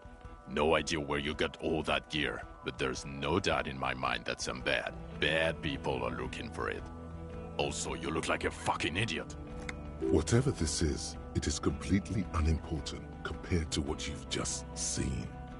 This is the man with sunglasses from the Whirling in Rags. But where are his sunglasses? That's right. And you're some kind of murder machine. We're not forgetting about anything. Look at you. Oh, really? They don't seem bothered by it? That's because you're a cop in an exoskeleton.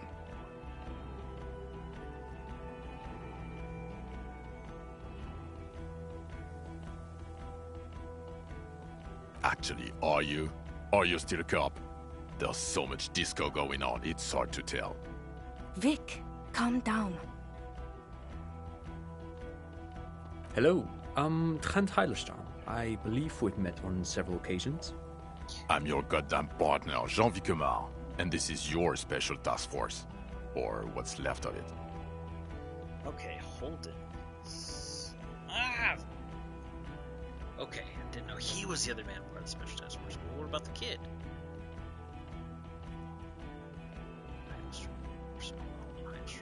Special Consultant Trond Heidelstam, Patrol Officer Judith Minot. Hi. We've come to scrape what's left of you off the pavement.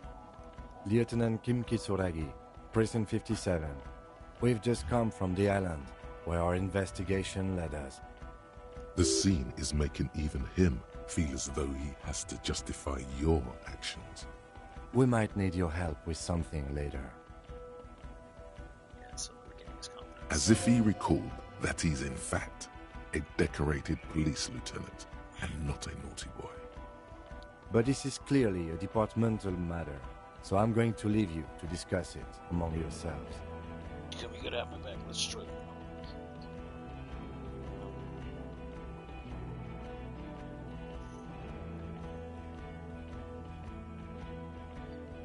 It's good to meet you, Lieutenant Kitsuragi.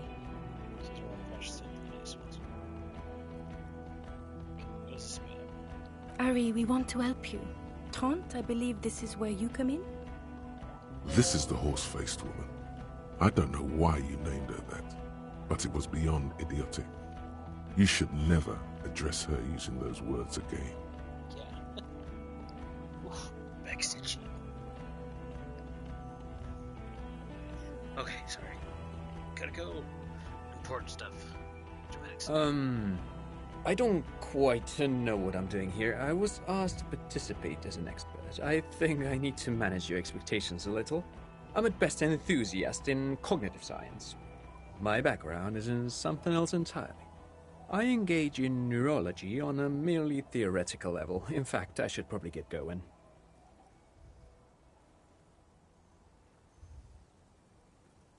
No, Trant, it's too late. You're part of this shit now. What have you got to say for yourself, shit kid? What does he have to say for himself? He left you to catch the bullets. Shit kid. What an interesting moniker.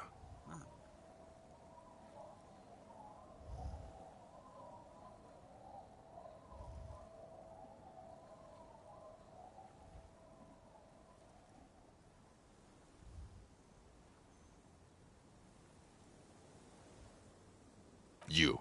Shit kid, that's you. Maybe you've deserved it. The cafeteria manager you fucked over told us where you went.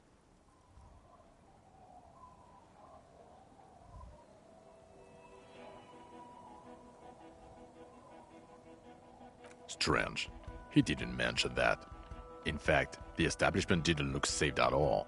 There was a giant aerograffito in front of the building. It was on fire. I knew it. Didn't I tell you, Trant? I told you it was our shit kid. The line is from Lu Jiatun's Mirova 82, isn't it? About girl-child communism, the titular returning character to ghost the apparition of... Good choice, Harry. He is correct.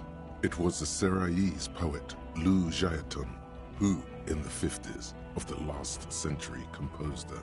Don't encourage him, Trant. Okay.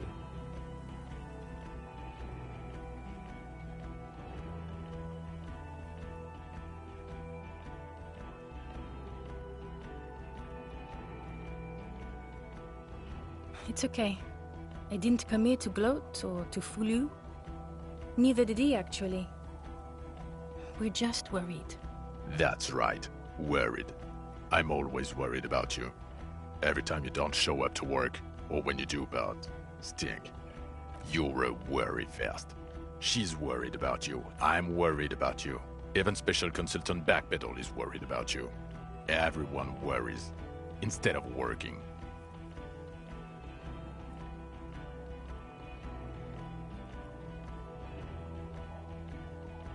God damn it, Harry. You told us to fuck off. You said we're cramping your style. Your detective god. Fuck everything. All we burn. Detect or die.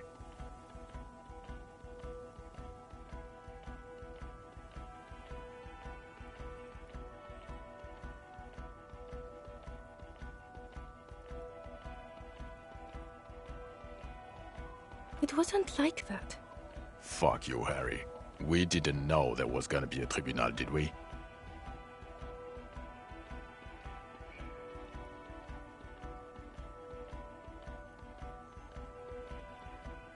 Yes, you're sorry.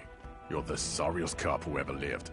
Nothing has changed, Harry. I've heard this repentance shit a million times over.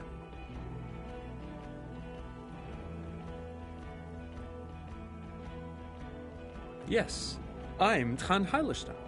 I never said I wasn't Tran Heilestal. Mikhail? Mikhail is my son. No, I was just interested in the Feld building and the Martinez beachhead. And Mikhail wanted to see Martinez. It was a coincidence. Him being there with his son, it was not a coincidence. It's difficult to see, but he was worried about you. And also interested in the Feld building. What indeed? I was asked to share my take on some of the more obscure theories developed in Königstein in the 30s. Like partial psychotraumatic amnesia, group personality theory. He's here to see if you're insane. He is smart. Let's move on. Yeah, Major Crimes Unit, under Lieutenant Dubois and Vicomar. Ring any bells? Refresh your memory? It's a goddamn Major Crimes Unit. There's you, me, Jude, Tron fucking Heidelstam, and Guillaume Bevy. I'm technically just a civilian advisor. Why do I not remember Guillaume Bevy? Oh, fuck you. You're part of this shit show. Oh, that's an interesting story, actually. Guillaume Bevy is a police reporter who joined our team. He was really good. Then he left because he lost faith in your ability to lead the unit. Other people have left too. Good, smart people. People we won't get back. Only me and this really patient patrol officer are still here. And Tron because I'm forcing him to stay. Okay, so it's Do. It's a Major Crimes Unit. We clear the desk of cases so Precinct 41 doesn't look like the worst station in town. We are shit tier now, Harry. Because of you. They're your posse, or what remains of it. Hand-picked, hand-lost. The 41st isn't...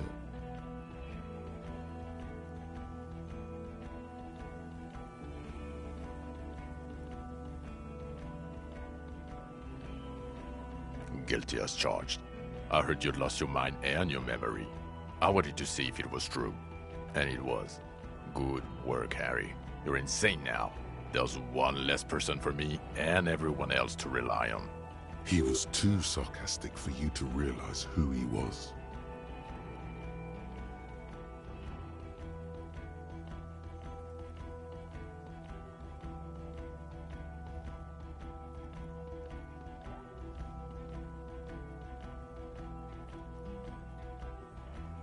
Did you? Or did you literally not recognize my face? We've been partners for how long, Harry? Don't answer that. You don't remember. Judging by the familiarity you feel toward him, 2 years minimum? Or maybe a short but close stint on the task force? He's right. Don't start guessing. Now's not a good time. Duped? Hey, here's a brilliant idea. Don't be a morbid drunk and you won't be duped so easily.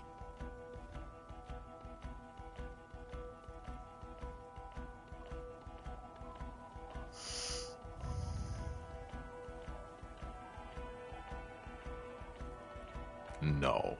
Everyone's just a brilliant master of disguises. The bells aren't ringing because you have brain damage. Trant, this is where you come in. How bad is it? Well, he doesn't have visible tremors, he talks without slurring, he can drive a boat, he's standing, reasoning. All good signs, but complete retrograde amnesia, episodic and semantic. Meaning, you forgot both who you are and the definitions of money, Isola, Pell, and so on. As displayed in the station call, our interactions with him and I don't want to be a snitch, but also mine with him before when Harry did not seem to know who I was. It's all very interesting. Interesting? Yes, interesting. I have my theories, but I would like to hear Harry's thoughts first. Harry, what do you think happened to you? Neurologically, psychologically, and why not socioeconomically?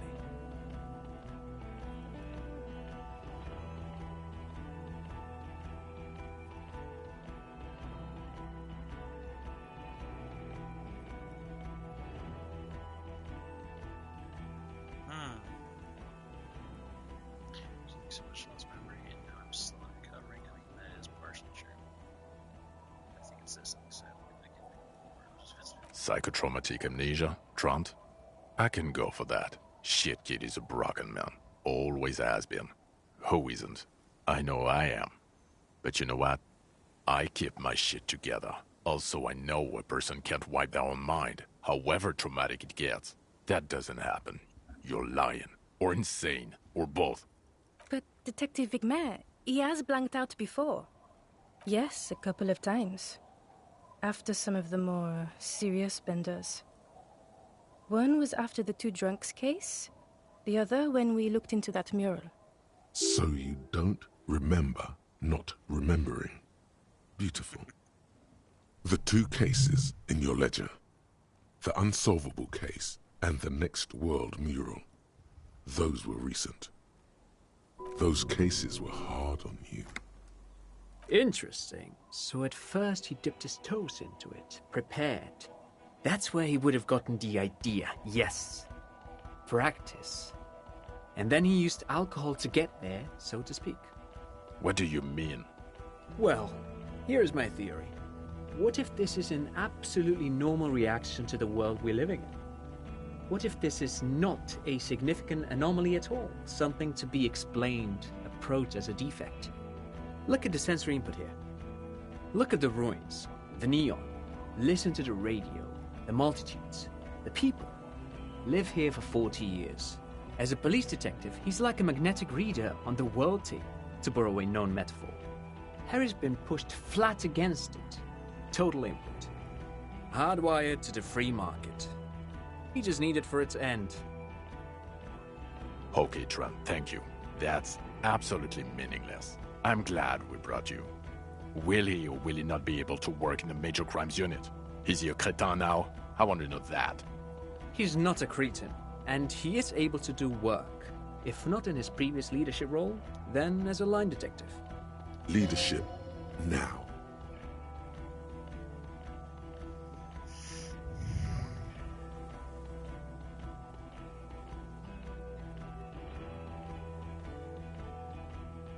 No one even mentioned that.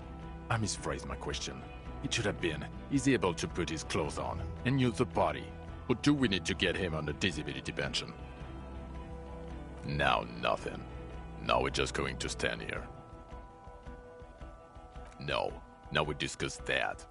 What the fuck did you do to a motor carriage? Why is it there, Harry?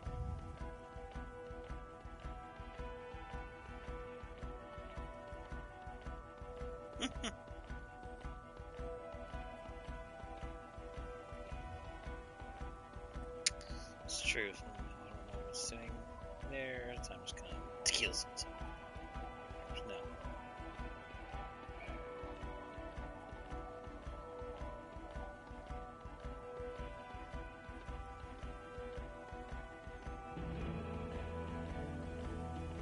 Ah, so refreshing.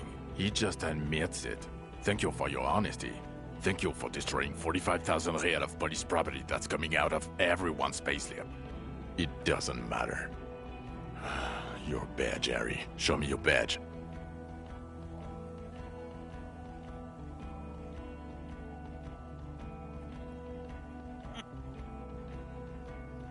In a rush to demonstrate your badge, your eager fingers can't sustain a grip on the smooth plastic, and the badge slips out of your hand. Come on. Whew. Not today, badge. Whew.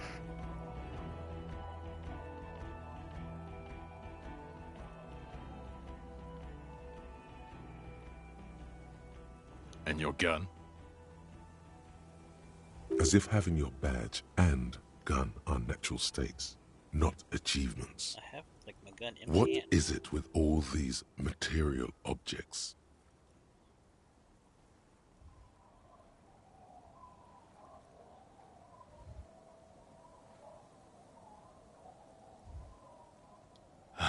He has it. And he didn't drop it. You're drunk like a bum, Harry. Put that thing away before you kill someone.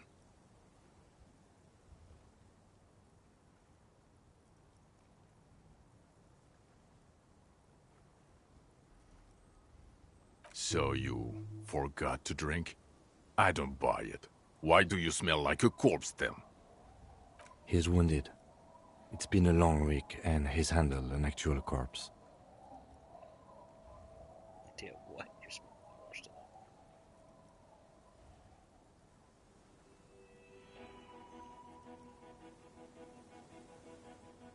Okay, with Detective, please. Don't start talking about your pheromone again. This is serious. If you don't... Then you'll be fired. This is a hearing. Toughen up.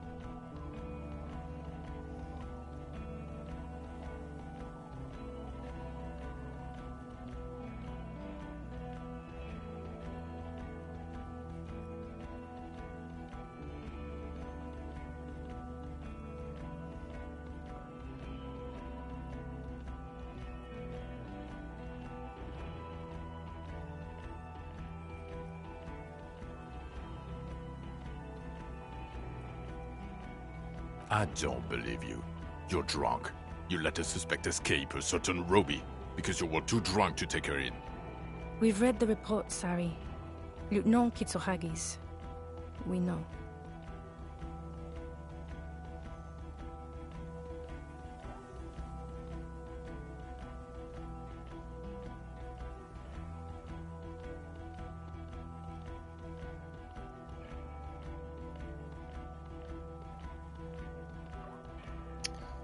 Jeez, don't say that stuff. Ah, shit, I didn't know smells.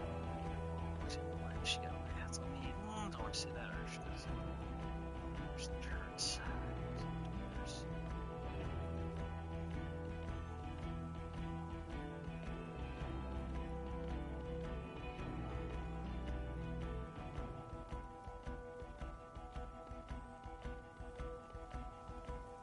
Oh, well, if you let her go. I'm not even gonna get into the 80 other suspects you haven't brought in. Because it's hard. Or the fact that you very likely sold your gun for booze. That's peanuts. That's nothing. That's a humorous anecdote. Compared to the 6 people who were gunned down, the streets are literally red with blood, Harry. It was fucking mass murder. He did everything he could. We did everything we could. The company hired and vetted mercenaries. Lieutenant Dubois got between them and the locals. Here comes the cavalry. He did so at considerable risk to his own life. He was shot and survived only because of his armor. We stopped an execution, not a negotiation. The loss of life was minimal compared to what it could have been.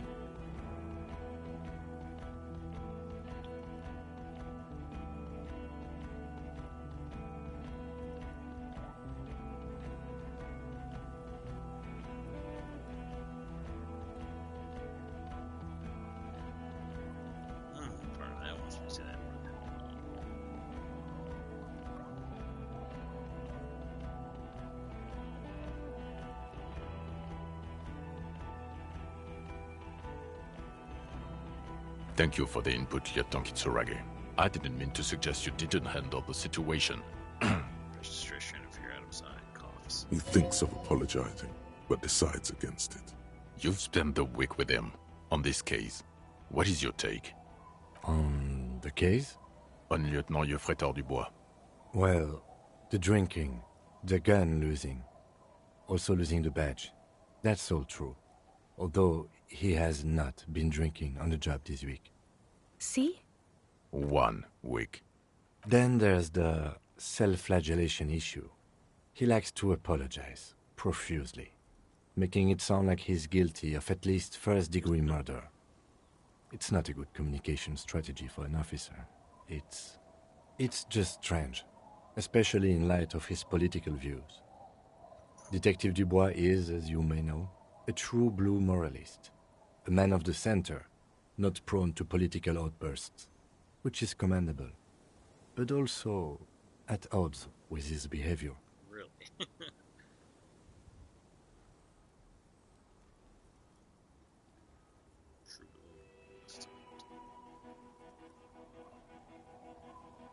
Other still, he is also an ultra-liberal hustler who is always on the grind. How he reconciles these 2 points of view, I do not know, but he is vocal about both of them. And then there's the motor carriage in the sea, something I was not present for. But despite all this, he is a great detective, one of the best I've seen, in fact. He can talk human beings into telling him everything, and he doesn't stop. In all the time I've spent with him, he has not once stopped pursuing leads, however far-fetched and tangential. He is tireless, madly driven. Well, except that one time when he stopped to sing karaoke, which by the way was a valiant effort. He really sang his heart out. Yeah, it was what it was. Other than that one time, he has tirelessly worked on the case, and he solved it. We have a confession, a murder weapon, and the perpetrator, locked on the island right now, awaiting transportation. He apprehended a revolutionary brigade who stayed hidden for 50 years, ever since the revolution, who's probably committed other murders over those years. Oh, and he also discovered a new species. As long as these guys actually aren't working for La Puta Madre. A new species? A colossal stick insect. It was on the island, camouflaged as the reeds. It unfolded from the reeds. I think we may be dealing with the Insulindian phasmid. He takes out the photo of the phasmid and shows it to the officers across the yard. The wind blows, flapping the glossy rectangle in his hand. You hear gasps beneath the howling of the wind. As you can see, it's about 3 meters tall. In fact, we think it may be the largest land invertebrate ever discovered.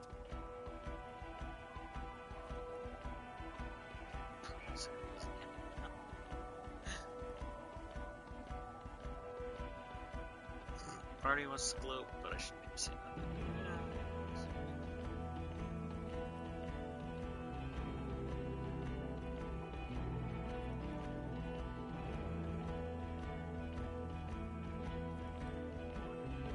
I'll say something. Fucking hell. Is this somehow connected to the case? Detective?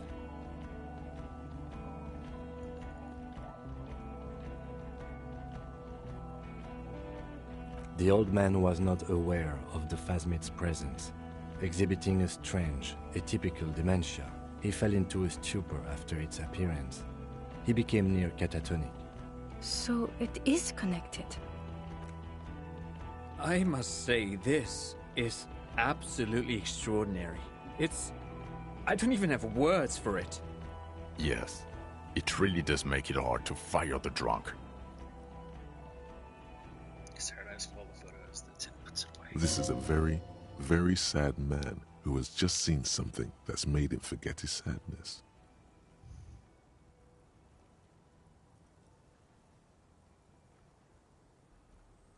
Now you make your case. Now is the time. Now or never. I also started a nightclub in the church.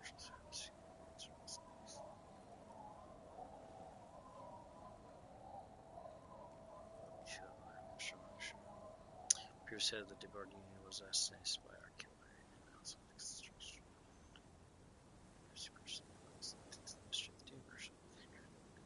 what you say.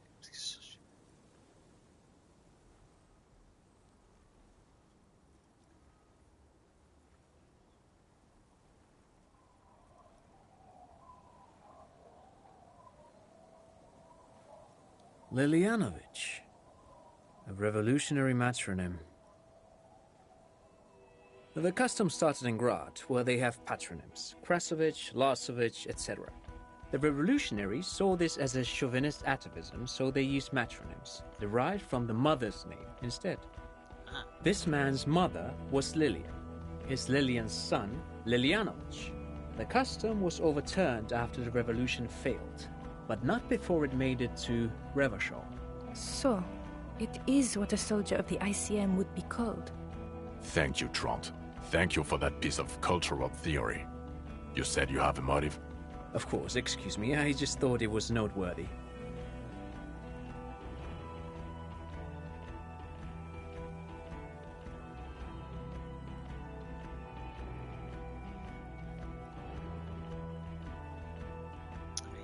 was an act of jealousy, but also this.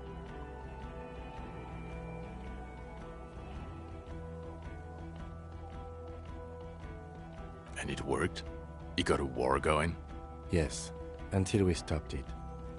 He saw the mercenary as an ennemi combatant. There's plenty for prosecution to pick from, as far as motive is concerned. Also, we have ballistics from the gun, matching the bullet found in the dead mercenary's head, and 2 officers on the scene that Mr. Dross confessed to. It's a clean win. Oh, it's way more than that. Way more.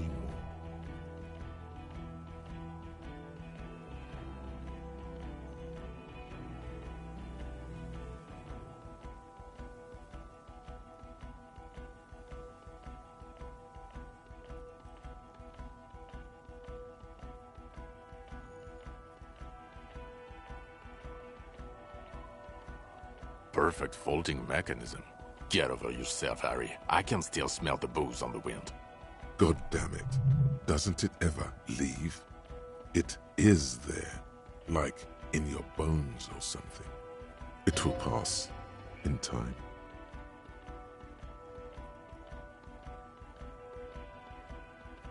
Female? What makes you think so? You had to see it. It had the subdued colors of a female, and the nesting behavior too, I think. Incredible. Were there eggs in the nest? Not as far as I could see. There were other things there, though.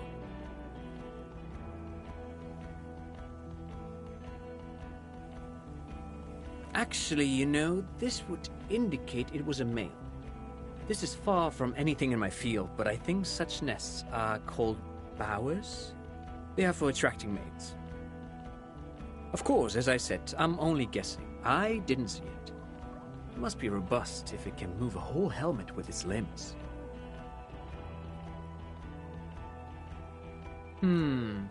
Yes. That would be a chiromone. A pheromone that's seemingly beneficial to the host. It usually stimulates the affected nervous system.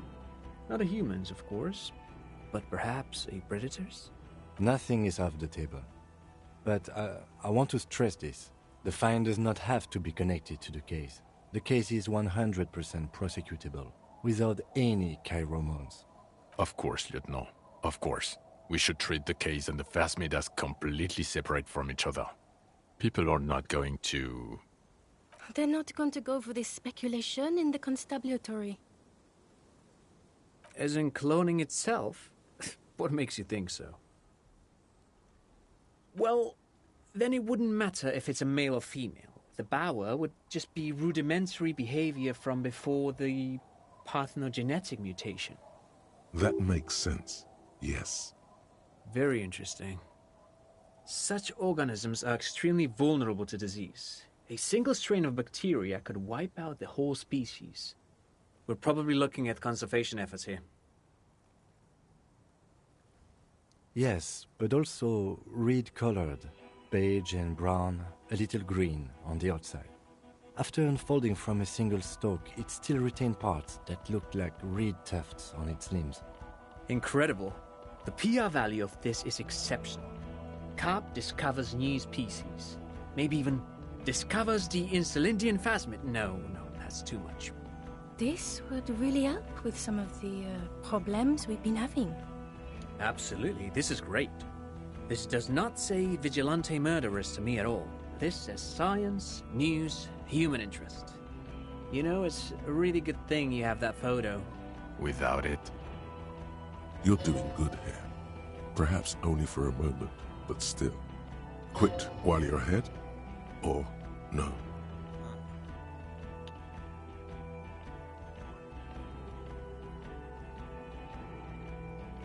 This is a conversation for when we are no longer out in the open, in Martinez, where Evrart and Edgar Clare have ears everywhere. And eyes, too. Your return from the island must not have gone unnoticed. Understood. But a case against Everard would be big. I would prefer not to partake in anything Union-related, for political neutrality.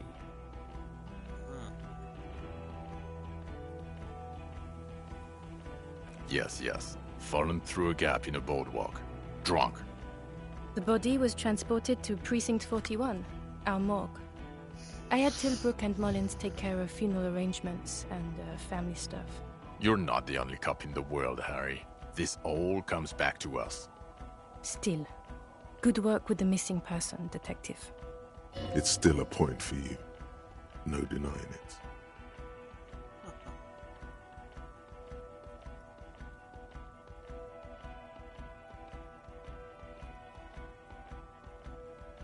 Who's Kuno? You don't want to know. You're right, Lieutenant. I don't. You snorted the drugs, I know you did. It's alright. I mean, at this point, anything is but the drink. How? It seems to be ongoing. I see red banners on the gates. He didn't quite solve it. He cross-pollinated information between the company rep and Evrart, until the rep came to see that the Union desires war, at which point Mrs. Messier decided to... What? Hand clear the terminal?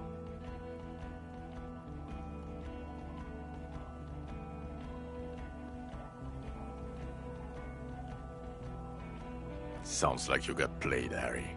Because you were off your tits on Al Ghul.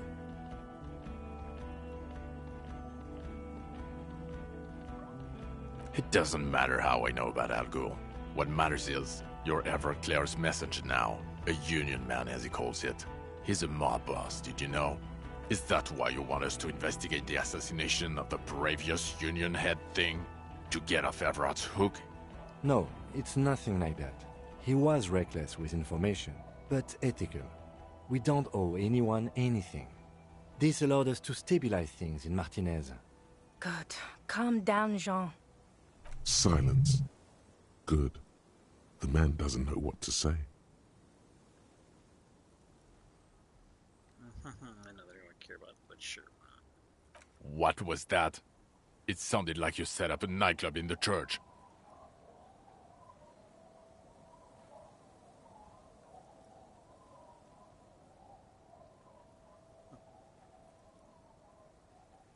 That's great. Anthroponaut is a great new career for you. After police officer. I don't care. Go live in the Pale. 4 kids were living in a tent on the ice. They were going to drown when it melted. It's not optimal, but the building was abandoned, so he put them in there. It's okay. It's not that okay. Get off this subject now. I don't know what a doomed commercial area is.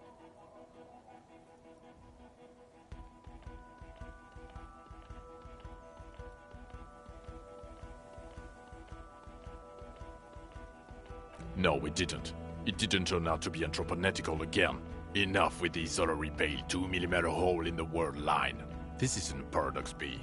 We're a police force. Paradox B is a fringe science magazine published in Grad. Its mission is to explain theories like telekinesis and intra-esoleri hell before they get out of hand. It doesn't look like the lieutenant wishes you to push this angle further. Cut it out is indeed what he is thinking.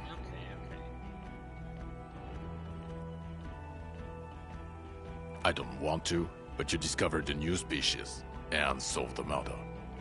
So I have to. Jude? Anything that ends the trial is okay with me.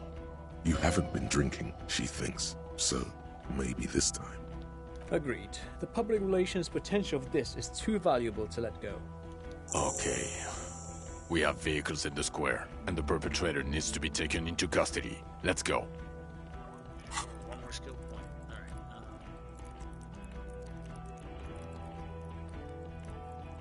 Last time I can do something probably. And I've said that like 3 times, but. Eye coordination, perception.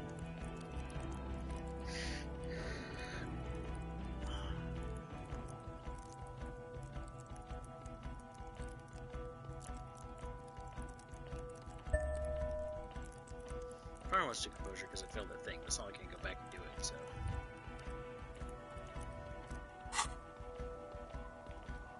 Oops.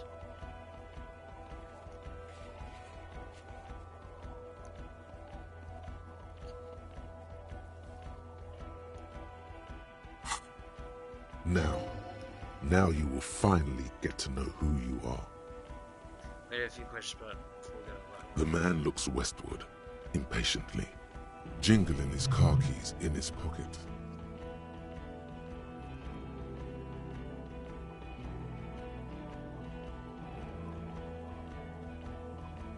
Who are you? You're a gym teacher, Harry. Well, obviously you're not a gym teacher anymore, but... Before you were a cop, you were a gym teacher in Coron. It's getting really cold outside. Should we maybe... Harry, it explains everything. The running around, the jumping, the bicep girth, your inexplicable facial hair. Actually found sports where The fact that you don't seem to know what homosexuality is, and your moves on the church floor, which honestly were just jump aerobics.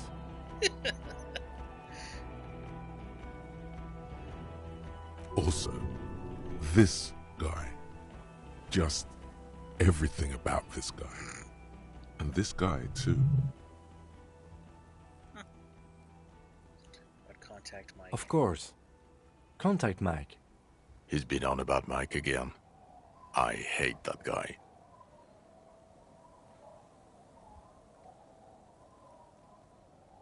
Contact Mike is a reprise of the most inspiring basic sporting principle of open competition.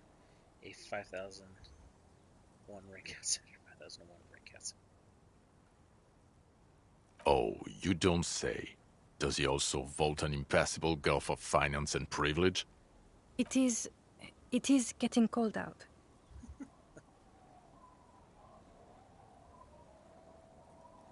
In your 20s or late 20s, you've really let yourself go since then. Yes, you taught gym in Coron. I believe that's the term. Taught gym at a high school. You were a high school gym teacher. The smell of sweat and glue. The worn floorboards. Coron is just east of Jamrock. It was a short walk every morning to the baseball field or the sports building. High school. Harry, your goings-on with Kuno, Andre, Assel, the whole thing on the ice. That's why you are so juvie.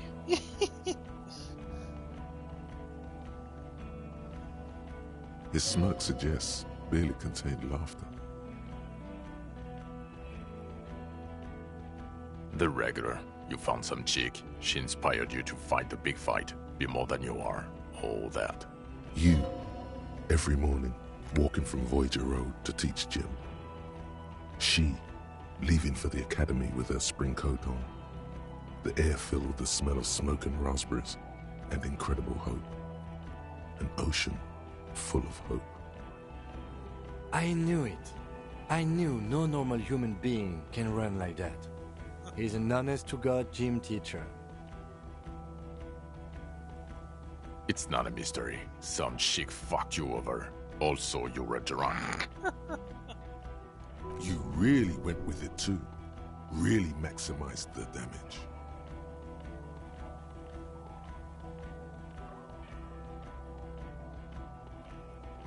Dubois? It was Dora Engelund, I think. You've said her name, but you weren't married. You were engaged. Ah.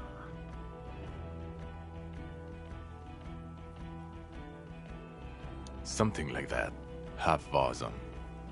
Vasa is where beautifully and impossibly blonde people come from. No one is married anymore. This is Revachol. God, I don't know.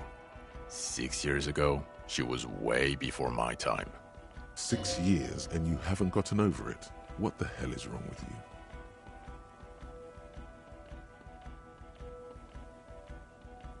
you? Yeah, or 7. You're not doing too good there. It's an old man thing. 2 old years equals 1 normal year. That and Dorangalon really tore you a new one. A big one. Incredibly bangable. She was extremely fuckable, Harry. Gorgeous. A gorgeous bourgeois woman. Wayfish. Like a Welkin, basically. Snow Welkin. Blonde Welkin. Heartbreak Welkin. Pain Welkin. I've only seen a picture, but it's obvious you formed a real spiritual connection with how pretty she was. One you never recuperated from. Look, the sun is going down. It's time to go on. I think she taught in the Académie des Arts, east of the river. Way east. Hard to say which came first, the middle-class chick or the drink. Egg and the chicken kind of thing. My point is, you need to see a psychiatrist about this shit. Not a psychologist. Several degrees harder. Is there something harder than a psychiatrist? A forensic psychiatrist? Go talk to that. In other words, he's heard enough about this.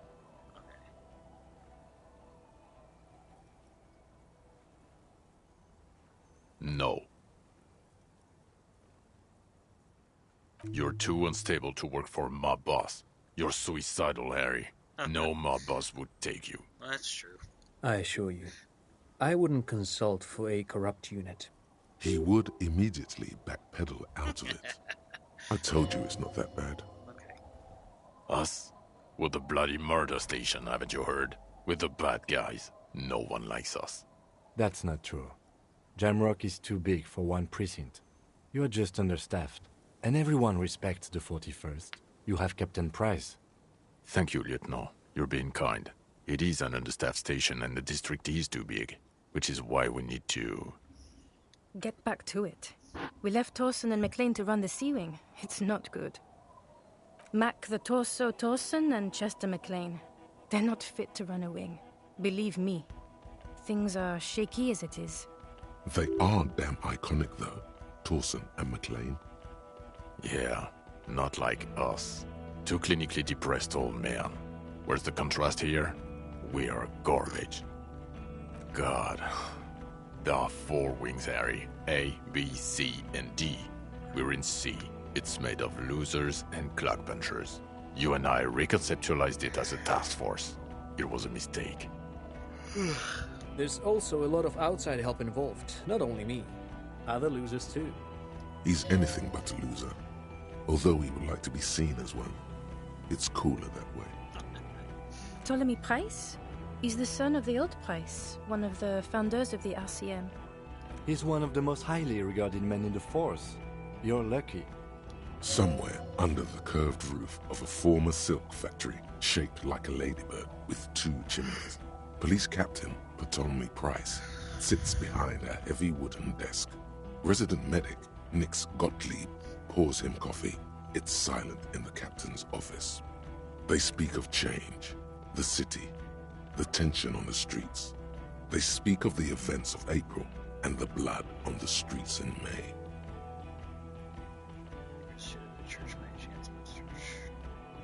So he remembers that.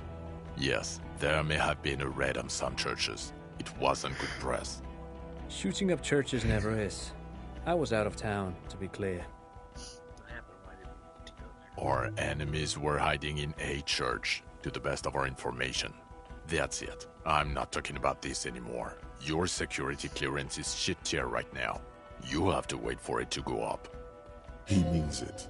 The RCM and its enemies will not be discussed on this coast. Okay. It's not the bloody murder station. It's an old converted silk mill with green desk lamps and a coffee corner. A lot of good people work there. Hard. Every day. Jamrock is the largest ghetto in Rivershoal. Faubourg, technically, but it's divided into 11 districts. Jamrock only has us. The press will blow over. Jamrock is lucky to have you, and it's often considered to be the greatest of the districts. You're lucky to have it. Thank you again, Lieutenant. Who is Lena?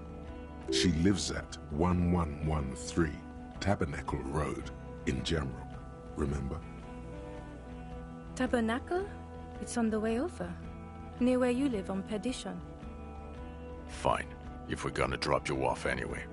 She and her husband were conducting the search for the Phasmid. It's their discovery, in part. They should know as soon as possible. It would do you good to deliver some positive news for a change. She is going to be over the moon. Watch out, or she'll faint. Well, first I will go back to my station and write the most detailed report anyone has ever seen. It will have to be good to cover all these. Then I will have a serious talk with my captain. Detective, we just stopped a small-scale war. Something is happening to Revachol. Pulls up his collar, looks around. Cool spring light reflected in the lens of his glasses. I don't know what yet, but it's going to be a hard spring for the RCM. We need to get ready, infiltrate, investigate. Talk to Captain Price? I'd rather not ruffle the feathers of two captains with my doom-mongering. Work with Price? I'm flattered, but I don't know if I... Would fit him. I'm crazy enough. Can take the stress. He doesn't know how to finish the sentence. This truly came as a surprise to him. Not a bad one, but he's at a loss. Flattered? You're Lieutenant Kitsuragi. We would be flattered if you even considered. I would have to tie things up in GRIH first. But, I mean, whatever is coming, Jamrock will be more central to it than the harbor.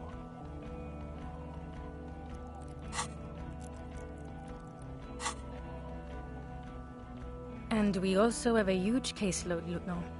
Piles that we need to get back to. Mountains, even.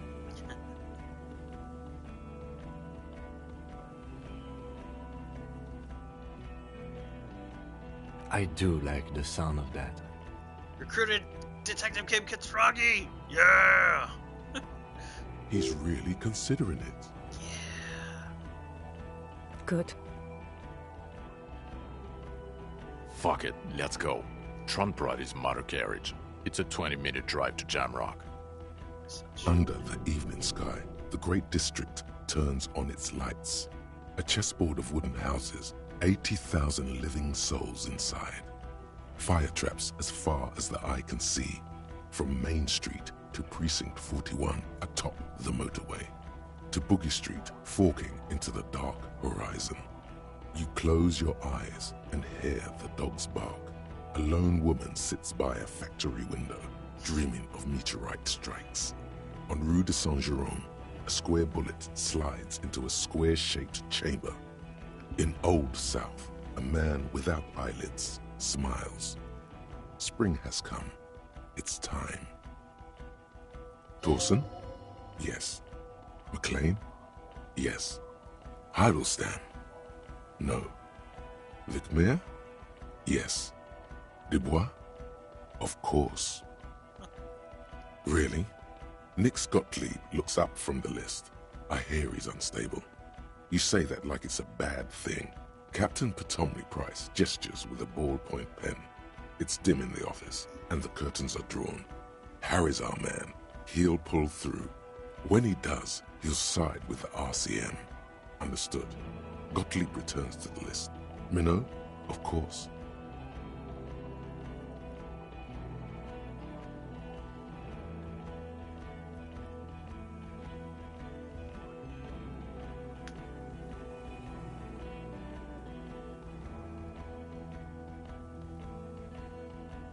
Wonderful.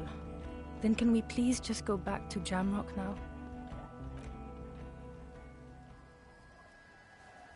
Alright, is this the end of the game? God, I wish I had on regular clothes. I was just so afraid I was gonna get shot. So, that's why I have this scary armor on.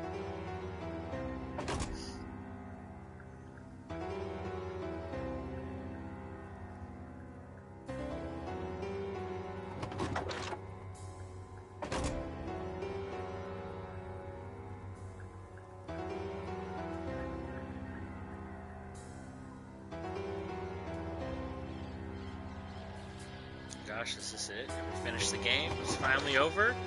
Is it finally over?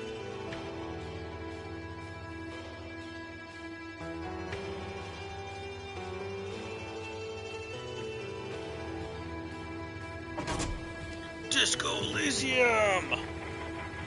Woo! Credits roll! Oh my gosh, wow. What a crazy ride. Nothing ever turned out exactly how I thought it would, and that was a good thing, to be honest. Wow. Oof. Went over about an hour. Oh, but that's... wow. That was fun. That was cool, and even though it kept letting me level up at the end, I don't know why, but... wow, credits roll! If he had finished a little bit sooner, I was going to go back and do something I heard of, but that's fine. I'll have to do it on my own or something. Or maybe I'll just record it real quick on a different night, just get a little clip out of that. Alright, let's go. Oh, cut films, fine. Even failing those things, I'm glad that I still finished the game, and I got to discover the Phasmid. Never give up on it.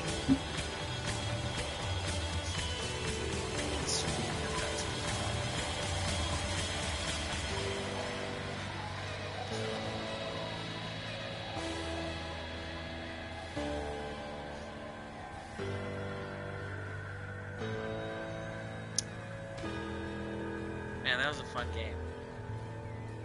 Definitely will probably replay it at some point. Don't know when. Interesting to approach it from a different angle.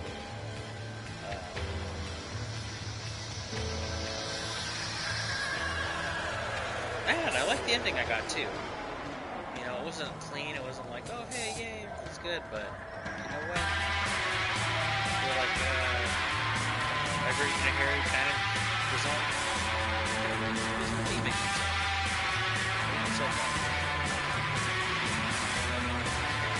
I like that. Hey, make it cut down and die.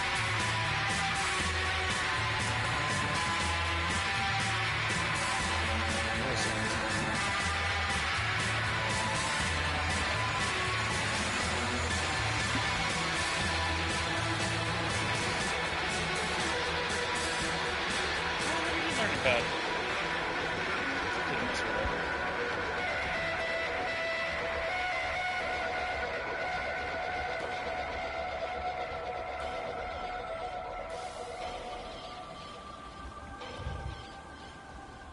All these names.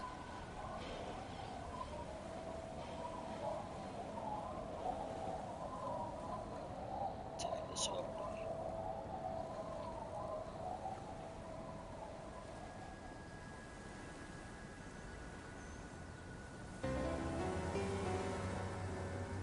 Lenvold Brown's narrator.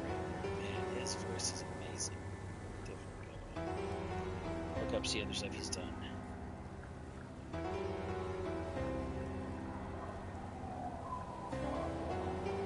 So I guess they had different voice actors for Final Cut?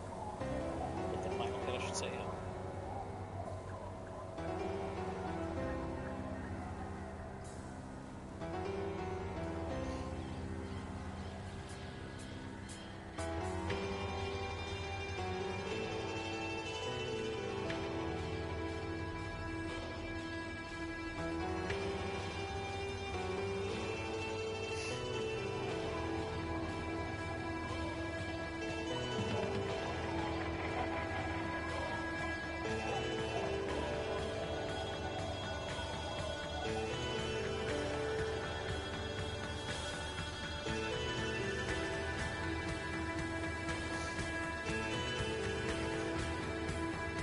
Very hard to exploit handicapped person.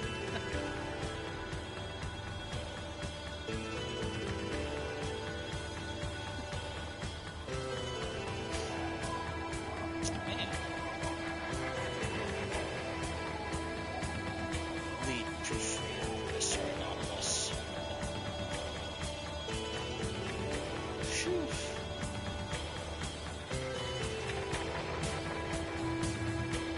QHSers.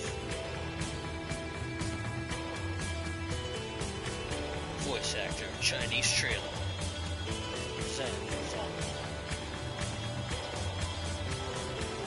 Oh man, it's good to have the friends.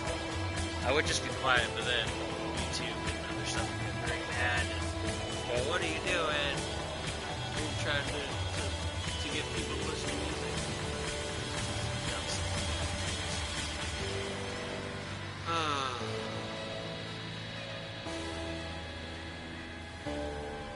Loving memory of my father. Got detailed custom emptiness. That's nice. I mean, sad, but yeah, that's nice. Touch that button there? Oh, man. It's too bad that, like, this thing is tied up in important stuff. Has the legs and that stuff. Big cluster. Because, man, I would love a second Discord. Heck, I don't even need necessarily a straight. I would love a spiritual successor. Or something else. This style.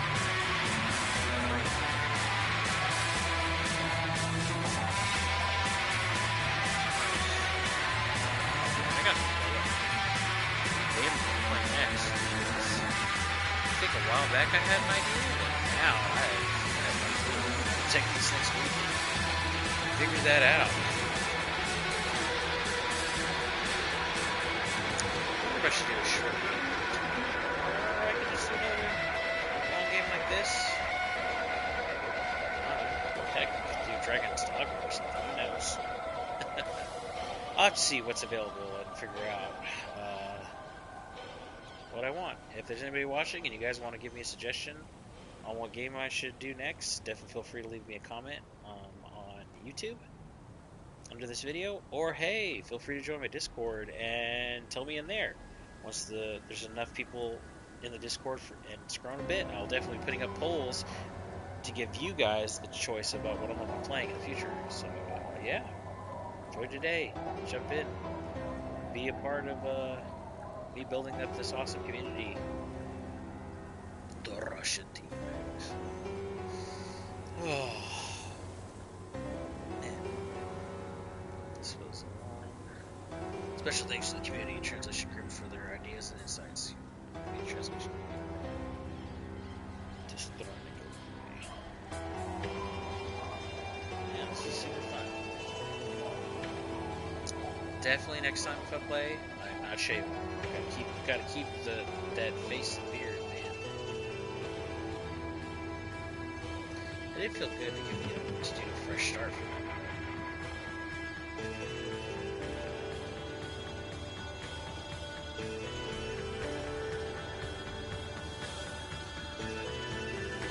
Knights of Unity programmers.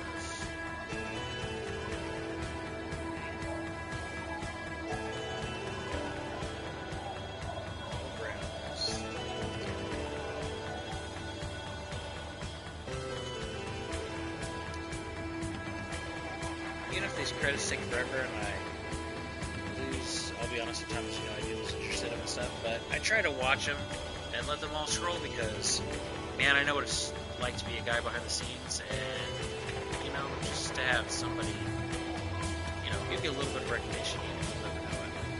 I think it's the least you can do, respect everyone's time and effort they put into making this game in whatever small way.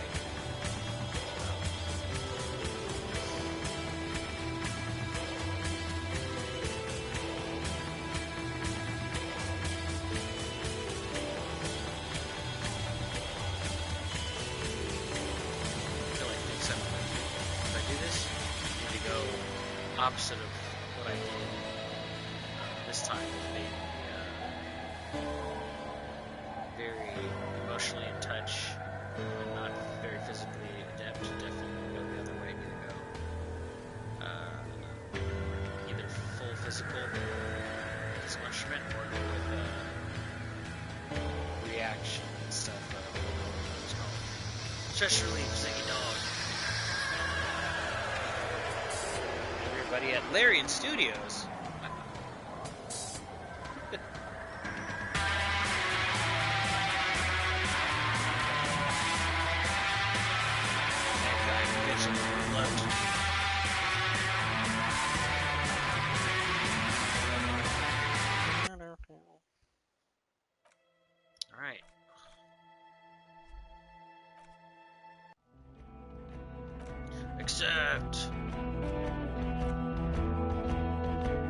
I do? Look at that, we got Harry. I don't know what any of this stuff is. Oh my gosh. Can anybody? Wow. Oh wow. Okay. Well, there's some stuff I'll probably mess with. Wow. Wow. Woo. Let's go dancing. Oh, look at that. Finally an unobstructed model. Whoa. Look at him.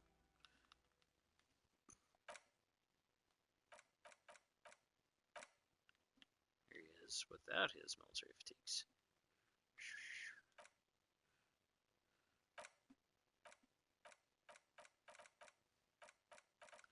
Oh, that's fun. You can make your own collages. Hey.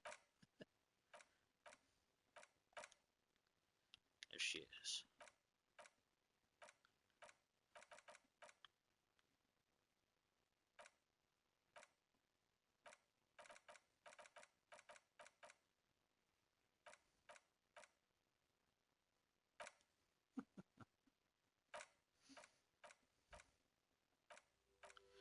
Here he is with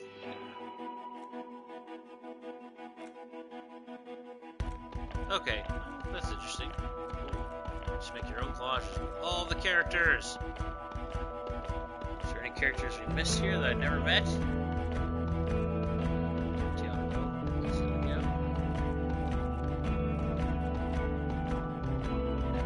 Who's this guy? I don't remember him.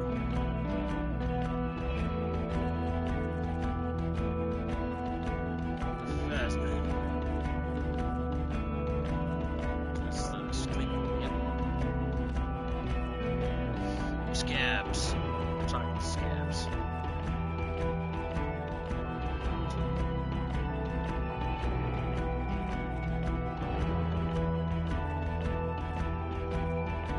Sake Sunrise. I don't remember him Sake Sunrise.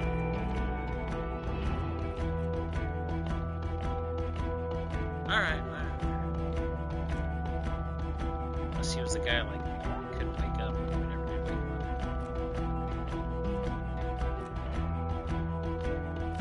up. Alright, anyways. Wondering. Go back!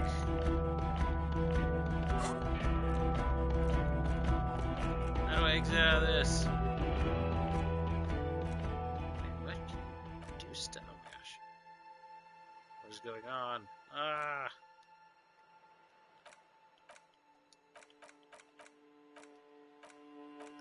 I want to exit out of this mode. Ah!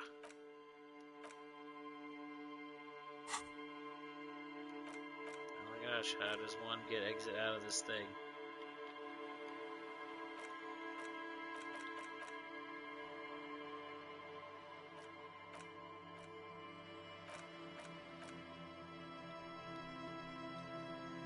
Wow, you can. Wow, this collage editor is really in depth. Wow, that's crazy. All right, I need to exit. Let me exit. Let me exit. Seriously, how does one exit this thing?